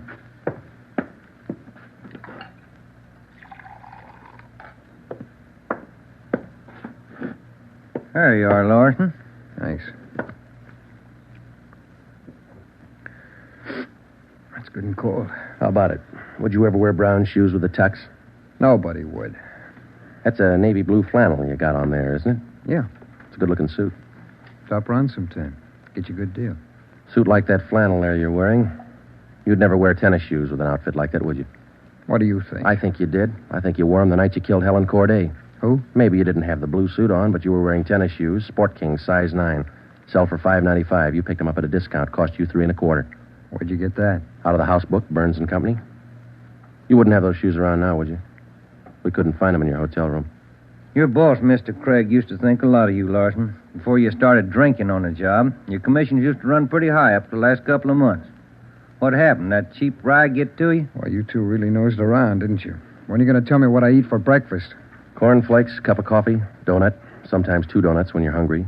Elsie waits on you at the Royal Cafe. She gets a dime tip. Can I have some more of that water? Help yourself, there's a cooler. They're good and cold. How about it, Larson? Where are the tennis shoes? They wore out. In 3 weeks? Can't be very good tennis shoes. No, they didn't wear out. What'd you do with them? You know all the answers. You figure it out. We know you bought the tennis shoes. We don't know where they are now. We know you had them, size 9. 3 feet from the body of Helen Corday, we found 2 size 9 footprints made by a pair of Sport King tennis shoes. We figured the man weighed about 150 pounds. You weigh 158. Figured he's about 5'10". You're 5'11". You come awful close to being the same build as the man who killed Helen Corday, don't you, Larson? And you wear the same size tennis shoes, same brand name. A lot of people wear 9s. It's the average size. They sell a lot of Sport Kings, too. Everybody wears them. If we could find your pair, might make a difference. Doesn't mean your tennis shoes made the prints with the body. Doesn't prove it didn't, neither. What'd you do with them, Larson? I threw them away. That's too bad. Might make a difference. No, what difference could it make? I threw him away, that's all. Now, how about the mate to this glove? I never saw it before. Found this right-hand glove by the body of Helen Corday. Just an ordinary cotton work glove. Everybody wears them. If we could find the missing left glove, why, it might make a difference. Size medium. That's average, too, isn't it, Larson? I never saw work gloves. I wouldn't know. No, but you bought work gloves, haven't you? Not a pair of those. Mean like this, don't you? We only got one. What kind of work gloves did you buy? I didn't buy any. You just said you did. I never said I bought any work gloves. You bought tennis shoes, though, didn't you? I told you I bought the tennis shoes. Didn't I tell you I bought them? No, you didn't tell us. We told you. Found out from Burns & Company where you worked. All right, you told me. I bought them. You know that. Same kind of tennis shoes that made footprints by Helen Corday's body. It wasn't me. Then why won't you tell us what you did with these I've shoes? already told you I threw them away. They were only 3 weeks old. Must have worn out awful fast. I didn't say they wore out. They got too dirty. No, you told us they wore out. Remember, Larson? I don't remember what I told you, but I don't have them now. We know you don't have them now. Where are they? He told us. They got too dirty. Right, Larson? Yes. Yes, that's what I said. Anyhow, you haven't got them now. No, I haven't got them now. All right, now, just for the record, Larson, which was it? Did they get too dirty or did they wear out? Whatever I said before. You said both before, Larson. All right, I said both. You haven't got anything on me. We got that little Scott girl statement from last night. She says you tried to kill her. She's lying. I told you she'd lie, didn't I? I only wanted to use the phone. She says you hit her with a tire iron. Did you hit her with that iron? No, I only tried to scare her. I didn't hit her with anything. Then how'd you get those marks around her neck and arm? Police doctor says they were made by that tire iron. I don't care what your doctor says. I didn't hurt her. Now, what do you mean, Larson? You didn't hurt her or you didn't hit her with that tire iron? Neither one. I just wanted to use her phone. How'd you know she had a phone? I didn't know if she had a phone. I just went up to find out. To find out what? To find out if I could use her phone. Thought you said you didn't know if she had a phone. I don't know anything the way you twist everything around. Sorry, Larson.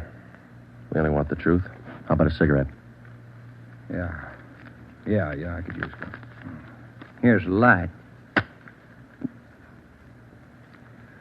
Larson, where were you Wednesday night, March 18th? How many times are you going to ask me that same question? Just want to make sure we got it right. I told you this morning.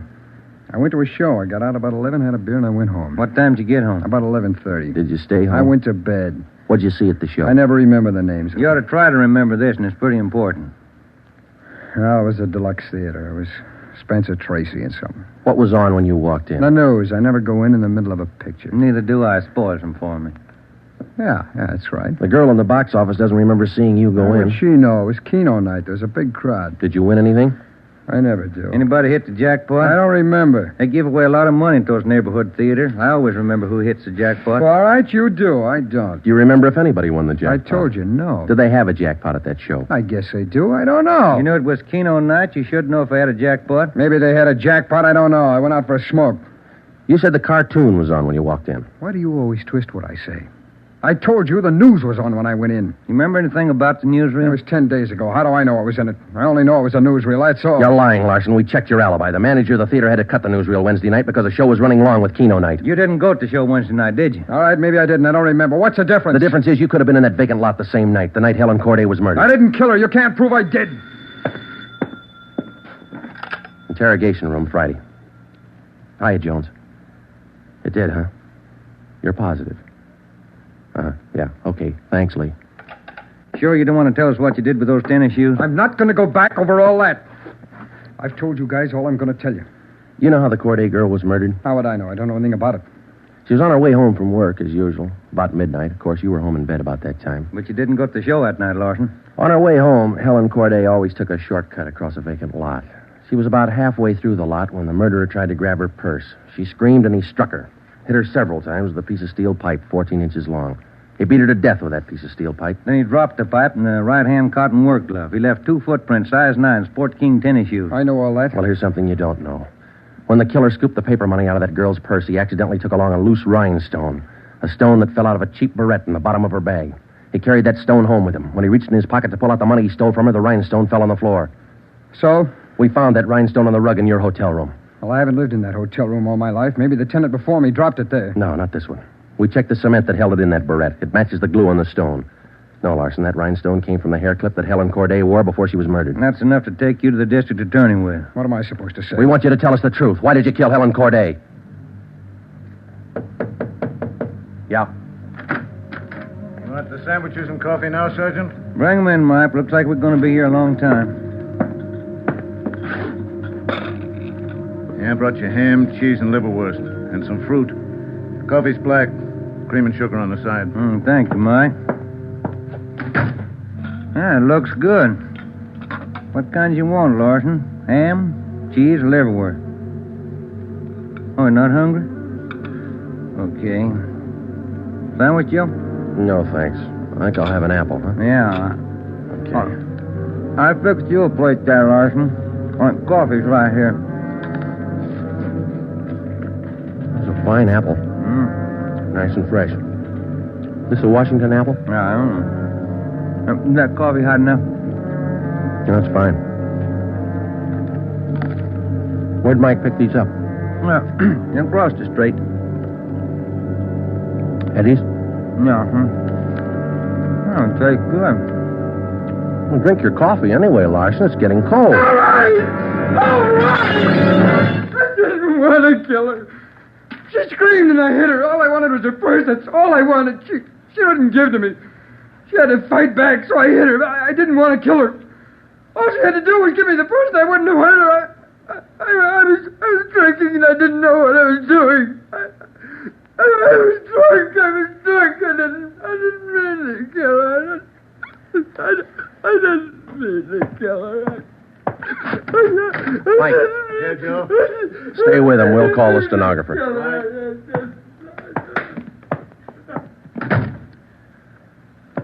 See you tomorrow, Joe. Good night. Yeah. Sour racket, huh?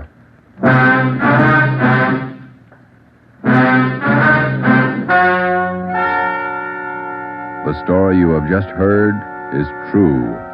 Only the names were changed to protect the innocent. Frank Philip Larson was tried and convicted of murder in the first degree.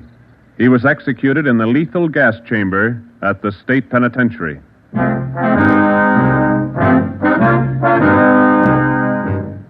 You have just heard the fifth in a new series of authentic cases from official files. Technical advice for Dragnet is furnished by the Los Angeles Police Department. Tonight's program is dedicated to Police Officer Charles A. Brady of the Chicago, Illinois Police Department, who on the night of September 2nd, 1945, gave his life so that yours might be more secure.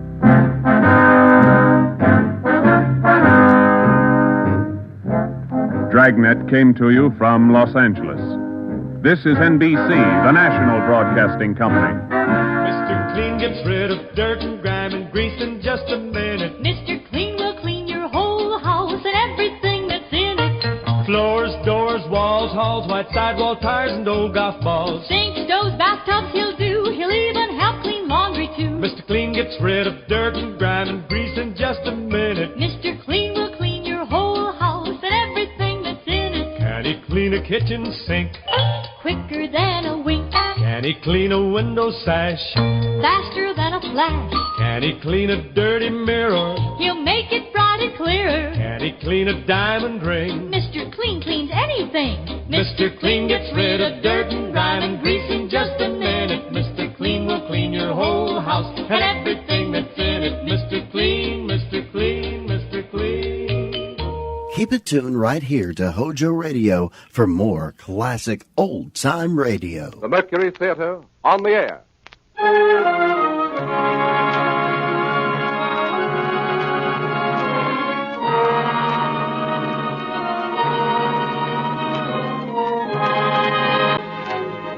The Columbia Broadcasting System takes pleasure in bringing you the 12th in its series of weekly broadcasts featuring Orson Welles and the Mercury Theater on the air.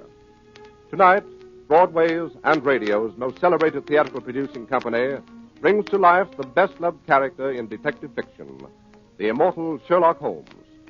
The play is Orson Welles' own adaptation for radio of William Gillette's enduring melodrama based on the famous stories by Sir Arthur Conan Doyle. Before the performance begins, here is the director of the Mercury Theater, the star and producer of these unique broadcasts, Orson Welles. Good evening. Well, tonight it's back to Baker Street. Back to that unlikely London of the 19th century where high adventure awaits all who would seek it, in a hansom cab or under a gas lamp in an Inverness Cape. For tonight we pay tribute to the most wonderful member of that most wonderful world, a gentleman who never lived and who will never die. There are only a few of them, these permanent profiles, everlasting silhouettes on the edge of the world. There is first the little hunchback with a slapstick whose hooked nose is shaped like his cap. There is now and always will be the penguin-footed hobo in the derby and the baggy pants, and the small boy with a wooden head, and the long, rusty knight on horseback, and the fat knight who could only procure a charge on foot. There is also the tall gentleman with the hawk's face, and the underslung pipe, and the fore and aft cap. We'd know them anywhere and call them easily by name. Punch and the Charlies, Chaplin and McCarthy, Quixote, Sir John, and Sherlock Holmes. Now, irrelevant as this may seem, we of the Mercury Theater are very much occupied these days with rehearsals for a revival of a fine old American farce.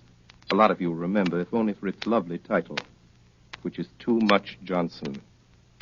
Its author was William Gillette, which reminded us, as it reminds you, of Sherlock Holmes. As everybody knows, that celebrated American inventor of underacting lent his considerable gifts as a playwright to the indestructible legend of the Conan Doyle detective, and produced the play which is as much a part of the Holmes literature as any of Sir Arthur's own romances, and as nobody will ever forget. He gave his face to him. For William Gillette was the aquiline and actual embodiment of Holmes himself. It is too little to say that William Gillette resembled Sherlock Holmes. Sherlock Holmes looks exactly like William Gillette. Sounds like him, too, we're afraid, and hope devoutly that the Mercury Theater and the radio will take none of the glamour from the beloved fable of Baker Street, from the pipe and the violin and the hideous purple dressing gown, from the needle and the cigar on the window ledge, and the dry, final, famous lines. Elementary, my dear Watson, elementary, the mere child's play of deduction.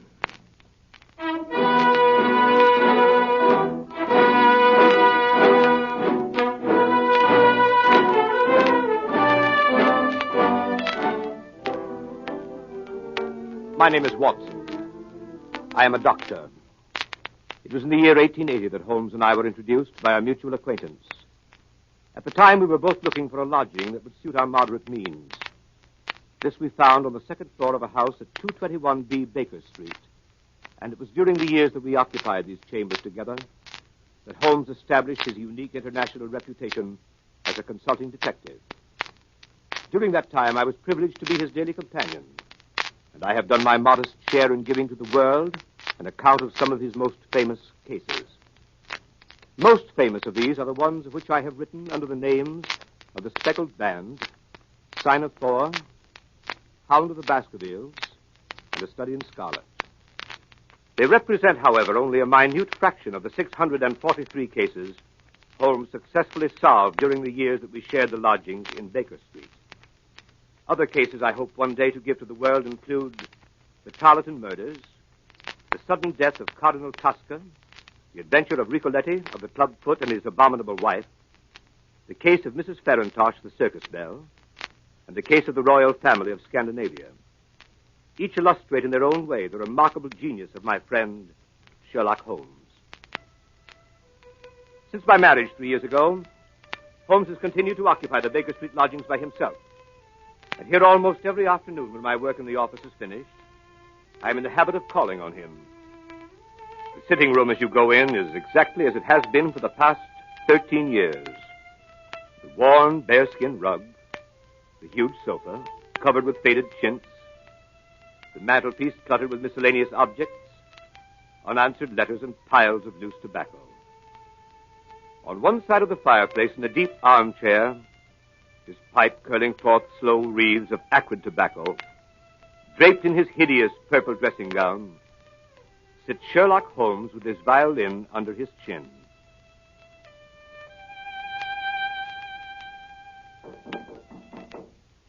Come in. Oh, Watson, my dear fellow. How are you, Holmes? I'm delighted to see you. Perfectly delighted. Upon my word, I am, but I'm sorry to observe that your wife has left you. She has gone on a little visit. But how did you know? How did I? Well, I like that. How do I know anything?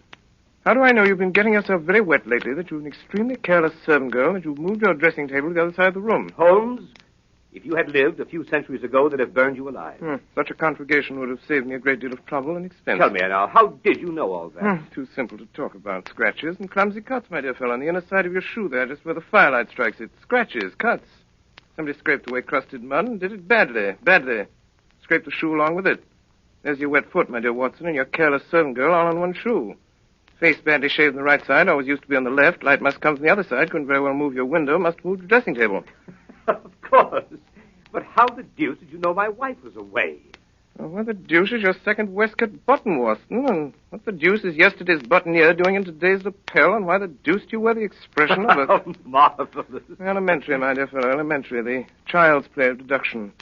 I'm only doing it for your amusement before we pass on to more serious matters. Oh, what is it now, Holmes? Watson, my dear fellow, the enthusiasm which has prompted you to chronicle, and if you will excuse my saying so, somewhat to embellish my little adventures, you've occasionally seen fit to introduce a certain element of romance which struck me as being just a trifle out of place. Something like working an elopement into the fifth proposition of Euclid. I merely refer to this in case you should see fit at some future time to chronicle the case on which I am about to embark. The strange case of Professor Robert Moriarty. Moriarty? I don't remember ever having heard of the fellow. No, Watson, you haven't. It is precisely this quality of invisibility that makes of Professor Moriarty the Napoleon of crime. Sitting motionless like an ugly, venomous spider in the center of his web. But that web having 1,000 radiations and the spider knowing every quiver of every one of them. And within 48 hours, I'll have the lines drawn so tightly around him that he can't move. I'll arrest him and his entire gang. Why, Holmes, this is a very dangerous My thing. dear fellow, it's perfectly delightful. My whole life is spent in a series of frantic endeavors to escape from the dreary commonplaces of existence. For a brief period, I escape. You should congratulate me. The day before yesterday, I received in this room the visit of a certain foreign nobleman who has recently inherited a very considerable title and who is about to be married. Seems that this titled gentleman was so indiscreet as to fall in love with a young English lady by the name of Faulkner, socially his inferior, and to make her a promise of marriage. Later, at his family's insistence, the thing was broken off, and the young lady died shortly after of a broken heart, leaving behind a sister. Also, considerable evidence in the form of letters, photographs, and jewelry with inscriptions. These the sister kept. These, together with the sister, are now being held in a house in St. John's Wood by a pair of blackmailers who go by the name of Chetwood. So far as you see, my dear Watson, a fairly ordinary case of blackmail, hardly worth my attention. Last night, on my inspection, a certain element revealed itself which renders the case far more important than I had expected. And that element was? Professor Moriarty. Come in. Beg pardon, Mr. Holmes. Yes, Billy, what is it? Gentleman to see you by the name of Foreman. Show him in, Billy. Show him in. Yes, Mr. Holmes. Come in, Mr. Foreman. Good evening, Foreman. Good evening, Mr. Holmes. Watson, this is Inspector Foreman. Since the day before yesterday, he occupies the position of butler under the name of Judson in the home of Mr. and Mrs. Chetwood, blackmailers of St. John's Wood. Well, Foreman, any news? Yes, sir. This morning, a little after 9, Chetwood and his wife drove away in a four-wheeler. They returned about 11. Bassett was with them. You know him, sir? Yes. When I last had the occasion to meet Mr. Bassett, he got 2 years for safecracking. You go on, Foreman. Well, they took this man Bassett into the library. I got a look at him from the outside. And there he was opening up the safe where they'd been keeping the letters. Go on. In the end, when they got the safe open, it was empty. The letters were gone. It seems like the Faulkner girl got them back somehow. That got them pretty excited. Bassett went out to send a telegram. Have you got a copy of it? Yes. Here it is, sir. It's in code. Moriarty. I thought so, Watson. This case is taking a most promising turn. Foreman, you return at once to the house at St. John's Wood. Within 10 minutes, I shall be there myself. If I remember correctly, the kitchen is immediately below the drawing room. Yes. When I knock over a chair in the drawing room, you'll overturn a lamp in the kitchen, scatter smoke balls, and give an alarm of fire. All other instructions remain unchanged. Very good, sir. Hurry, Foreman. Yes, Mr. Holmes. Well, my dear Watson, begins to look like a most interesting evening.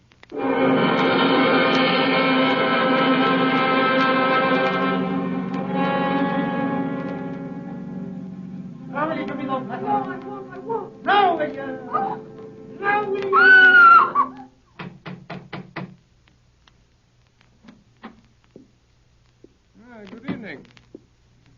My name is Sherlock Holmes. Whom did you wish to see, Mr. Holmes? Oh, thank you so much, Mr. Chetwood. I had myself announced by the butler on my way up. Butler?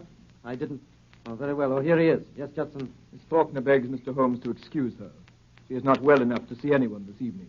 Will you please hand this card to Miss Faulkner and say that I... I beg your pardon, Mr. Holmes, but it's quite useless, really. Oh, I'm so sorry to hear it. Yes, Miss Faulkner is, I regret to say, quite an invalid.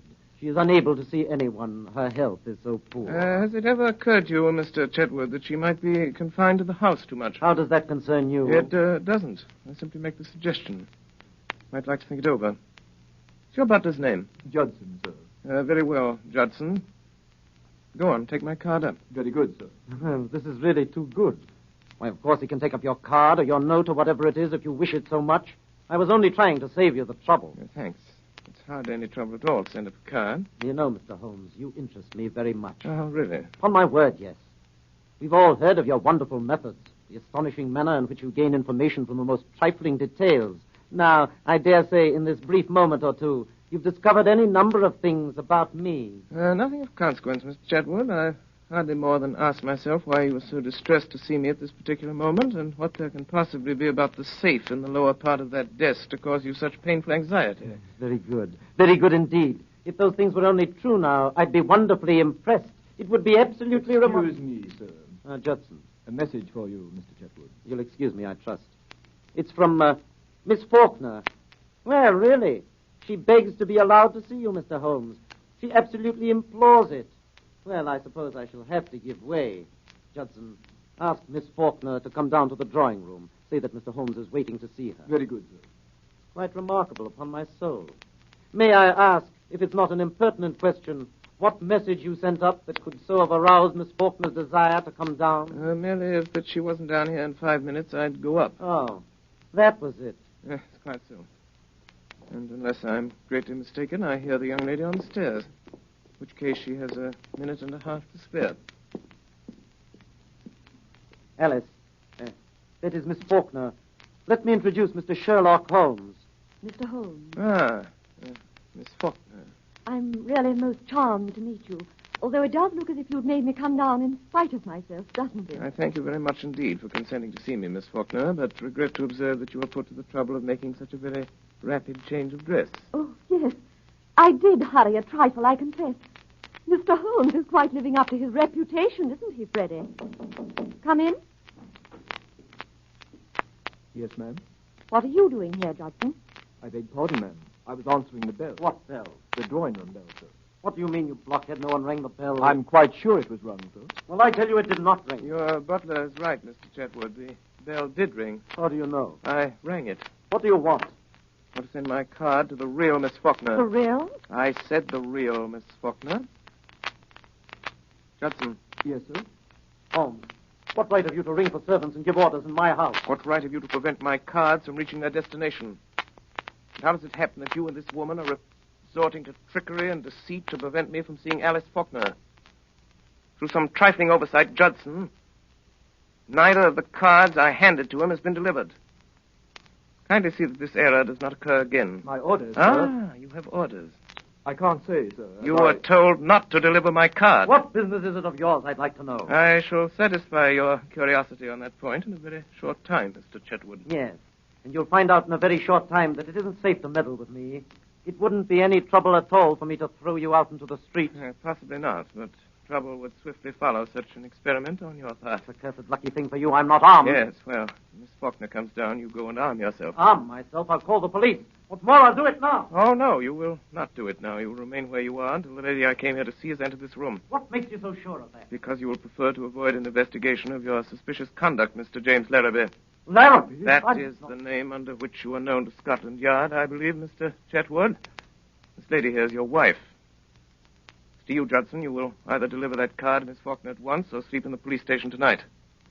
That is of small consequence to me, which you do. Shall I go, sir? Go on. Take up the card. It makes no difference to me. A short time since, Larrabee, you displayed an acute anxiety to leave the room. Pray do not let me detain you or your wife any longer. Take it you prefer to remain while I talk to Miss Faulkner? We do, Mr. Holmes. Ah, last, Miss Faulkner. This is Mr. Holmes. Yes, You wish to see me? very much indeed, Miss Faulkner, but I'm sorry to see that you are far from well. Oh, no, No? Beg your pardon. What does this mark mean? Oh, nothing. Nothing? No. And the mark here on your neck, plainly showing the clutch of a man's fingers, does that mean nothing also?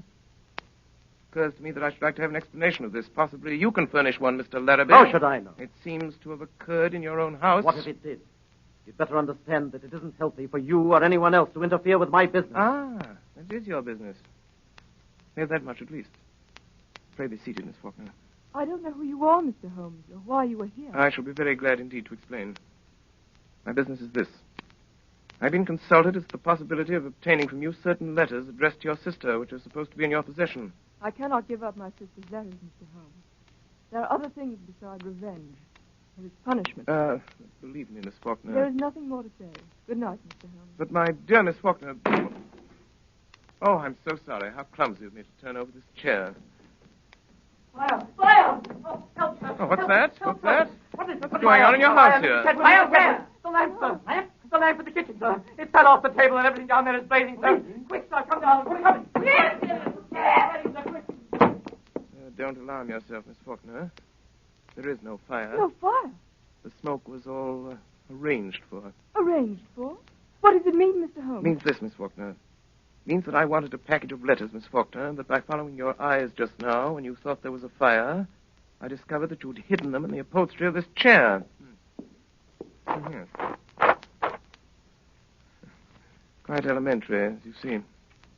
And now that they're in my possession, there seems to be no reason for me to remain any longer in this house. Good night, Miss Faulkner. Miss Faulkner. Yes? I can't take them, Miss Faulkner. These letters belong to you. I find that I cannot keep them unless you can possibly change your mind and let me have them of your own free will. I hardly suppose you could. I will therefore return them to you, and, here's our friend Mr. Larrabee returning from the fire. So, you've got the letters, have you? Now I suppose we're going to see you walk out of the house with them. On the contrary, you're going to see me return them to their rightful owner. Miss Faulkner, here are your letters. Should you ever change your mind and be so generous, so forgiving as to wish to return these letters to the one who wrote them, you have my address. In any event, rest assured there will be no more cruelty, no more persecution in this house. Thank you, Mr. Holmes. You are perfectly safe with your property, Miss Faulkner, for I shall so arrange it that your faintest cry of distress will be heard. And if that cry is heard, it will be very unfortunate for those who are responsible. As for you, Mr. Larrabee, and you, Madame, I beg you to understand that you continue your persecution of that young lady at your peril. Good night. Miss Faulkner. Come here, Miss Faulkner. Now. Are you going to give me those letters? No, never. Are you going to give me those letters? Oh. Now then. Be careful, Jim. Now then, Miss Faulkner. Do you give me those letters, or do I break your arm? What's that? Someone knocked on the door. No, it was on that side. Did you call, madam? I think someone knocked, Judson. I'll see, madam.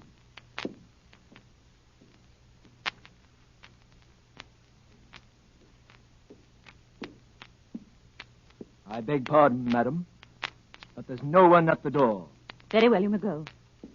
He's got us watched.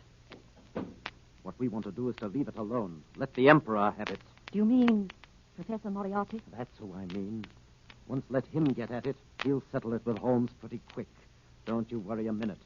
I tell you, Professor Moriarty will get at him before noon tomorrow night. He won't wait long either. And when he strikes, it means death.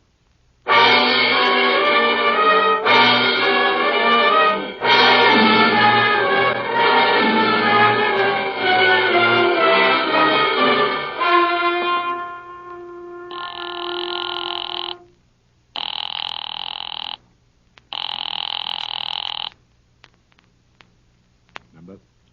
82. V71. Moriarty speaking. I'm in Bessie. Your report? set and baited by an expert. Manning? Manning has disappeared. Disappeared? Sherlock Holmes again. And now this Larrabee job. He's in on that, too. And that's where he's made his mistake. Mr. Holmes is playing rather a dangerous game, Bassett.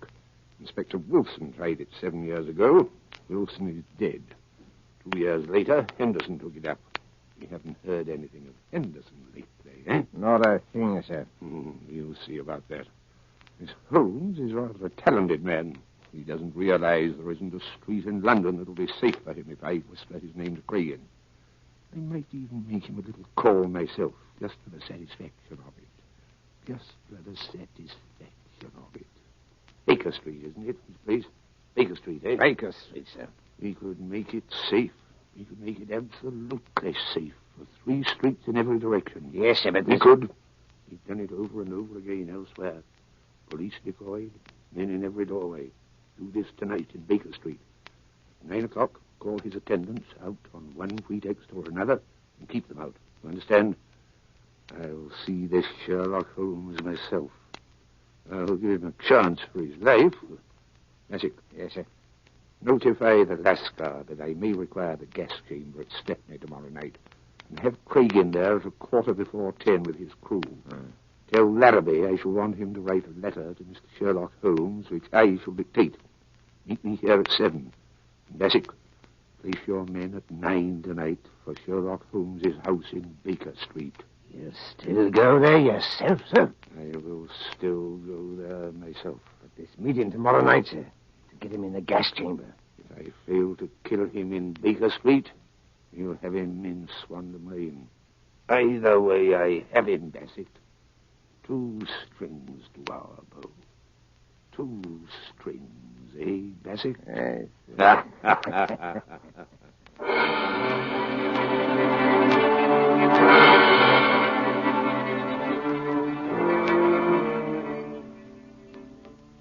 That evening, Holmes and I dined together at Scott's in Piccadilly Circus. After dinner, we went to a concert at Queen's Hall. I can still see him on this particular night of the Moriarty case, well knowing that his life was in peril, sitting beside me in the stalls, wrapped in the most perfect happiness, listening to Sarasate play the violin, gently waving his long, thin fingers in time to the music.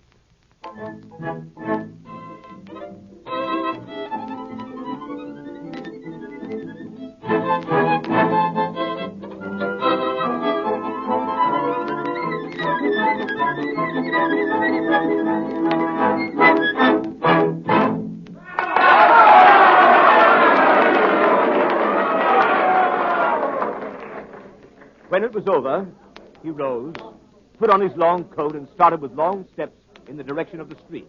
Come, my dear Watson. Let's go on to Baker Street. I have an idea that very soon we shall be receiving a most interesting visit. In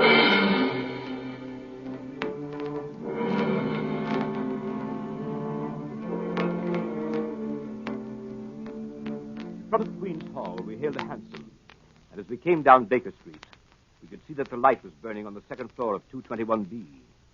We went up the dark, narrow stairs.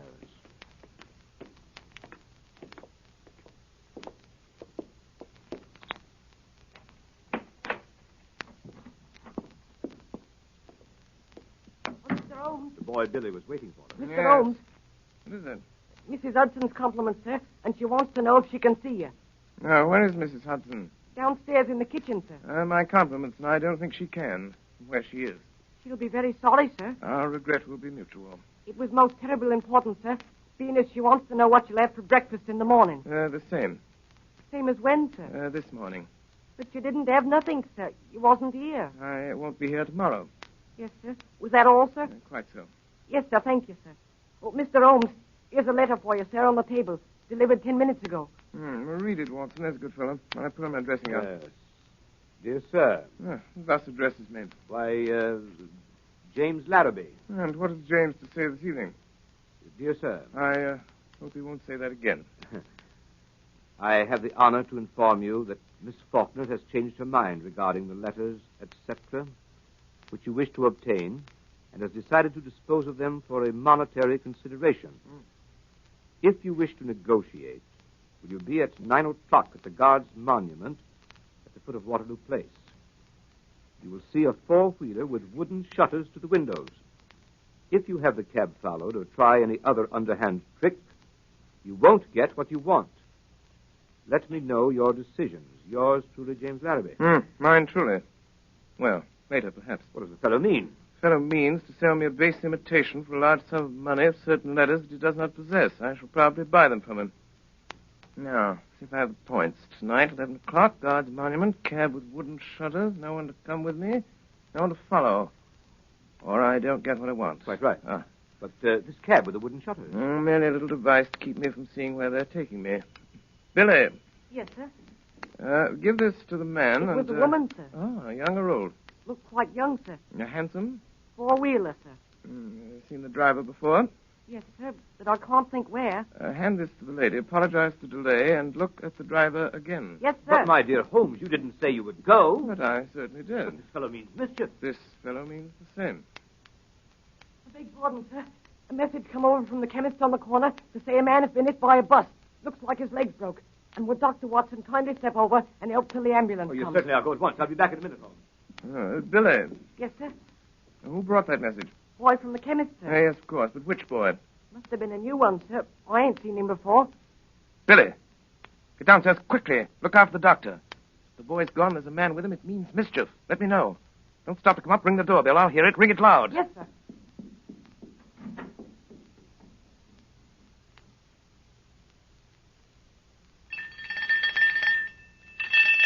Look out, sir. Look out. Look out.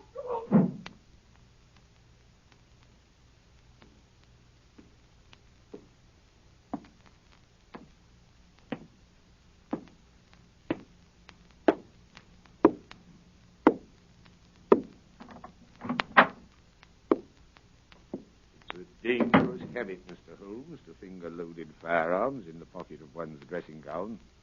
I give you my word, Professor Moriarty. You'll be taken from here to the hospital if you keep your hand behind you like that. That's better. In that case, please put your revolver on the table.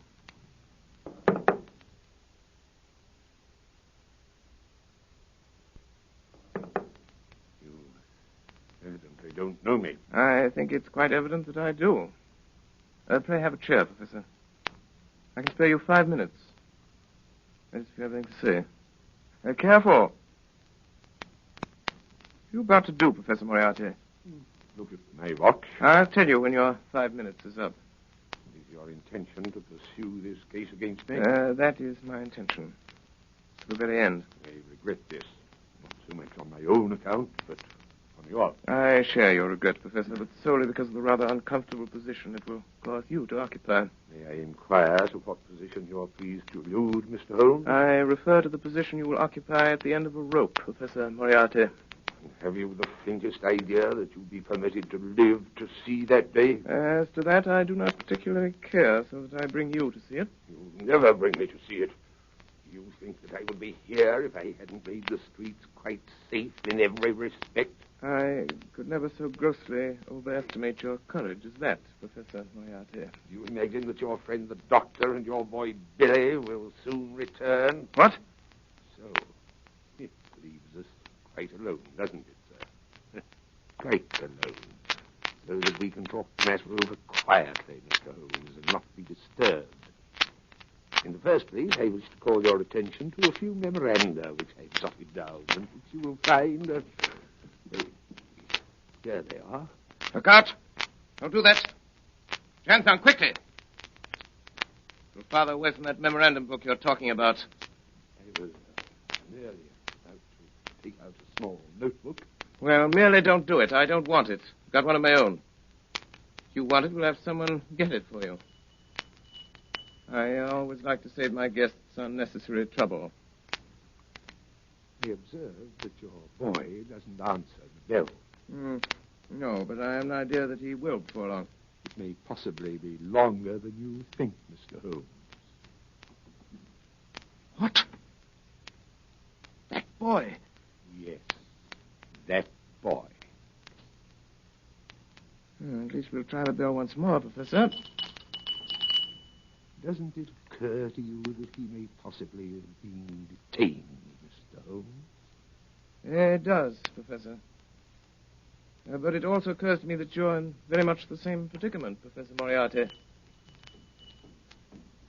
I beg pardon, sir. Someone tried to hold me, sir. It's quite evident, however, that he failed to do so. Yes, sir. He's got my coat, sir, but he ain't got me. Billy. Yes, sir. Billy, the gentleman I'm carefully pointing out to you with this 45 desires to have us gather something of his left hand inside coat pocket. As he's not feeling quite himself today, and the consequence of his trying to do it himself might prove fatal, I suggest you attend to it for him. Yes, sir. Is this it, sir? This gun? Quite so. So I'll put it on the table. Not there, Billy. On this table, where I can reach it. It's more like it. That's all, Billy. Shall I see if he's got another, sir? Why, Billy, you surprise me. Perhaps the gentleman's taken the trouble to inform us that he hasn't. When, sir? When he made a snatch for this one. And now, Professor, now that we have your little memorandum book, do you think of anything else you'd like before Billy goes? Any little thing you've got that you don't want? So sorry. That's all, Billy. Thank you, sir. Listen, Holmes, to me. On the 4th of January, you crossed my path. On the 23rd, you incommoded me. And now, at the close of April, I find myself placed in such a position through your continual interference that I'm in positive danger of losing my liberty. Have you any suggestions to make? No, I have no suggestions to make. I have a fact to state. If you don't drop it at once, your life's not worth that. I'm afraid, Professor, that in the pleasure of this conversation, I'm neglecting more important business. If you'll excuse me a moment while I get my pipe off the mantelpiece here. I came here this evening, Mr. Holmes, to see if peace could not be arranged between us. Quite so, quite so. You've seen fit not only to reject my proposals, but to make insulting references coupled with threats of arrest. You've been warned of your danger. You don't heed that warning. Perhaps you'll heed this. Up with your hands, Mr. Holmes. Up with them hands. Didn't imagine I'd leave that gun loaded, did you, Professor Moriarty? Here are your cartridges. I didn't suppose you'd want to use that gun again, so I took them out while you were talking and put them in my pocket. You'll find them all there, Professor. Billy. Yes, sir? Will you please show Professor Moriarty the door? Yes, sir. This way, sir. Don't ever say I didn't warn you, Mr. Holmes. No, Professor Moriarty. No. I never will. Billy, come here. Yes, sir. Billy? Billy, you're a good boy. Yes, sir. Thank you, sir.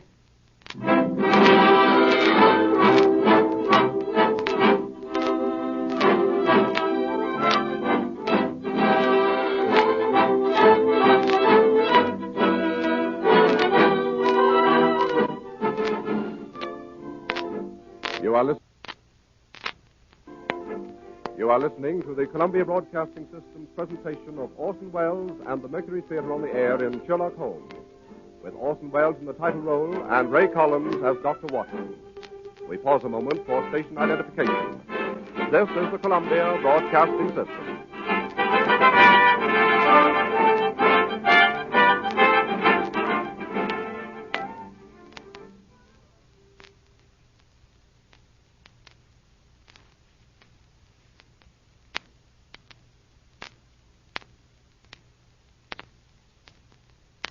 We continue now with this CBS presentation of Sherlock Holmes, played by Orson Welles and the Mercury Theater on the Air.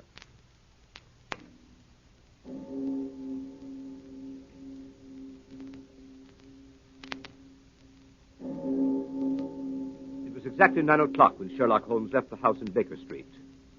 He had given the strictest instructions that no one was to follow him. If there had been no word from him by noon of the following day, we must notify Scotland Yard. I went to the window and looked after him as he went down Baker Street. A tall, thin figure in a gray ulster, walking with long, smooth steps in the direction of Langham Place. There he entered a cab.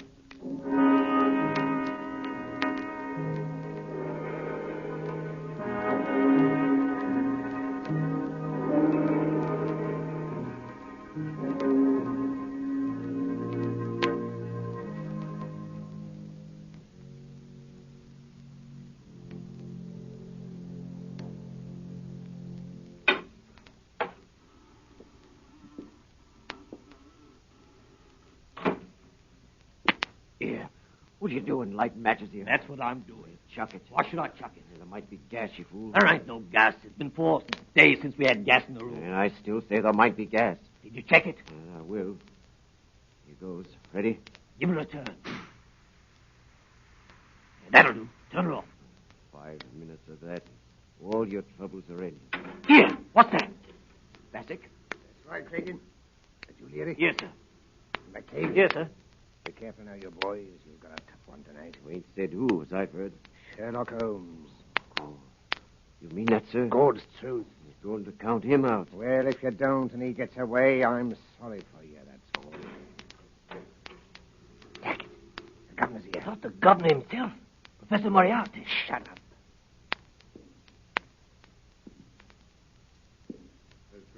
Yes, sir. Got your full crew? All here, sir. No mistakes tonight, Cregan. I'll be careful of that, sir. This is Larrabee. Hello. He's in on this job. Hello, Larrabee. Oh. What's that door, Bassick? A small cupboard, sir. No outlet? None whatever, sir. That window? Nailed down, sir. Man might break the glass. If he did, he'd come up against the heavy iron bars outside. Huh. We'll have him tied down before he can break any glass, sir. You've used it before, eh? Of course, you know it's airtight. Every crevice is sealed, sir. When the men have turned the gas on him, they leave by this door? Yes, sir. Be made quite secure? Heavy bolts on the outside, sir. Solid oak bars overall. Let me see how quick you can operate them. They tie a man down, sir. There's no need to hurry. Let me see how quick you can operate them. Leary. Yes, sir. That's good. Open it up. Now, Cregan, and the rest of you, one thing remember. Whatever happens, no shooting tonight. Not a single shot. Will be heard in the alley below. First thing is to get his revolver away before he has a chance to use it. 2 of you attract his attention in front. The other come up on him from behind and snatch it out of his pocket. Then you have him. Arrange that, Cregan. I'll attend to it, sir. Mr. Larrabee, you understand? We wait for you. I understand, sir. They give you this opportunity to sell him the packet of letters you forged and get what you can for your trouble. A few £100 doesn't interest me, Mr. Larrabee. What I am after is Holmes. I understand, sir. When you've finished and got your money, you whistle, and these gentlemen come in. Let's hear it. You hear that, Cregan? That's right. And Cregan, the proper moment, present my compliments to Mr. Sherlock Holmes and say that I wish him a pleasant journey to the other side. Go on, Bassick. Good night, gentlemen. Good night. Good night. Good night. Good night, sir. All right, boys. Clear. When you hear the whistle, in you come. Right you are, sir. Larry. Yes, sir. You get down on the corner below. Let me know when he comes. I will let you know. Well, when you see him driving up, come down the alley and whistle 3 times. Very good, sir. Here. What's this? How did you get in? What are you doing there in the back? Hey! What is it, Larry? A woman here in the back. Bring her in. Come on, you. Come on. Oh, it's you, Miss Faulkner. It's true, then. How did you get to this place? I followed you in a cab. What have you been doing since I came up here? Informing the police, perhaps? No. I was afraid he'd come, so I waited. To warn him, I suppose. No. To warn him, yes. You're going to swindle and deceive him, sell him a packet of false letters. I know that. What else are you going to do to him? Wouldn't you like to know? Where are those men who came up here? What men? 3 terrible-looking men. I saw them go in at the street door. You don't mean these men, do you, Miss Faulkner? Fire up, boys. Can't make a noise. Here we go. Fire up. Listen. That's him. There he is now. What? Holmes? That's him. That's the signal. You won't have time to get her out. Shut her in there in the cupboard. Yeah, that'll do. In with her. Into the cupboard. Hey, there ain't no lock to this here cupboard door. I'll drive something in there. Here, this knife. This'll do it. That'll hold up. Now, quick, quick!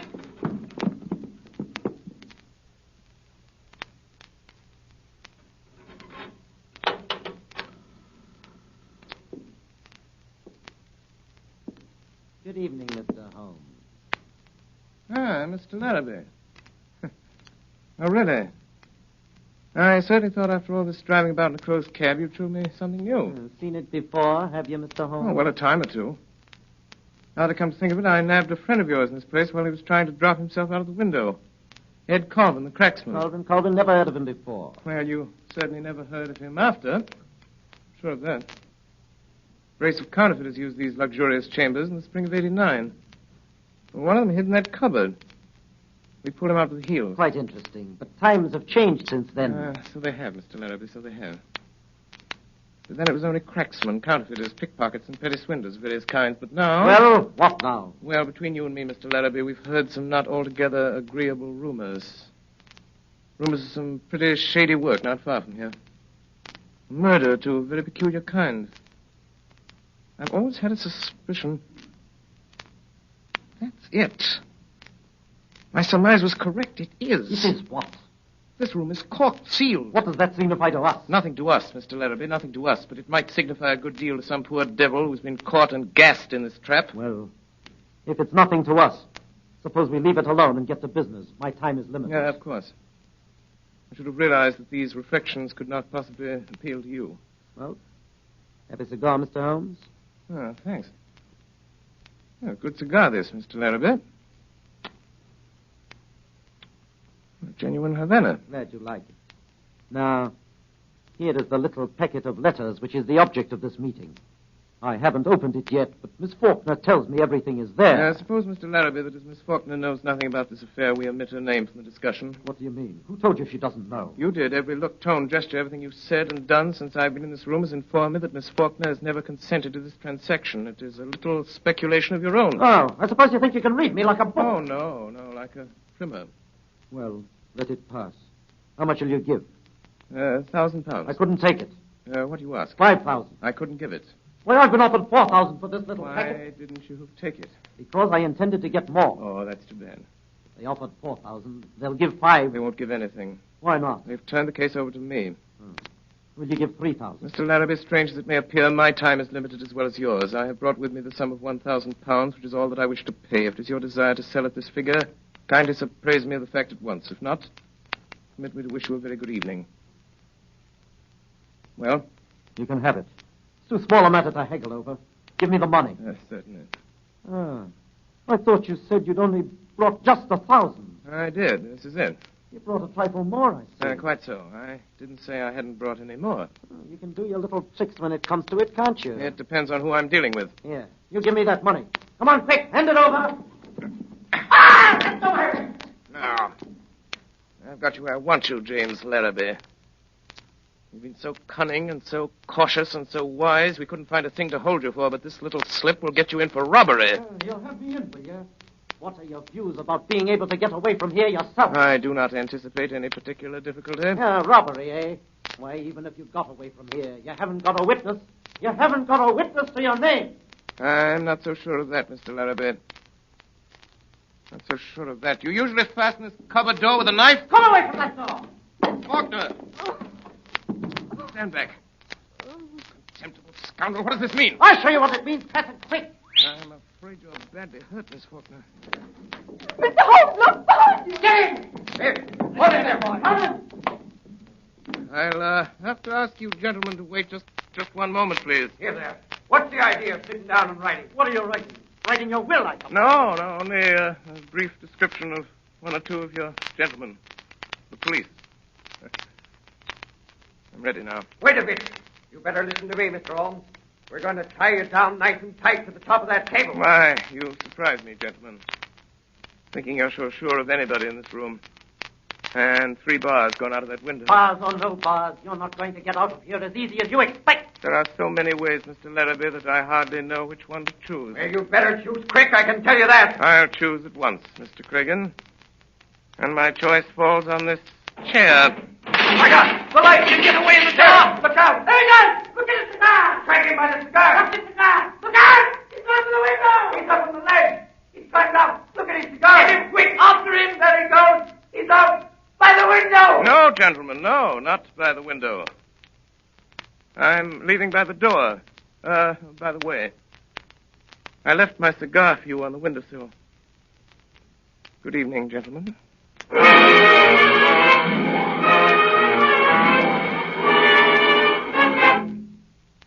There was no news of Holmes that night, and Billy reported next morning that he had not breakfasted at home.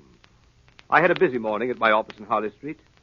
It was after 11 before the last of my appointments was over, and still no news of Holmes. Did you ring Dr. Watson? Oh, Parsons. Is there anyone waiting? I have to be in Baker Street at noon. There's one person in the waiting room, Doctor. A lady, sir, and she wants to see you most particular. What about? She didn't say, sir, only she said it was of the utmost importance to her if you'll see her, sir. Oh, very well, I'll see her and call a cab for me at the same time and have it wait. Show the lady in. Yes, sir. This way, ma'am. This way. Ah, Doctor, it's awfully good of you to see me. I'm Mrs. H. DeWitt Seaton. Dear me, I didn't bring my card case. Or if I did, I've lost it. Don't trouble about a card, Mrs. Seaton. They said you were Mr. Holmes' friend. Several people told me that. Several. They advised me to ask you where I could find him today, this morning. And everything depends on it, Doctor. Everything. I'd go to Mr. Holmes at once. But I've been, and he wasn't there. You went to Mr. Holmes' house? Yes, in Baker Street. That's why I came to you. They said he might be here. No, he isn't here. But don't you expect him this morning? No, there's no possibility of Mr. Holmes coming, as far as I know. But couldn't you get him to come? It would be such a great favor to me. I'm almost worn out with going about him with this dreadful anxiety. If you could get word to Mr. Holmes to come... I could not get him to come, madam, and I beg you to excuse me. I'm going out myself on urgent business. I have no idea where Mr. Holmes could be. What's that, Parsons? Sounded like an accident, sir. Probably nothing more than a broken-down hansom. See what it is, Parsons. That's the bell, sir. Somebody's hurt, sir, and they're wanting you. Well, don't allow anybody to come in. I have no more time. Very well, sir. But they're coming in, Doctor. Let the young man come in, Cask. Yes, to bring him in. There ain't nowhere else for him to go. Can't the doctor's off his business, and he can't come in when he's there. The doctors can't see anybody. He's got to come in. We can't leave him out in the street, can we? All right, help him in, Parsons. Oh, Doctor, isn't it frightful? Can I be of some use? None Doctor? whatever, none whatever. But, Doctor, I must see the poor fellow. Oh, my leg, my leg. Right this way, sir. Be careful of the sill, sir. That's it. The accident. You can't help a accident. Oh, you can't. That's plain enough. He was on the wrong side of the street, he was. Now, over to this chair. No, I'll sit here. No, this is the chair, sir. Don't you suppose I know where I want to sit down? You'll sit down here. That isn't the doctor. The doctor will have a look at you. Here's the doctor. That isn't the doctor. Yes, it is a doctor. Here, doctor. You just come and have a look at this old bloke, will you? He's hurt himself a little, then. Are you a cabman? Yes, I'm the cabman. Well, I'll have you arrested for this. Arrested? Arrested! You can't arrest me. No, I can't, but somebody else can. Where's my hat? Where's my hat? My hat! My hat! Never mind your hat. I will mind my hat, and I'll hold you responsible. There's your hat in your hand. Go on, sit down. That isn't my hat. Here, you're responsible. I'll have you arrested. Here, come back. I'll go and stick around here. You know I got to go and attend to my meeting all. Bring your horse in here. I want to speak to him. Conspiracy. I won't stay in this place. If I ever get out of here alive. There, what are you staring at me for, lady? Parsons, tell that cab to wait for me. I must see if he's badly hurt. Yes, sir. Now, my friend, if you'll sit quiet for one moment, I'll have a look at you. Well, stay still, will you? Well, how can I... Remarkable weather we're having, eh, Doctor? Holmes! What on earth? How about helping me remove some of this ridiculous disguise, Watson? Holmes! Is that you? Quite so, my dear fellow, quite so. Holmes! Watson, only get out that window. Look out, the blind! What do you want me to do? Nothing. Already been done by Mrs. Larrabee here. Look out, Holmes! She can get out that way. I don't think so, Watson. Foreman! I've got it, sir. Good work, Foreman. I'll take this lady in charge. Yes, sir. Very good, Foreman. Wait for me outside. Yes, sir. Oh, Watson, my dear fellow, I regret to say that up to the present time, Professor Moriarty himself has not risen to the bait. Where do you think he is? In the open streets, under some clever disguise. Watching for a chance to get at me. And was this woman sent in here? Quite so. A spy. To let them know by some signal if she found me in the house. Now they know. Pull down that blind, Watson. I don't care to be shot at from the street. I imagine we shall hear from Professor Moriarty very soon now. Mr. Holmes! Mr. Holmes! What did I tell you? He's come, sir. From where? The house across the street. He was in there watching these windows. He must have seen something, for he's just come out. There was a cab waiting in front of this house, sir, and he's climbed up and changed places with the driver. Get out again quick, Billy, and keep your eye on him. Yes, sir. Thank you, sir. Watson, if you let me have a rather heavy portmanteau for a few moments, I won't do it any harm. Parsons, my large Gladstone over there in the corner. Bring it here, please. Yes, sir. Here you are, sir. Here's the portmanteau. Thank you, Parsons. Put it down there. Thank you so much. Parsons, you wanted a cab for the doctor a short time ago. It's been waiting, I believe. Yes, sir. I think it has, sir. Be so good as to tell the driver to come in here and get a valise. When he comes, tell him that's the one. Very good, sir. My dear Watson, times like these you should tell your man never to take the first cab that comes on call, nor yet the second. The third may be safe. But Holmes, All right, I'm cabby. Yes, cabby. Right in this way. This bag. I want taken down, Right, you are, street. Governor. Right. All right. Goodbye, Watson. Bye, Watson, old fellow. Wait a minute, driver. Pretty heavy, I'm afraid. Let me help you. Watson, I'll write to you from Budapest. Yes, but here, driver. Let me tighten up these straps a bit. There we are, that's right. I'll hold it, driver. You pull the strap. A few little things in this bag that I wouldn't like to lose. Right, you are, sir. And it's just as well to make quite sure. Is it not, Professor Moriarty? By means of a simple pair of handcuffs. Blast you, Holmes. Do you imagine, Sherlock Holmes, that this is the end? I ventured to dream that it might be. You quite sure the police will be able to hold me? Professor Moriarty, I'm quite sure of nothing. Take him away, Foreman.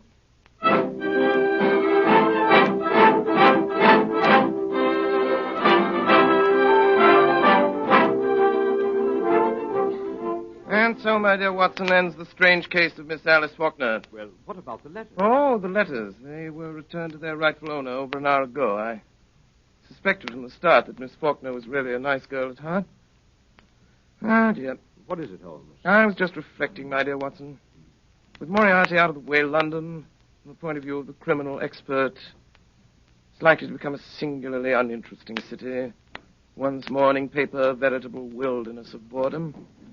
Mr. Holmes. Yes, Billy? There's a lady, sir. Been waiting for an hour. Says she's got to see you, sir. Case of murder, she says. She's got her face veiled. From which I deduce that she is a lady of over 41 and less than 45, of a strange, dark beauty and considerable social eminence. And that she has lived for some years in the Near East. That she is now wearing a large blood ruby on the second finger of her left hand. Holmes, how do you know these things? It's amazing. Elementary, my dear Watson. Elementary. The child's play of deduction.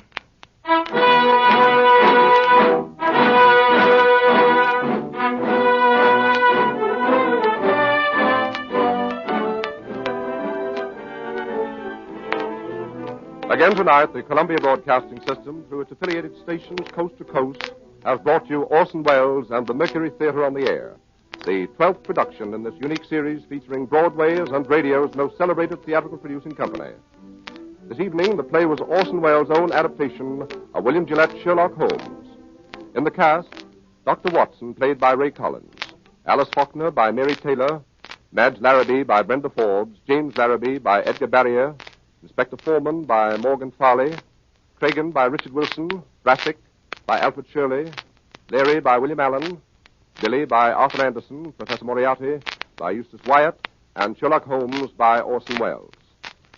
The orchestra was conducted by Bernard Herrmann, and the production was supervised for CBS by Davidson Taylor. Your announcer is Frank Gallup.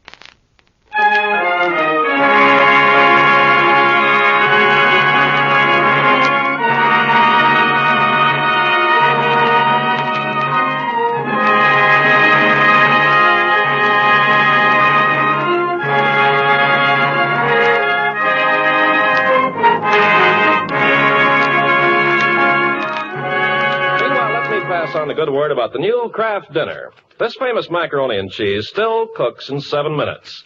But the new Kraft Dinner gives you a richer, fuller cheese flavor. Just what you cheese lovers have been hankering for, the flavor of golden cheddar through and through a dish full of tender, fluffy, light macaroni. And to think you cook it in just 7 minutes. When the folks taste the new Kraft Dinner, they'll say it's incredible that you could whip up such swell macaroni and cheese so fast. Kraft's tireless research, of course, is responsible for the goodness of the two ingredients in each Kraft Dinner box, the special macaroni and the Kraft grated that gives such splendid cheese flavor. Let them work their speed magic in your kitchen to give you point-thrifty, good-eating main dishes. At your food store tomorrow, get a couple of packages of the new Kraft Dinner. Each box makes enough for 4 servings, and you get 2 boxes for 1 single red point. Stay tuned to Hojo Radio.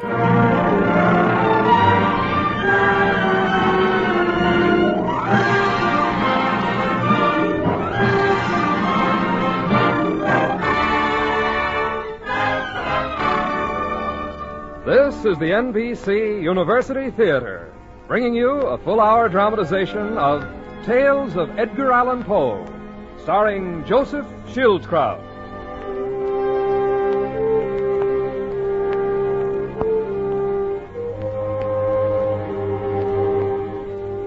We bring you one of the most extraordinary men of letters ever to put pen to paper in America.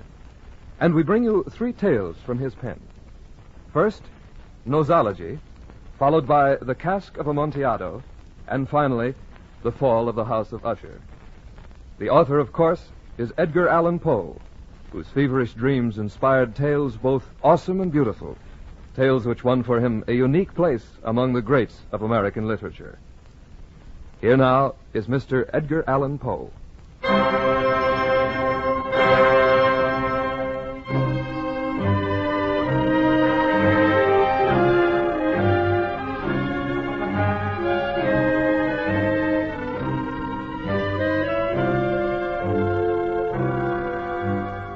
Men have called me mad. Perhaps I am. It has never been settled, really, whether madness is or is not the loftiest intelligence. Let it be assumed, therefore, that I, Edgar Allan Poe, am mad, and that I'm about to entertain you with 3 products of my imaginative but eccentric mind. The first of these, a curtain raiser, I will entitle only A Comic Mask. Mr. Conductor, if you please, some comic music.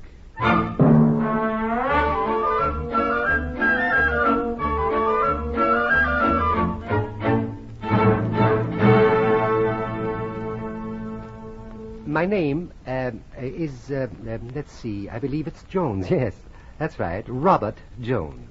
I am, that is to say, I was, a great man. I was born at a rather tender age in the city of Fumfudge, latitude 600, longitude 066. Perhaps you've heard of me? No? Oh, what a pity. Very well, I'll tell you about myself. When I was born, my first act in life was to take hold of my nose with both hands and pull vigorously, thus. This caused my mother, who naturally was present at my birth, to remark to my father, Robert, look. Our boy is a genius. My dear, I weep for joy. Believe me, I weep for joy.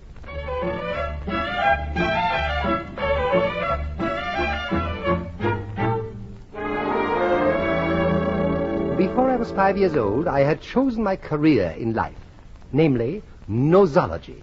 I pursued it avidly. Each morning, I gave my nose a strong pull. In the science of nosology, I soon came to understand that, provided a man had a nose sufficiently conspicuous, he might, by merely following it, arrive at a lionship, an honor much to be desired. My father, who had always been frustrated in his own ambition to become a successful mountebank, determined that I should achieve my goal. I remember distinctly how. Each evening he would help me with my exercises.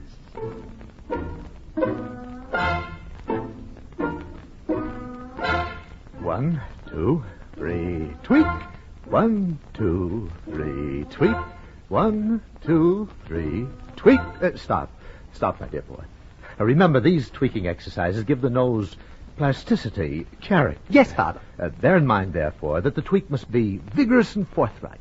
Thus. Yes, Father. Very well. We'll now practice turning up the nose contemptuously. Now observe closely, my boy. Thus. 1, 2, turn up thusly. 1, 2, contemptuously. 1, 2. Father. What is it, son? Father, I'm... Well, what's the trouble?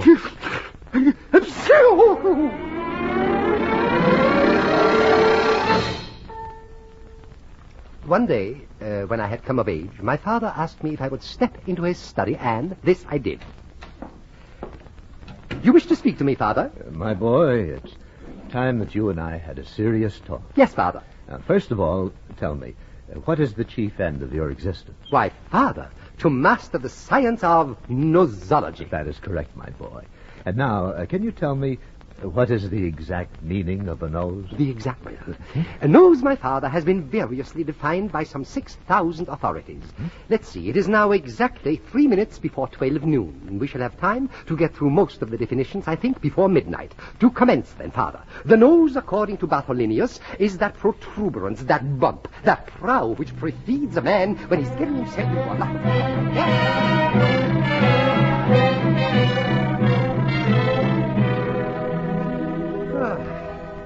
When I had completed the last of the 6,000 definitions, my father drew me to his side and said... My boy? Yes, father? Your education is finished. Thank you, father. It's time now for you to go out into the world and scuffle for yourself. Yes, father.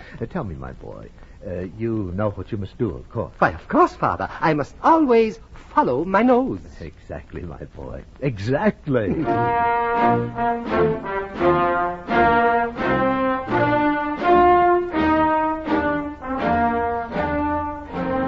And so, giving my nose a pull or two right on the spot, I marched out into the streets of Fumfudge to seek my fortune. As I made my way up the main thoroughfare, astounded citizens pointed at me with admiration and respect. Is it possible? Unbelievable. Mommy, look, a rhinoceros. Who is he? What is he? Oh!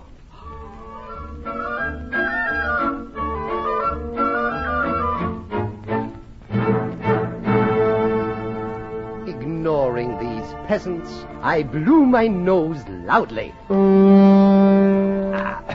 And continued on my way until I reached a fine-looking studio bearing a sign which read, Signor Tintintino, portrait painter to royalty, by appointment to the king and by rendezvous with the queen. I stepped inside, and there was the Duchess of Bableu sitting for a portrait. Behind her stood the Marquis, holding her pet poodle. At her side stood the Earl, supporting the Marquis. At an easel stood Signor Tintintino. I approached this great artist and slowly, very slowly turned up my nose. Good. Shocking. What a nose, signore. How much you take for this nose? I must paint this nose, mamma mia. 1,000 pounds. 1,000 pounds? Madre, turn to the light. With pleasure. Oh, I simply must touch it. May I? Carefully, madam. This is really a very valuable piece. You show she's quite original. My dear Signor Tintintino, I assure you that I've raised this nose from a tiny little nostril. Admirable. I give you 100 pounds. Sorry, 1,000. 200. Sorry, 1,000. 600. Sorry, 1,000. 9. Sorry, 1,000. Very well. Good. She's done. 1,000 pounds, and I'm gonna paint her this very morning.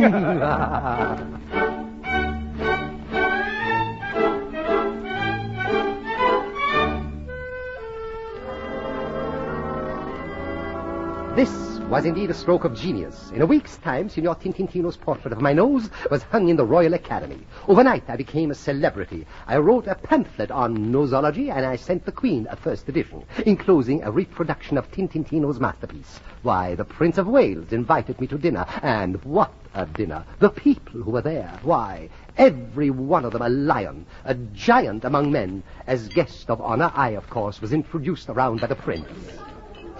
Sir P. Peridot.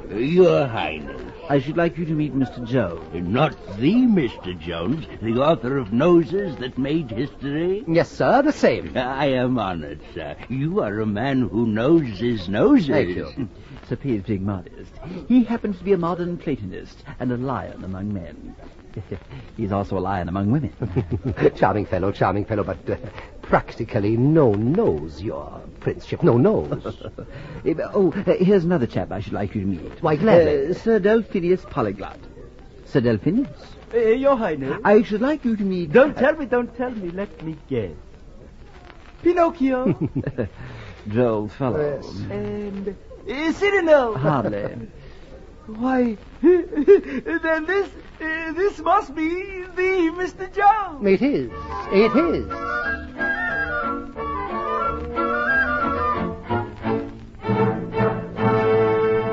Yes, indeed, it was quite a dinner. Even Signor Tintintino was there. He discoursed upon Latour and Chambertin. The president of Tunfab University made a speech. The eminent archaeologist Ferdinand Futzelfutzelspa spoke briefly for several hours on internal fires and tertiary formations and things like that. And finally, of course, it was my turn to speak. My topic. You guessed it. I merely turned up my nose and I spoke of myself.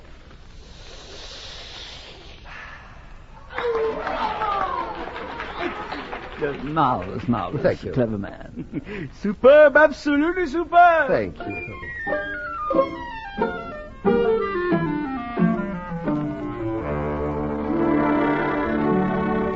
The very next morning, Her Grace the Duchess paid me a visit in my apartments. Somewhat plump, but a charming little woman. My heart went out to her at once. You darling creature. I know you must simply be thronged with admirers. But I said to myself, I simply must meet this fabulous man. And here I am. Why, I'm honored, Your Grace. Don't you think it was rather daring of me to come to your apartments, unescorted? But then, I've always been one to seize the bull by the nose. And I have always admired a certain measure of boldness in women, Your Grace. Oh, charming man. You simply must attend the ball I'm giving tomorrow night. You will come, pretty creature. Ball? I'm sorry, I had promised the Queen. The Elector of Bludgenoff will be there. The Elector of... I'm not familiar. Not familiar with the Elector of Bludgenoff? Why, no. Why, my dear man, he is said to have the largest nose in all the world. Oh, Your Grace. In Europe, at any rate. Certainly not in England, madame. Please, observe. I'll admit it does look rather long. Well, it is rather long. Of course. If you come, we can compare your nose with the Elector's and settle the controversy once and for all. Your Grace, I shall be there. You definitely will come? Why, Your Grace, with all my heart. Oh, no, Mr. Jones. With all your nose. Yes, with all my nose.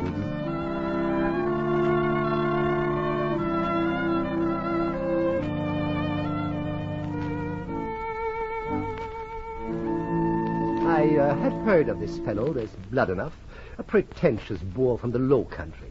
Well, next night excitement ran high. At the Duchess's, the rooms were crowded to suffocation. Wagers were placed, duels challenged. £1,000 on Bludgenoff by a nose. Taken in double. I say Jones by 10 millimeters. Bludgenoff. Jones!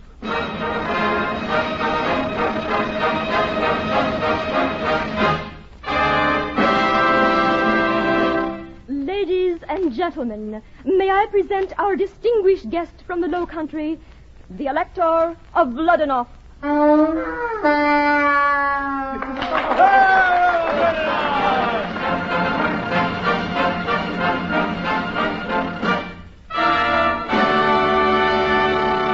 And now, the British contender, our own Mr. Jones.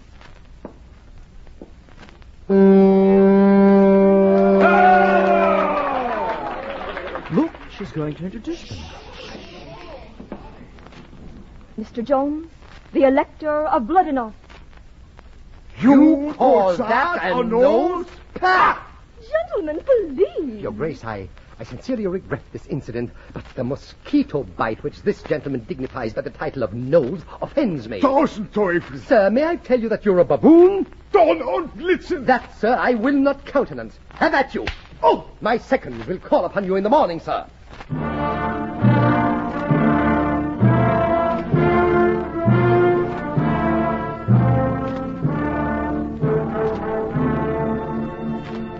There simply was no other way.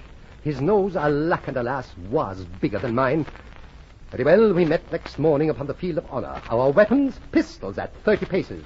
We faced each other. I gave my pride a twist and sounded my klaxon contemptuously. He blew his. A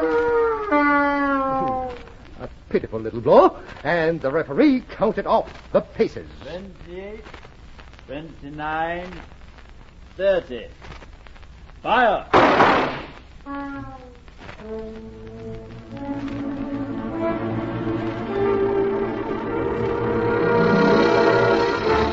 Parbleu, the deed was done. I had shut off his nose.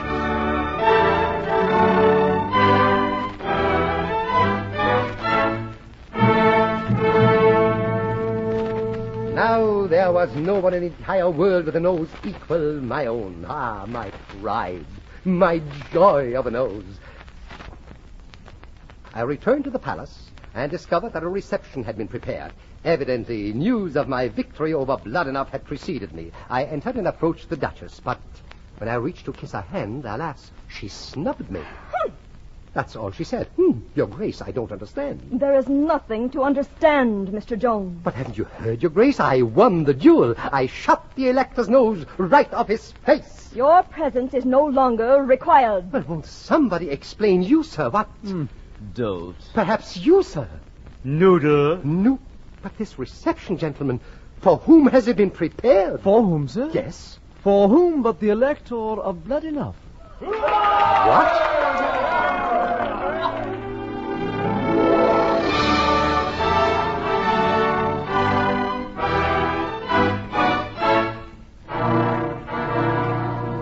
I was baffled. Nay, I was chagrined. My nose wilted, yet the facts were there. I had won. I was the uncontested nose champion of the entire world. Yet a reception of honor had been prepared for my defeated adversary, the Elector of Blood-Enough. Shunned, scorned, carrying my proboscis at a deflected 45-degree angle, I slunk from the court. I appealed to my friend the prince, but all he said was... That's all he said. Things went from bad to worse. My pamphlet on nosology no longer supported me. My portrait was sent back from the royal galleries, and finally, in utter defeat, I returned home to live with Papa. I am home, Father. Yes, my son. Father, I am a failure in nosology. I know, my son. But why, Father? Why? Sit down, my boy. Yes. That's better. My son. Yes, Father. You have learned a sad truth about life. Yes, but what truth, Father? You've learned that a man with a nose more conspicuous than others can be a lion among men until he overshoots his mark, as you have overshot yours. Yes, but how, Father? My boy, all men have noses, but the Elector of Blood-Enough has no nose at all. And with such, there's no competing.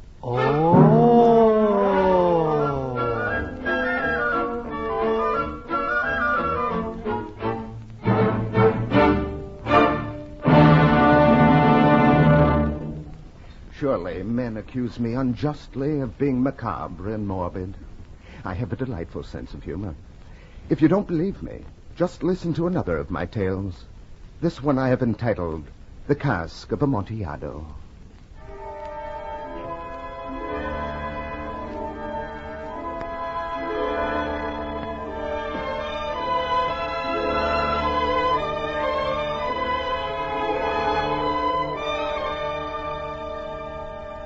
On the coat of arms of my family, the Montresors, is graven Nemo me impune lacessit, meaning, no one harms me with impunity.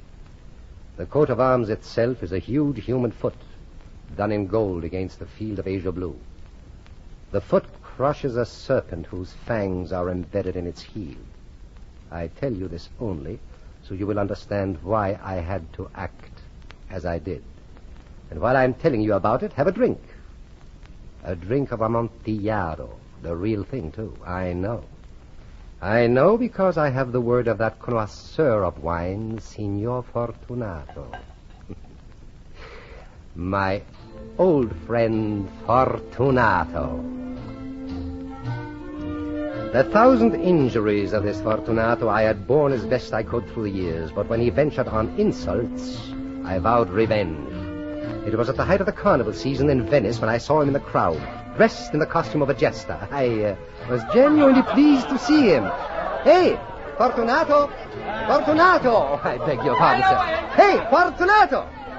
Ah, Montresor. Well, my dear friend, I am glad to see you. How goes it, Montresor? Excellently well. I'm having a most wonderful time. I'm in my second childhood, but I haven't seen you in weeks. I was afraid you were avoiding me. Avoiding you? Never. Good. But, my friend, you are luckily met. Oh, come over here in this doorway out of the crowd. Oh, very well. What's on your mind? Listen, Fortunato. Only today I have received a barrel of what passes for Amontillado wine. Not really. Well, I have some doubts. Amontillado? Well, as I say, I have some doubts.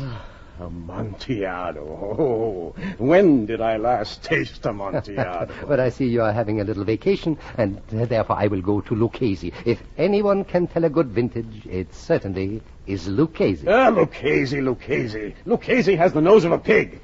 Come, let us go. Go? Go where? To your wine vaults. Oh, no, my friend. I couldn't possibly impose. Oh, I insist. No, the vaults are damp and you have a bad cough. I will not be swayed. But the vaults are very deep. Your arm, sir. You insist? I insist. Very well, my friend. Let us go to the vaults of Montresor.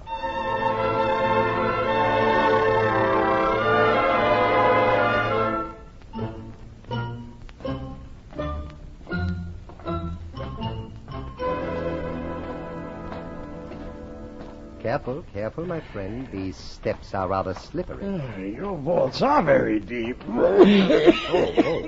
Tell me, how long have you been troubled by that bad cough? Oh, it's nothing. Perhaps we should turn back. I won't hear of it. No, I really feel we should. You must be careful. You're a man to be missed, after all. Are you not rich and respected, beloved? By some, my wife. You see, for me it wouldn't really matter, but for you, no. I shall engage Lucchese. Enough. I shall not die of a little cough.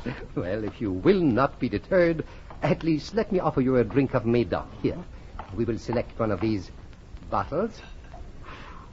Look at that dust. 50 years old. Here, drink, my friend. Good. Will you not join me? Very well. I drink to those who are buried here. Buried? Oh, yes, my ancestors used these vaults as a dungeon. Oh, I see. To your long life, my friend. Now come, let us proceed to the Amontillado. One moment. Yes? Do I hear water? Yes, we are under the river now. Why, is the moisture perhaps too much for your cough? I shall survive. Montresor. Yes, what? What is that? Hanging, swinging slowly to and fro in the passageway ahead. Oh, that? Nothing, just a skeleton. A skeleton? Yes, my ancestors, you see, very vengeful people. Careful now, don't bump against it. Is it much further to the Amontillado? Just a few steps. Oh, bad cough. Come, through the archway ahead. Here we are. This chamber? Mm-hmm. I see no Amontillado. Patience. You shall, my friend. But first, permit me to point out the interesting architectural structure of this cell. As you see, it is circular, completely circular, with a very narrow doorway. Yes. The Amontillado. Yes, the Amontillado, in a second. And over there are chains stapled to the wall to fasten about the waist of the victims. Let me show you. Step over here, please. Montresor, this is all very interesting, but... Just a moment now, Stand still. Thus. Very interesting, but now, if you will remove them. Of course, my friend, of course. I was merely demonstrating. Of course. Strange. This key here seems stuck in the lock. Well, perhaps I can work it. Wouldn't it be funny, my friend, if I had to get a locksmith now to saw you loose? Montresor, for heaven's sake. Now, don't worry.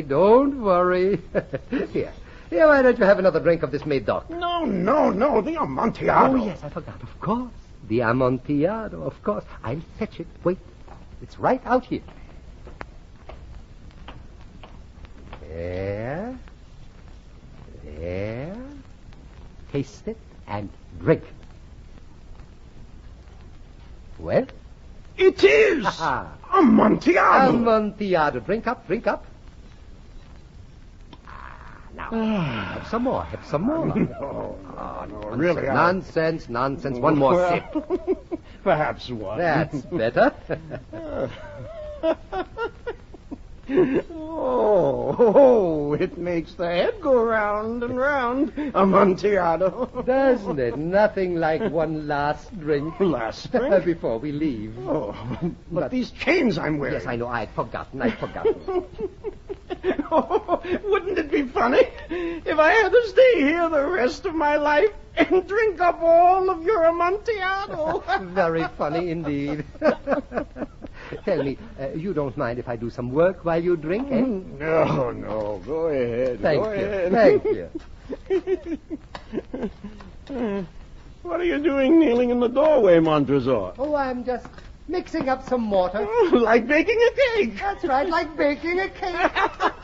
Baking a cake. When do you suppose I'll get these chains off? Soon, my friend, soon. No hurry. Nothing I like better than to sit here and drink Amontillado and watch you work. What you doing now? Now, my friend, I am practicing the art of the mason.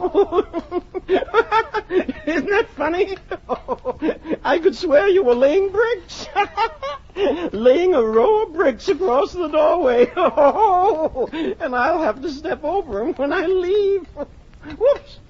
Oh, my cup is empty. Empty? Well, wait, I'll get you some more. Oh, grazie. Grazie, amico. Yeah.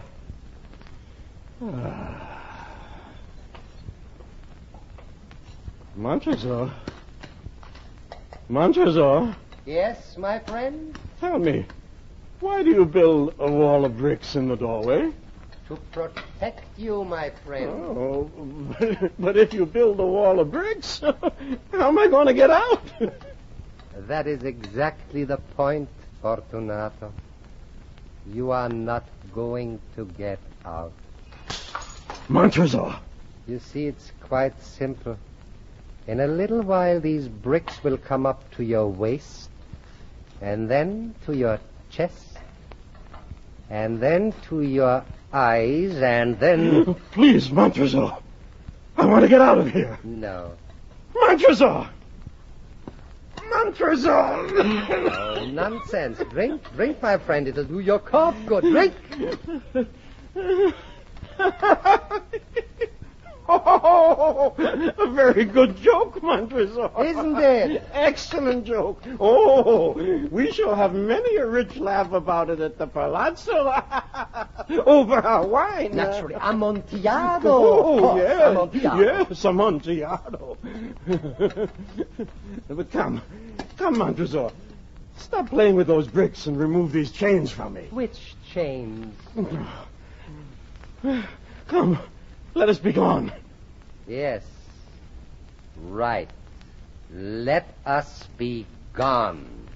For the love of God, Montresor. Yes, for the love of God. Montresor! Fortunato. Hey, Fortunato. Speak. You mustn't be dead yet. You mustn't. Speak. Don't cheat me like that. You couldn't. You couldn't cheat me like that. You couldn't cheat me like that. You couldn't cheat me like that.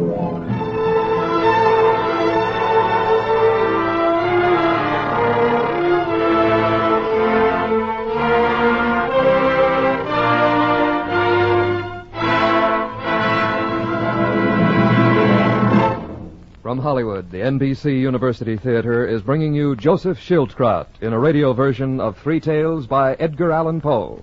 Today's broadcast is part of a series devoted to the classic works of Anglo-American literature.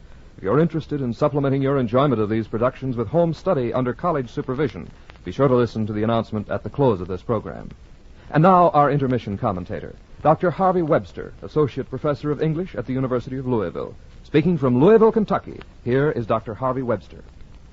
It is the peculiar misfortune of America's first great writer of fiction that he has been reprinted, retaught, and reread so often at his mediocre or worst that few people of intelligence continue to take him seriously after they escape from high school or college.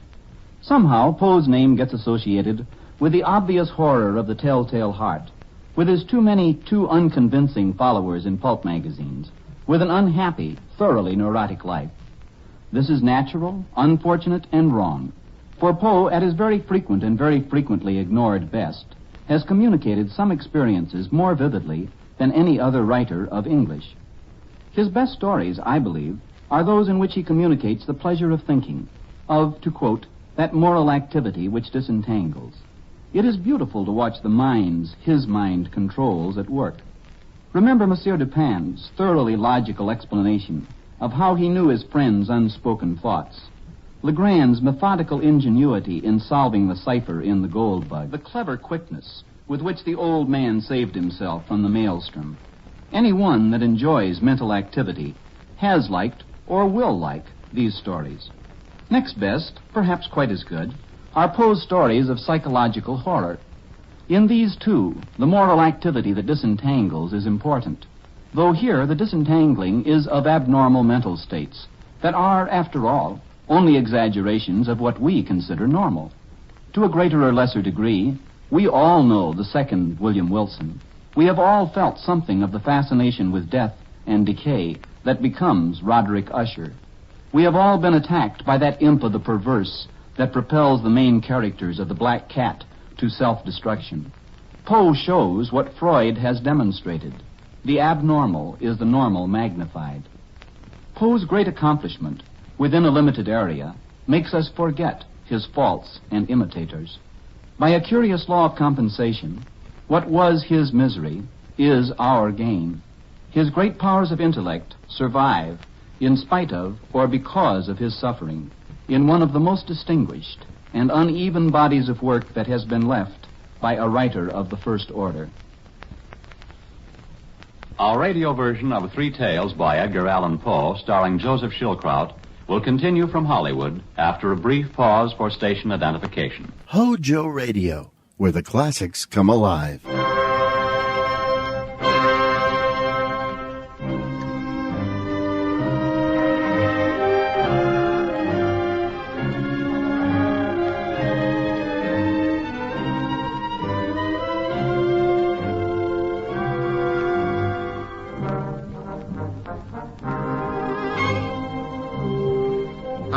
Edgar Allan Poe, have found life a long and weird catalogue of miseries from which to select my themes. And of all these, the most awful, perhaps, is to be buried alive. Now, don't deny it happens. The boundaries which divide life from death are at best shadowy. Let me tell you a tale about such an interment.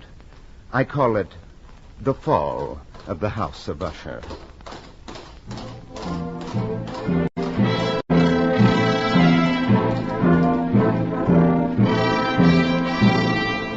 The day was dark and soundless, and black clouds hung oppressively low in the heavens. Toward evening, I caught a glimpse of something in the distance, and I spurred my horse toward it. As we approached, I could make out the hideous outlines of the House of Usher.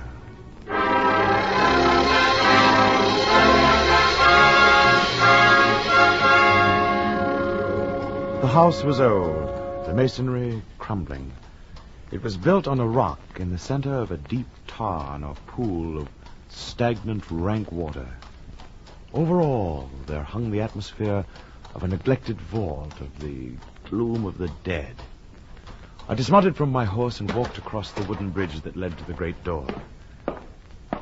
I felt a vague terror rising inside me, a desire to turn back and ride away.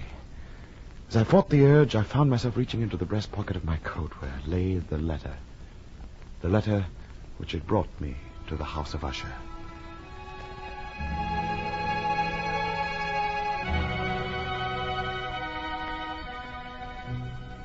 My dear Hugh, this letter will be brief and perhaps somewhat confusing to you because I write from the depths of an upsetting illness. Whatever its merits, please, in the name of our former friendship, do not ignore its plea. I must see you, Hugh, as soon as possible. You are the only friend I can trust in my hour of need. I enclose a map directing you to the House of Usher. Your very dear friend, Roderick Usher.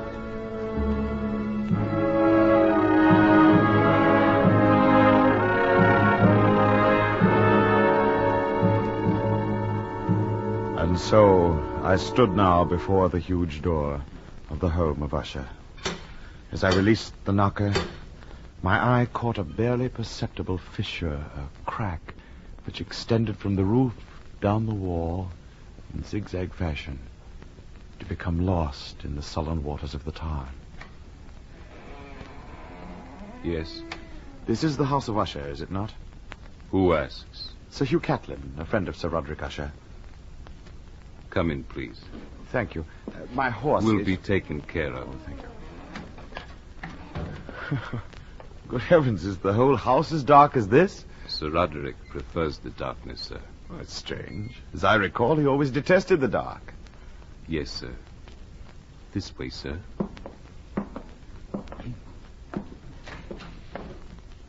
You will be so good as to wait in this hall, sir. Oh, I'll tell Sir Roderick. Thank you.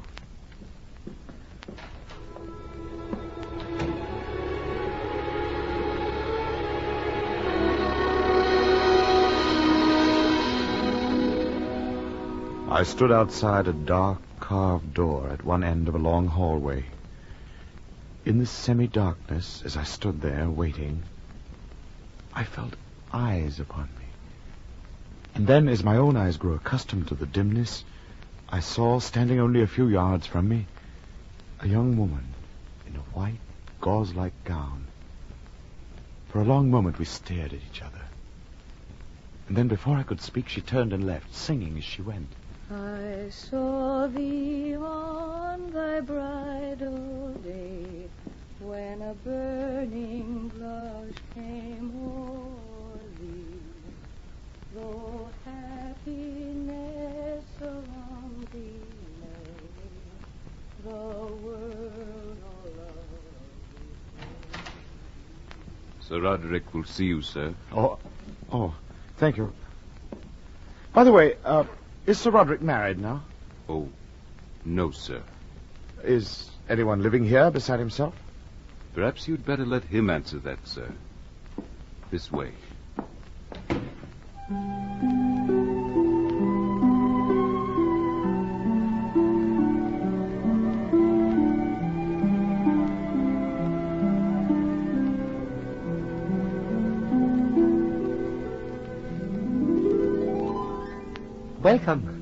Welcome to the House of Usher, Hugh.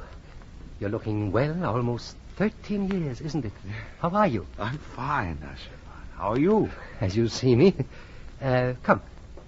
Here, sit down beside me. Well, what do you think of my ancestral hall? Beautiful, but rather dismal with all these hangings and thick carpets. Do you mind if I turn up the lamp? Don't touch that lamp, please. Oh, I'm sorry. Forgive me. Forgive me, I have been suffering with an affliction of the eyes recently. A single ray of light burns my eyes like the noon sun. Oh, I'm sorry to hear it. That explains the darkness, of course. Will you have a glass of sherry? Oh, yes, thank you. Here. Won't you drink with me? I'd rather not. Oh. That's good. Well, come. How do you find me, Hugh? Am I not well preserved, still rather handsome? Yes, time seems to have treated you very well, Usher. I find you... Yes? You were about to say? Nothing. Yes, you were about to say you find me altered. Come. Yes, I was. How? Different, somehow. Different how? Agitated, unnerved. So, I tried so very hard to conceal it. I told myself I will act very casual and normal. When he comes, he'll never sense it. What are you hiding, Usher? Your letter mentioned an illness. Oh, nothing, just a slight nervous affliction. It'll pass over. Why did you send for me? Because you are the only person I could turn to, the only one who would understand. Understand what? Hugh, do you recall discussions we had once concerning euthanasia? Mercy killing? Yes. Exactly, yes. We spoke of it in school. You always said you were not morally opposed to it in extreme cases. Are you still of that opinion? Why do you ask? Can you not guess? No. Look at me, Hugh, please. Can you not see what's happened to me? Only that you seem highly agitated. Man, friend, are you blind? Can't you see I'm going mad? Oh, nonsense. Oh, no, not nonsense. This is a family affliction. I watched it destroy my father. Fear of lights? Not just light, my friend, everything. everything, all my senses have become unbearably acute. You see, the most insipid food, for instance, grates on my taste. A small little sound like the drop of water is thunder in my ears. My skin will tolerate nothing but the softest of silks. Odors, flowers. Flowers suffocate me. The closing of a door. Music, why, you know how I love music. I remember you played the organ, and very well. Well, the only musical sound I can possibly tolerate is this lute here, tuned very softly. You've been like this very long? So long I can scarcely remember when I first drew these curtains to shut out the light, or when I first hung these drapes to deaden the sound. Usher, when were you last outside this house? I have not set foot outside this house or seen daylight, my friend, for 13 years. Good heavens, man. What you need is to breathe fresh air and see daylight. No. This morbid atmosphere is enough to induce melancholy in a clown. It's like living in a tomb. I'm sorry. I know your problems will not be solved so easily. What would you say of a man who cannot take a step outside his own house? I'd say he was... All right, say it. Insane, say it. Usher, there must be some cure for Yes, one. What? Death. Death? No. Remember your philosophy. You've thought of suicide? I haven't the strength. I'm even afraid of that. And that's why I asked you to come. I don't understand. I think you do. I asked you here because of your views on euthanasia. You're not asking me to kill you. Exactly. You're mad. I admit that. You're worse than mad. You, if there's an ounce of pity... Usher, listen to me. This desire, this need to destroy yourself is caused by something. Perhaps it's something you've done. You wince at that. Here, tell me, let me help you. Too late. It's never too late. Confession will be the first step in your cure. You really want to know? I do. You do. Very well. Then follow me. Where do you take me? To the tower wing. It isn't far. What's there? There, my friend, is the curse. The curse and the blessing of Sir Roderick Usher.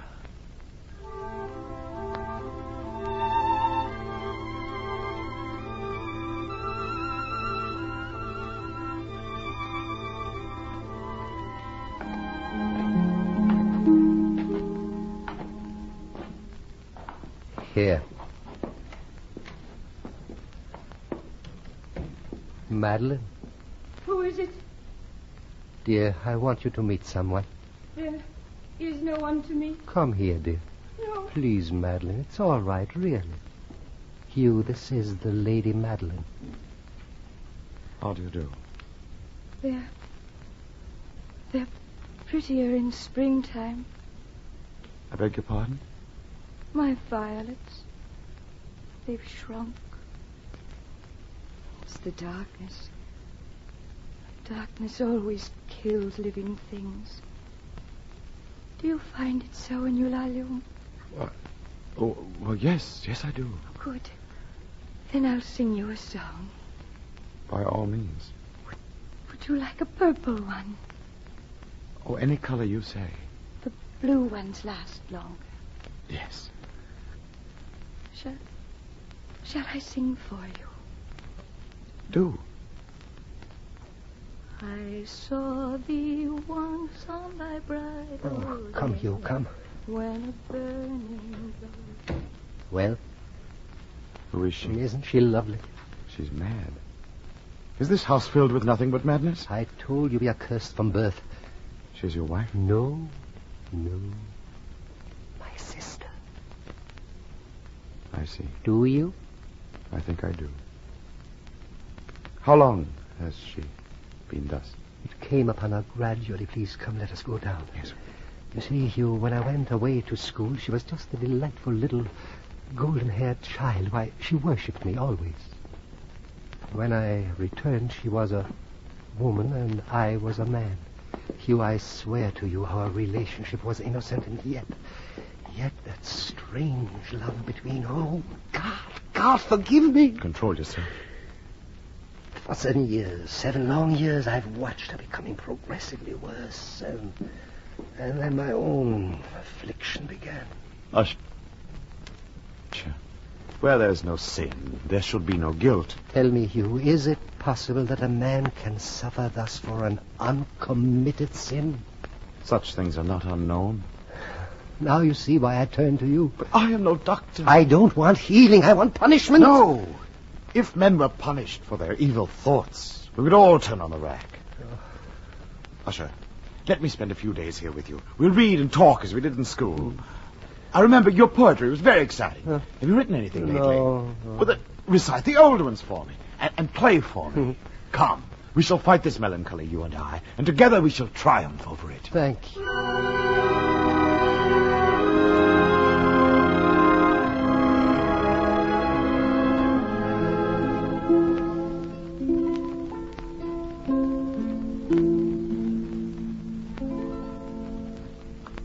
Bravo.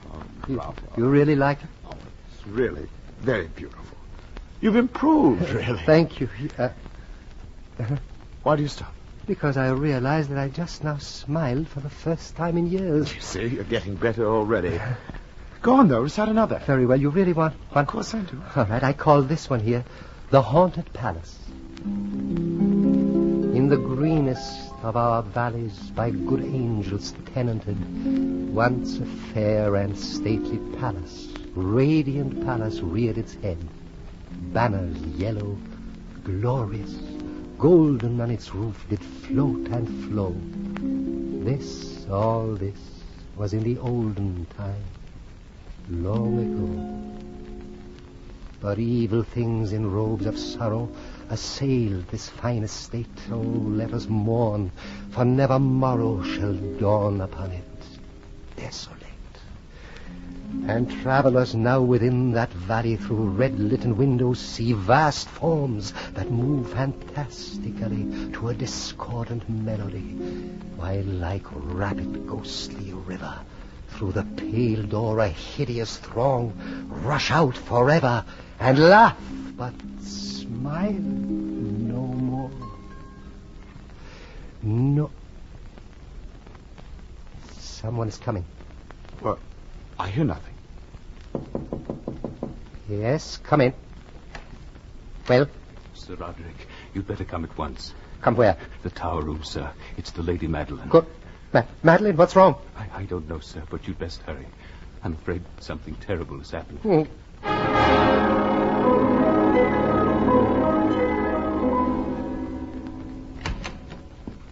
Well, Usher?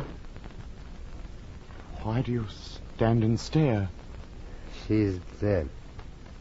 What? Dead. But that's impossible. Why, only a few days... A cataleptic seizure. She's had them before. This time it was fatal. My dear Fran. Is there anything I can do? Yes. You've only to name it. Please, help me bury her.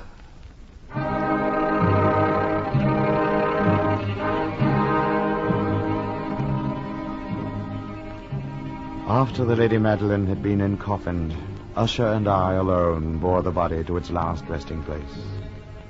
Usher led the way down a long passageway, down beneath the castle, and then along a reeking stone passageway. Every few hundred paces we would stop, and Usher would unlock a huge copper-sheathed door. As we passed through door after door, I noticed that the walls were covered with the remnants of the chains and bolts of the Inquisitor. We are here. What place is this? The lowest vault beneath the house. The floor has a strange ring. Yes, it is sheathed in copper. This was once used as a storage room for powder. Please lower the coffin. Very well. Help me raise the lid. Usher, in heaven's name. One look, please, one look. Oh, isn't she lovely? See how, even in death, a faint rose tinges the cheeks. Farewell, sister.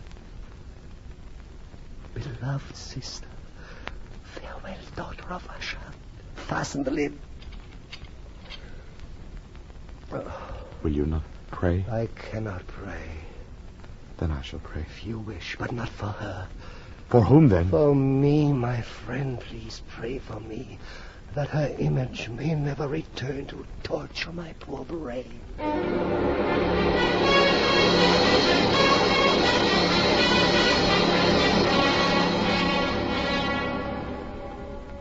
For some days after the burial of the Lady Madeline, a change came over Roderick Usher.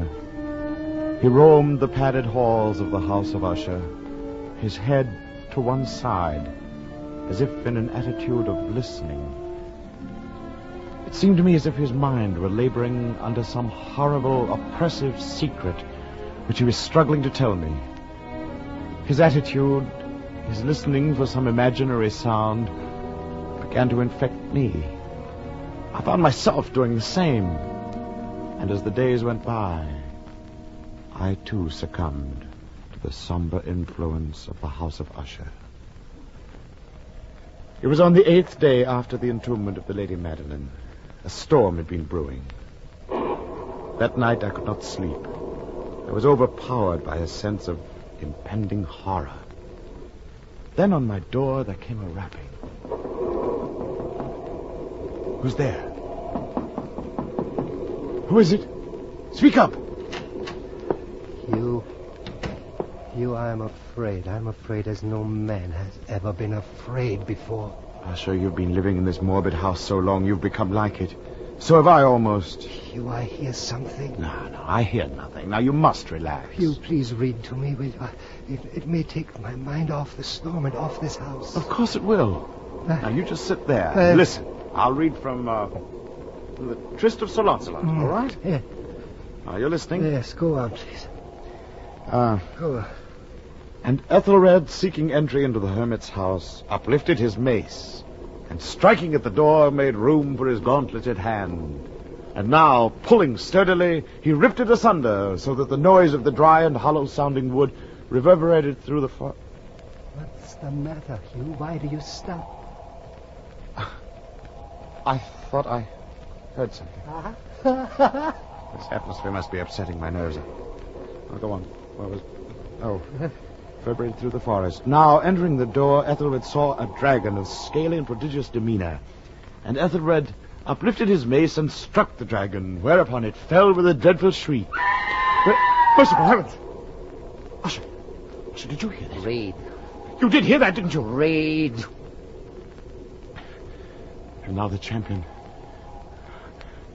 approached the wall of the room, whereon hung a great brass shield, which in sooth tarried not for his coming, but fell at his feet with a mighty and terrible ringing sound. He was... Usher! Usher, did you hear that? Answer me, did you hear that? Hear it?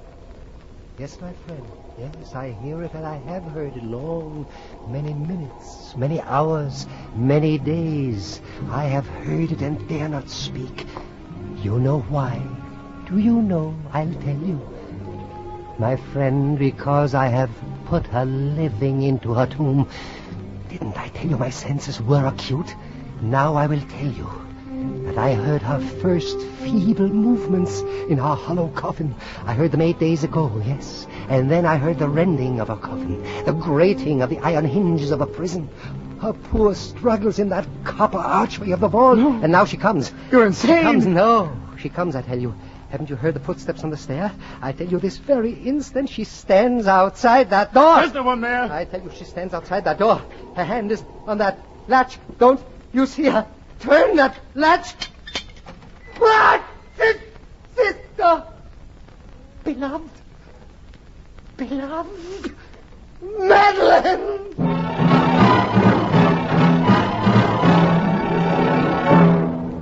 For a moment she stood, trembling and reeling to and fro upon the threshold, blood upon her white robes. And then, with a low, moaning cry, she fell upon her brother and bore him to his death at my very feet.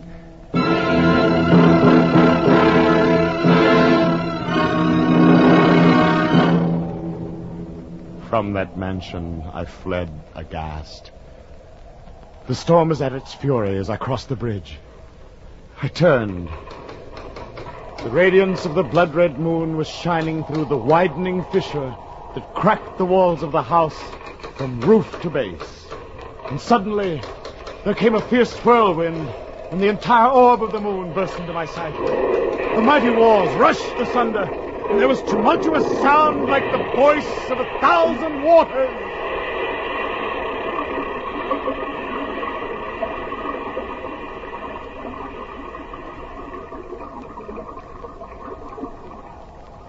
Then, the deep, dank tarn at my feet closed sullenly, silently, eternally over the fragments of the house of Usher.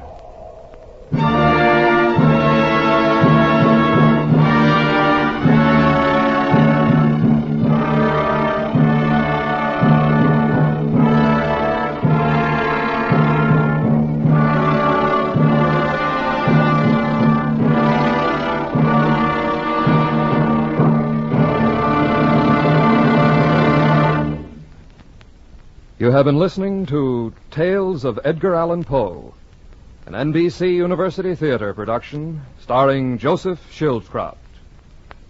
Next week at this same time, we will bring you another classic of Anglo-American literature, selections from the Pickwick Papers by Charles Dickens.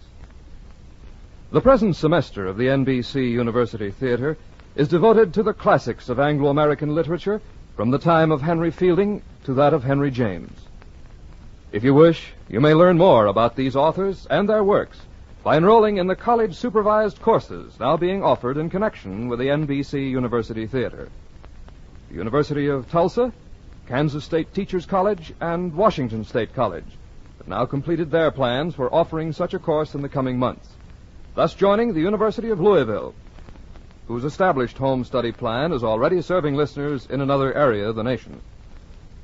For information, then, as to how you may enhance your knowledge through these courses, write to the NBC University Theater in care of the University of Louisville, Louisville, Kentucky, Washington State College, Pullman, Washington, Kansas State Teachers College, Pittsburgh, Kansas, or the University of Tulsa at Tulsa, Oklahoma.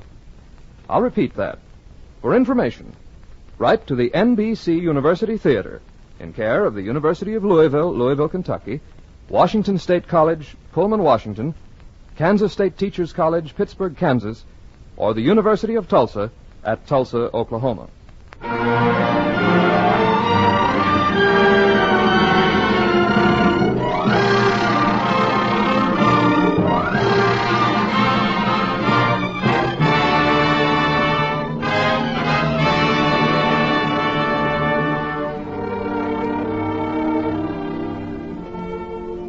The Tales of Edgar Allan Poe were adapted for radio by George Lefferts. Our intermission commentator was Dr. Harvey Webster. Starred was Joseph Schildkraut, internationally famed star of stage and screen, who was heard as Robert in Nosology, Montresor in the Cask of Amontillado, and Roderick Usher in The Fall of the House of Usher, which co-starred Barry Kroger. Lester Sharp was Fortunato in the Cask of Amontillado. Our cast included Stanley Waxman, Georgia Backus, Stephen Chase, Miriam J., Don Diamond, Parley Bear, Tony Barrett, Shep Menken, Jack Crucian, Margaret Brayton, Lynn Allen. Your announcer, Don Stanley. The original musical score was composed and conducted by Dr. Albert Harris. The director of the University Theater is Andrew C. Love.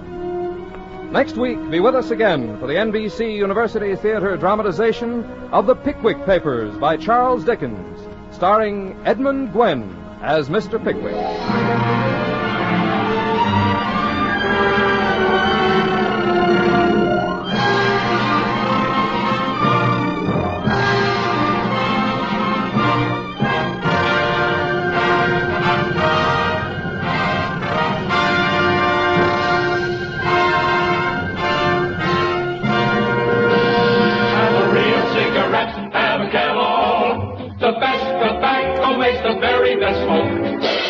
Have a real cigarette, have a Camel. Are you looking for flavor and mildness? Have a real cigarette, have a Camel.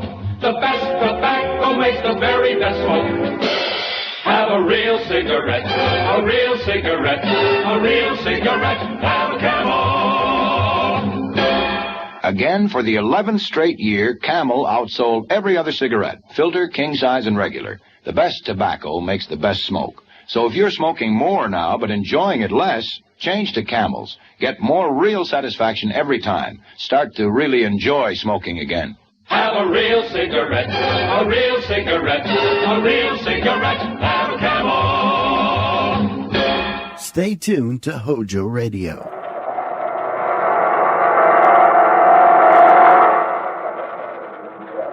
Dark fantasy.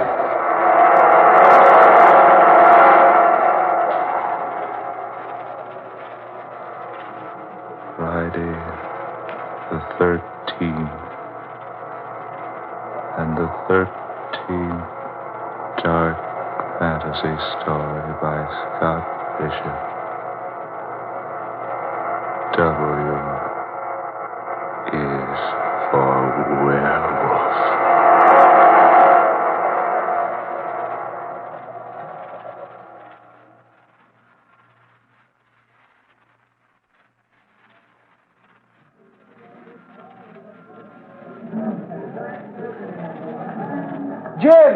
Jim Howard, over this way. Bill Andrews, you old pill roller. Golly, am I glad to see you. Well, Jim Howard, welcome to Cape Howell. You're just the medicine the doctor ordered. And you're the doctor. How are you, Bill? Never better. Say, am I glad to shake hands with you again? You're the same old Jim. 5 years haven't changed you a single bit. Well, I'm sorry. I can't say the same thing about you. You look tired, almost sick. I say you aren't ill, are you? Ill? Oh, no. No, I've just been working hard. Not much sleep lately. Come on, I've got a wagon waiting right over here. Wagon? Sure, nothing fancy about us. We'll take the wagon to the boat landing, and then we'll row over to my island. Say, now, wait a minute, Bill. Are you trying to rib me? What do you mean, your island? Oh, didn't I tell you? I haven't lived in Cape Howell for 3 years. I find it more pleasant and comfortable out on the island. But what island? Folks around here have another name for it, but don't mind them if you hear it. I call it échappé. Say that again, Bill. Échappé. Well, what's that, Scandinavian or Esperanto? French. Come on. Here's the wagon over here. Young John's waiting on the boat landing. Oh, I say, how is young John? Jim, I don't know. I'm worried about him. He's having trouble with his studies. Doesn't seem to like books and hates company. Well, I'd say he's more lonesome than anything else. It's more than lonesomeness, Bill. Ever since Bill Jr. died, he hasn't been the same. Angela and I were sorry to hear about Bill Jr. It's pretty sudden, wasn't it? Yes, pretty sudden. That's the way it is in this country, though. So much fever, so few conveniences. Oh, by the way, you say Angela and the child will be along in a few days? Oh, yes. You got my wire? Got it yesterday. I didn't know your sister lived at Lowston. Oh, yes, she has for years. Angela wants to visit about a week, and then she'll come on down here to Cape Howell by steamer. Oh, incidentally, old man, do you think this country's all right for the baby? Had her shots, has she? Oh, yes. Yes, I did everything you suggested in your letter. You know, that letter you wrote almost scared Angela out of coming. Oh. She said if it's that dangerous here, she doesn't think we should risk the child's life by bringing her here. Well, there's no danger at all if the child's been inoculated against the 3 diseases I mentioned. Oh, I took care of that all right. You're sure there's no other danger? I've taken care of any other danger there might be. What do you mean? Just that. There's nothing in the world for you or Angela to worry about. Please believe me, Jane. All right, old man, all right. Angela and I are on the first vacation we've had since we've been married. And believe you me, we're here to make the best of it. Good, that's fine. Come on, the wagon's waiting, see? Right over there.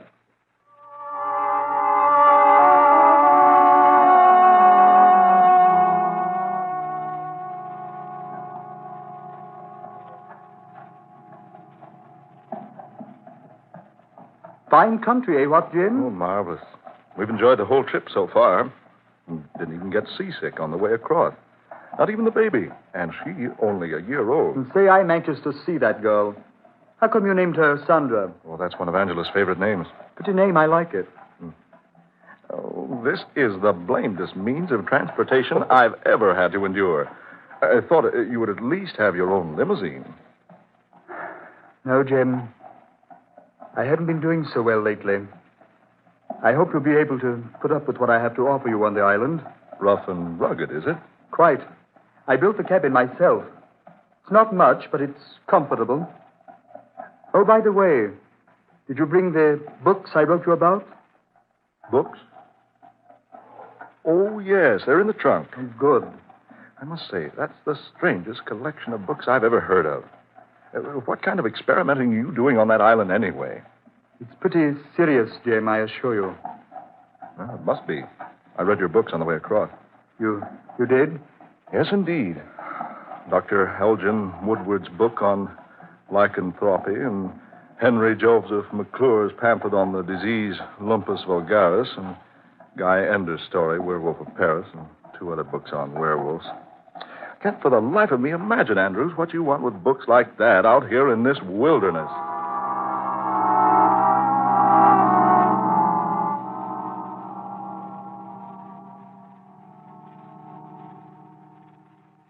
All right, Jim, here we are. Oh, John, here's Jim Howard. You remember Mr. Howard, don't you, Johnny? Well, sure he does. How are you, John, old boy? All right. Glad to see you, sir. Oh, I say, where's that old smile I used to see? Here, let me shake your hand. No, sir. I don't want to shake hands. Oh, come on now. We're old friends, aren't we? No, Mr. Howard. Oh, I say, now. Jim, just a minute. Let go, Mr. Howard. There. Jim. Oh, there now. Shake just like old friends. Let go. Let go my hands, sir. Let go. Jim, please. I say. The boy's handbill. Come on, Jim. Into the boat with you. Come along, Johnny. Johnny, get into the boat, son. Yes, sir. Come along, Jim. All right, I'm shoving off. All right, Johnny. You want to take the oars for the exercise, or you want me to row? Well, son? I told him not to shake my hand. I told him, didn't I? Johnny. Can I help it? Is it my fault if my hand's all... Johnny! You want to row or not? Yes, sir. I'll row. Okay, son. Hop to it. Johnny, Sonny, if I did something... Come on. Down to the other end of the boat, will you? Here. Sit here. I say, Andrews, that boy's hand. Quiet. He's upset enough. But, Bill, the palm of Johnny's hand. Good Lord, man. It's all covered with a thick growth of hair.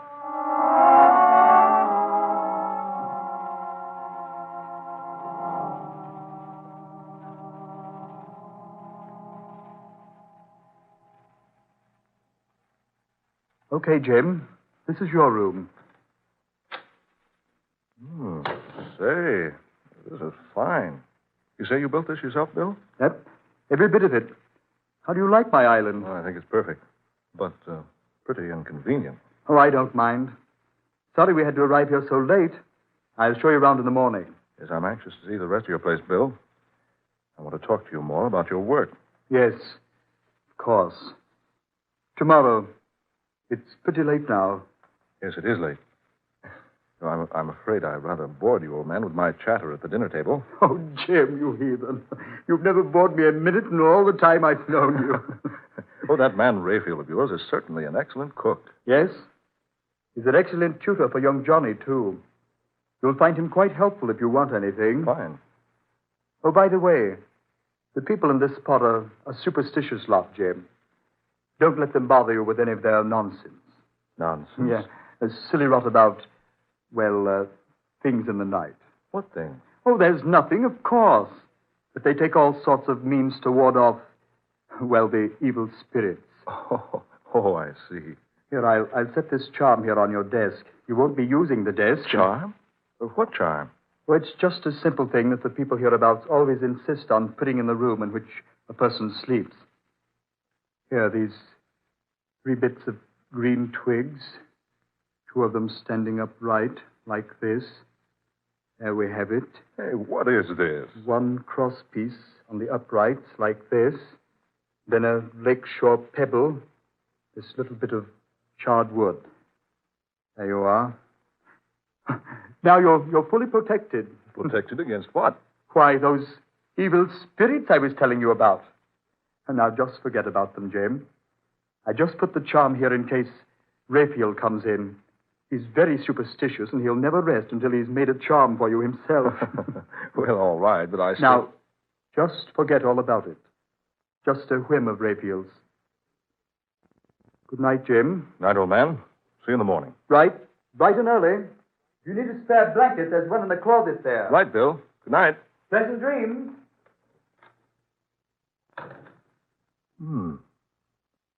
A whim of Raphael's, huh? 3 bits of green twig, lakeshore pebble, and a piece of charred wood. That's a strange combination. To ward off evil spirits, so Bill claims. But what evil spirit? Great horn toads, what's that? What in the world is that? Bill! Bill, I say, Bill, what's that howling? It is nothing, Mr. Owl. Huh? Oh, you, Raphael. Nothing but a wild animal howling in the night. What? That sounded like a wolf. Wolf, Mr. Owl? Yes. It couldn't have been a wolf. There are no such animals in this country, you know. I know that, but... There, you hear it? It will be all right, sir. Did Mr. Andrews give you the charm? Charm? Oh, yes, the charm. It will protect you, sir, from anything. Wait a minute, Raphael, don't go. Just what is this thing I'm being protected from? Oh, nothing. Nothing, sir, nothing at all. People around these parts are curious lot, that's all. Superstitious, you know, and all that sort of thing. So we humor them by always keeping a charm in the sleeping rooms of our homes. Yes, but I don't see why you should worry about humoring anybody. Way out here alone like this on this island. Well, sir, it is just a habit of Mr. Andrews' Arago. But he said it was you he was satisfying by placing the charm in my bedroom. Yes, sir. That is, well, what I mean is, sir, I'll best be going. Young Johnny isn't feeling so well tonight. I hope you sleep good, Mr. Owl. And don't worry about the howling. Nothing will harm you. Don't worry about the howling, eh? That's strange. That howl's coming from the east wing of this cabin. Right over there. By George, I'm going to skirt this place and have a look. Quiet now. Not a sound. But a light just went on in that room the sound's coming from. That window's heavily barred. And the window glass is frosted and curtained so no one can see inside. The howl is coming from inside that room. Here's the door to the place. Oh, Bill. Bill, are you in there? Bill. Some animal in there, all right. Bill. Andrews, are you in there? Whatever it is, it's trying to get out. Bill. Bill, are you all right? Are you in there, old man? Bill, are you in there? Bill! Yes, Jim. What is it? I just wondered if you were all right. I heard that animal howling, and I thought that... Animal? What animal, Jim? Don't tell me you didn't hear it.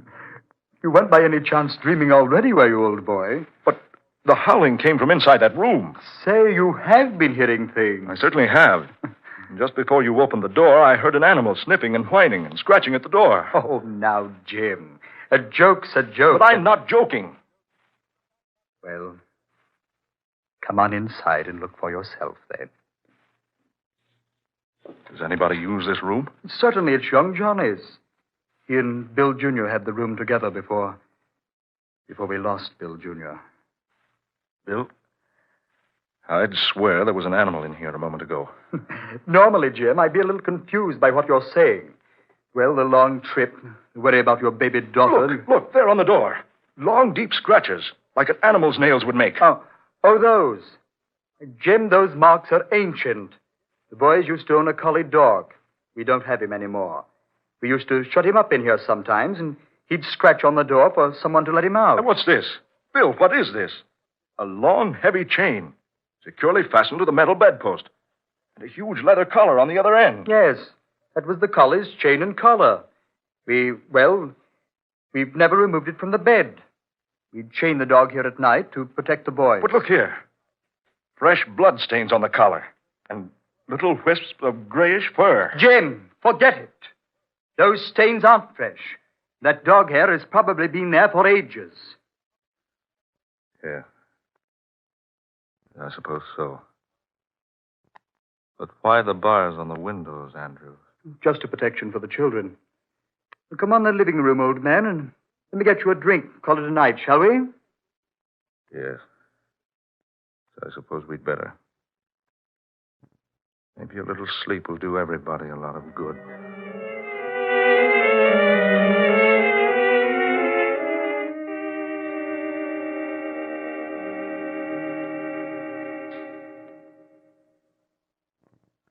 Angela, I can't tell you how happy I am to have you and Jim here to visit me. Oh, we've looked forward to this for 6 months, Bill.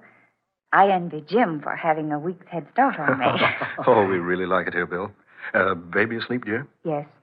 And it's time we had some rest, too. And that's my hint to clear out. Oh, no. Oh, I forgot. I'm going over to the mainland. I'll be back by morning. Anything wrong, Bill? Oh, no, not a thing. Jim, may I ask a favor? Certainly. That watch charm you're wearing, solid silver, isn't it? Why, yes, it is. Do you think you could give it to me? Give it to you? Why, of course. I have a very special reason for wanting it. I wouldn't ask for it if I didn't have. Here you are. Thanks, old man. I hope I can return it to you. Well, good night. See you tomorrow. Good night, Bill. Jim, why does Bill act so strangely? I don't know, dear. I wonder why he wanted that silver watch charm. Odd. Oh, by the way, you said you had that wire for me. Oh, yes. It's here in my purse. I'll get it for you. Would you cover Sandra, dear? She's kicked her blanket off. Oh, sure. Here you are, darling. Thanks.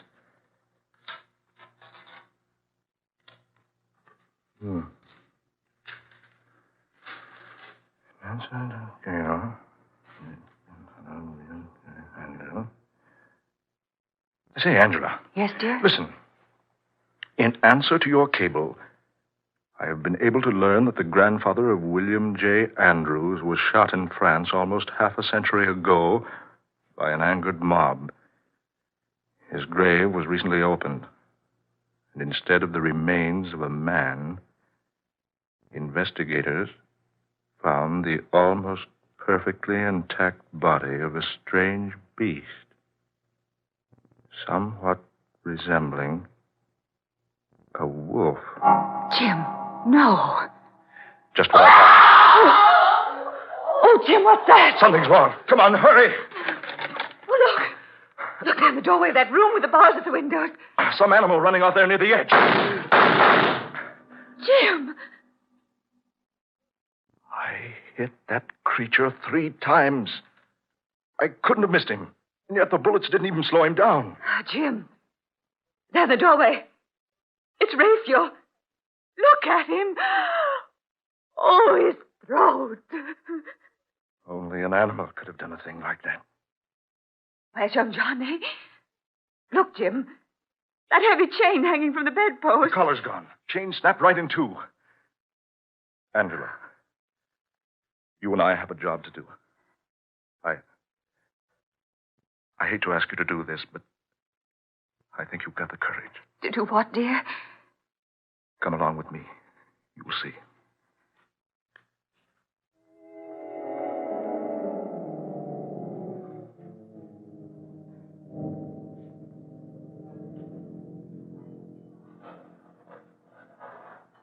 You about ready to get the lid off the box now? Oh. Steady, Angela. Steady. Oh, this thing's terrible. Desecrating Bill Jr.'s grave like this. Digging up the casket. If I'm wrong about this, well, we'll see. Hand me that bar. That's it. Now, hold the light over here now, Angela. Just another nail or two.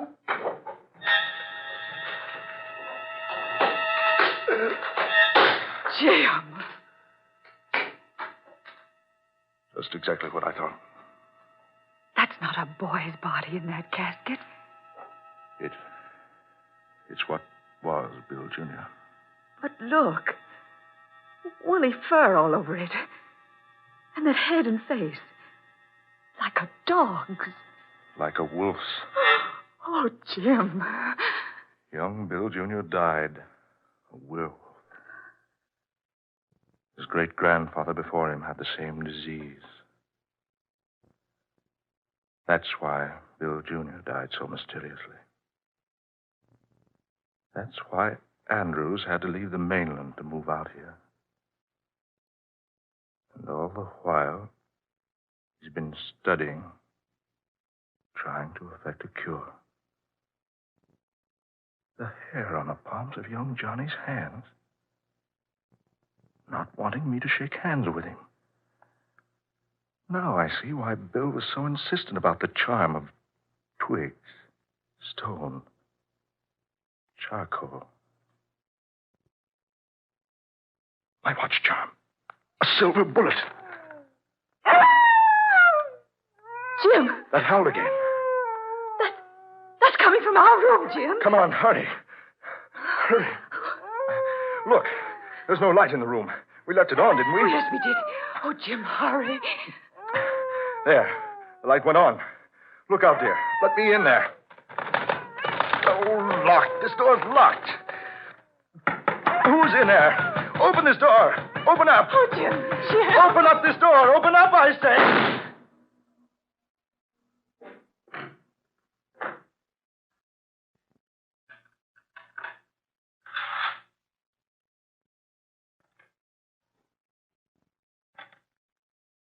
Bill.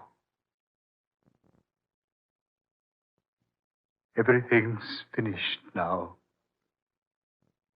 Young Johnny is dead.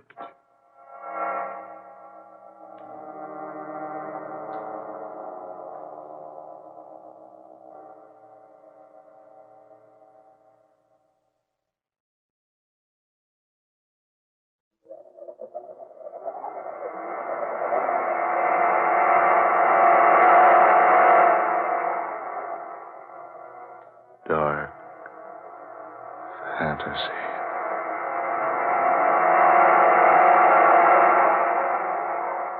Truth is stranger than fiction. And this is the proof. This is Ripley's Believe It or Not.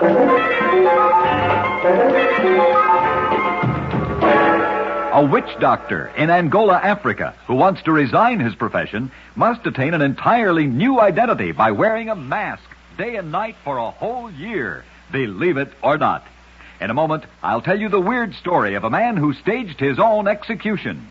Some men have been known to do strange things in the face of death, and Giuseppe Carracci certainly was one of them. Giuseppe was an Italian sculptor who was sentenced to death in Paris for attempting to murder Napoleon. He persuaded authorities to permit him to travel to the guillotine in the purple robes of a Roman emperor, and he rode in a golden coach which he designed especially for his own execution. Believe it or not. The instant coffee with a famous flavor. That's Instant Maxwell House, the happiest combination in coffee. Wonderful, good to the last drop flavor, combined with the convenience and thrift of coffee made instantly in the cup. So easy, no pot, no grounds. So thrifty, saves you real money compared to ordinary coffee. So truly good, pure roaster fresh flavor. Try Instant Maxwell House, the instant coffee with a famous flavor. Instantly good to the last drop.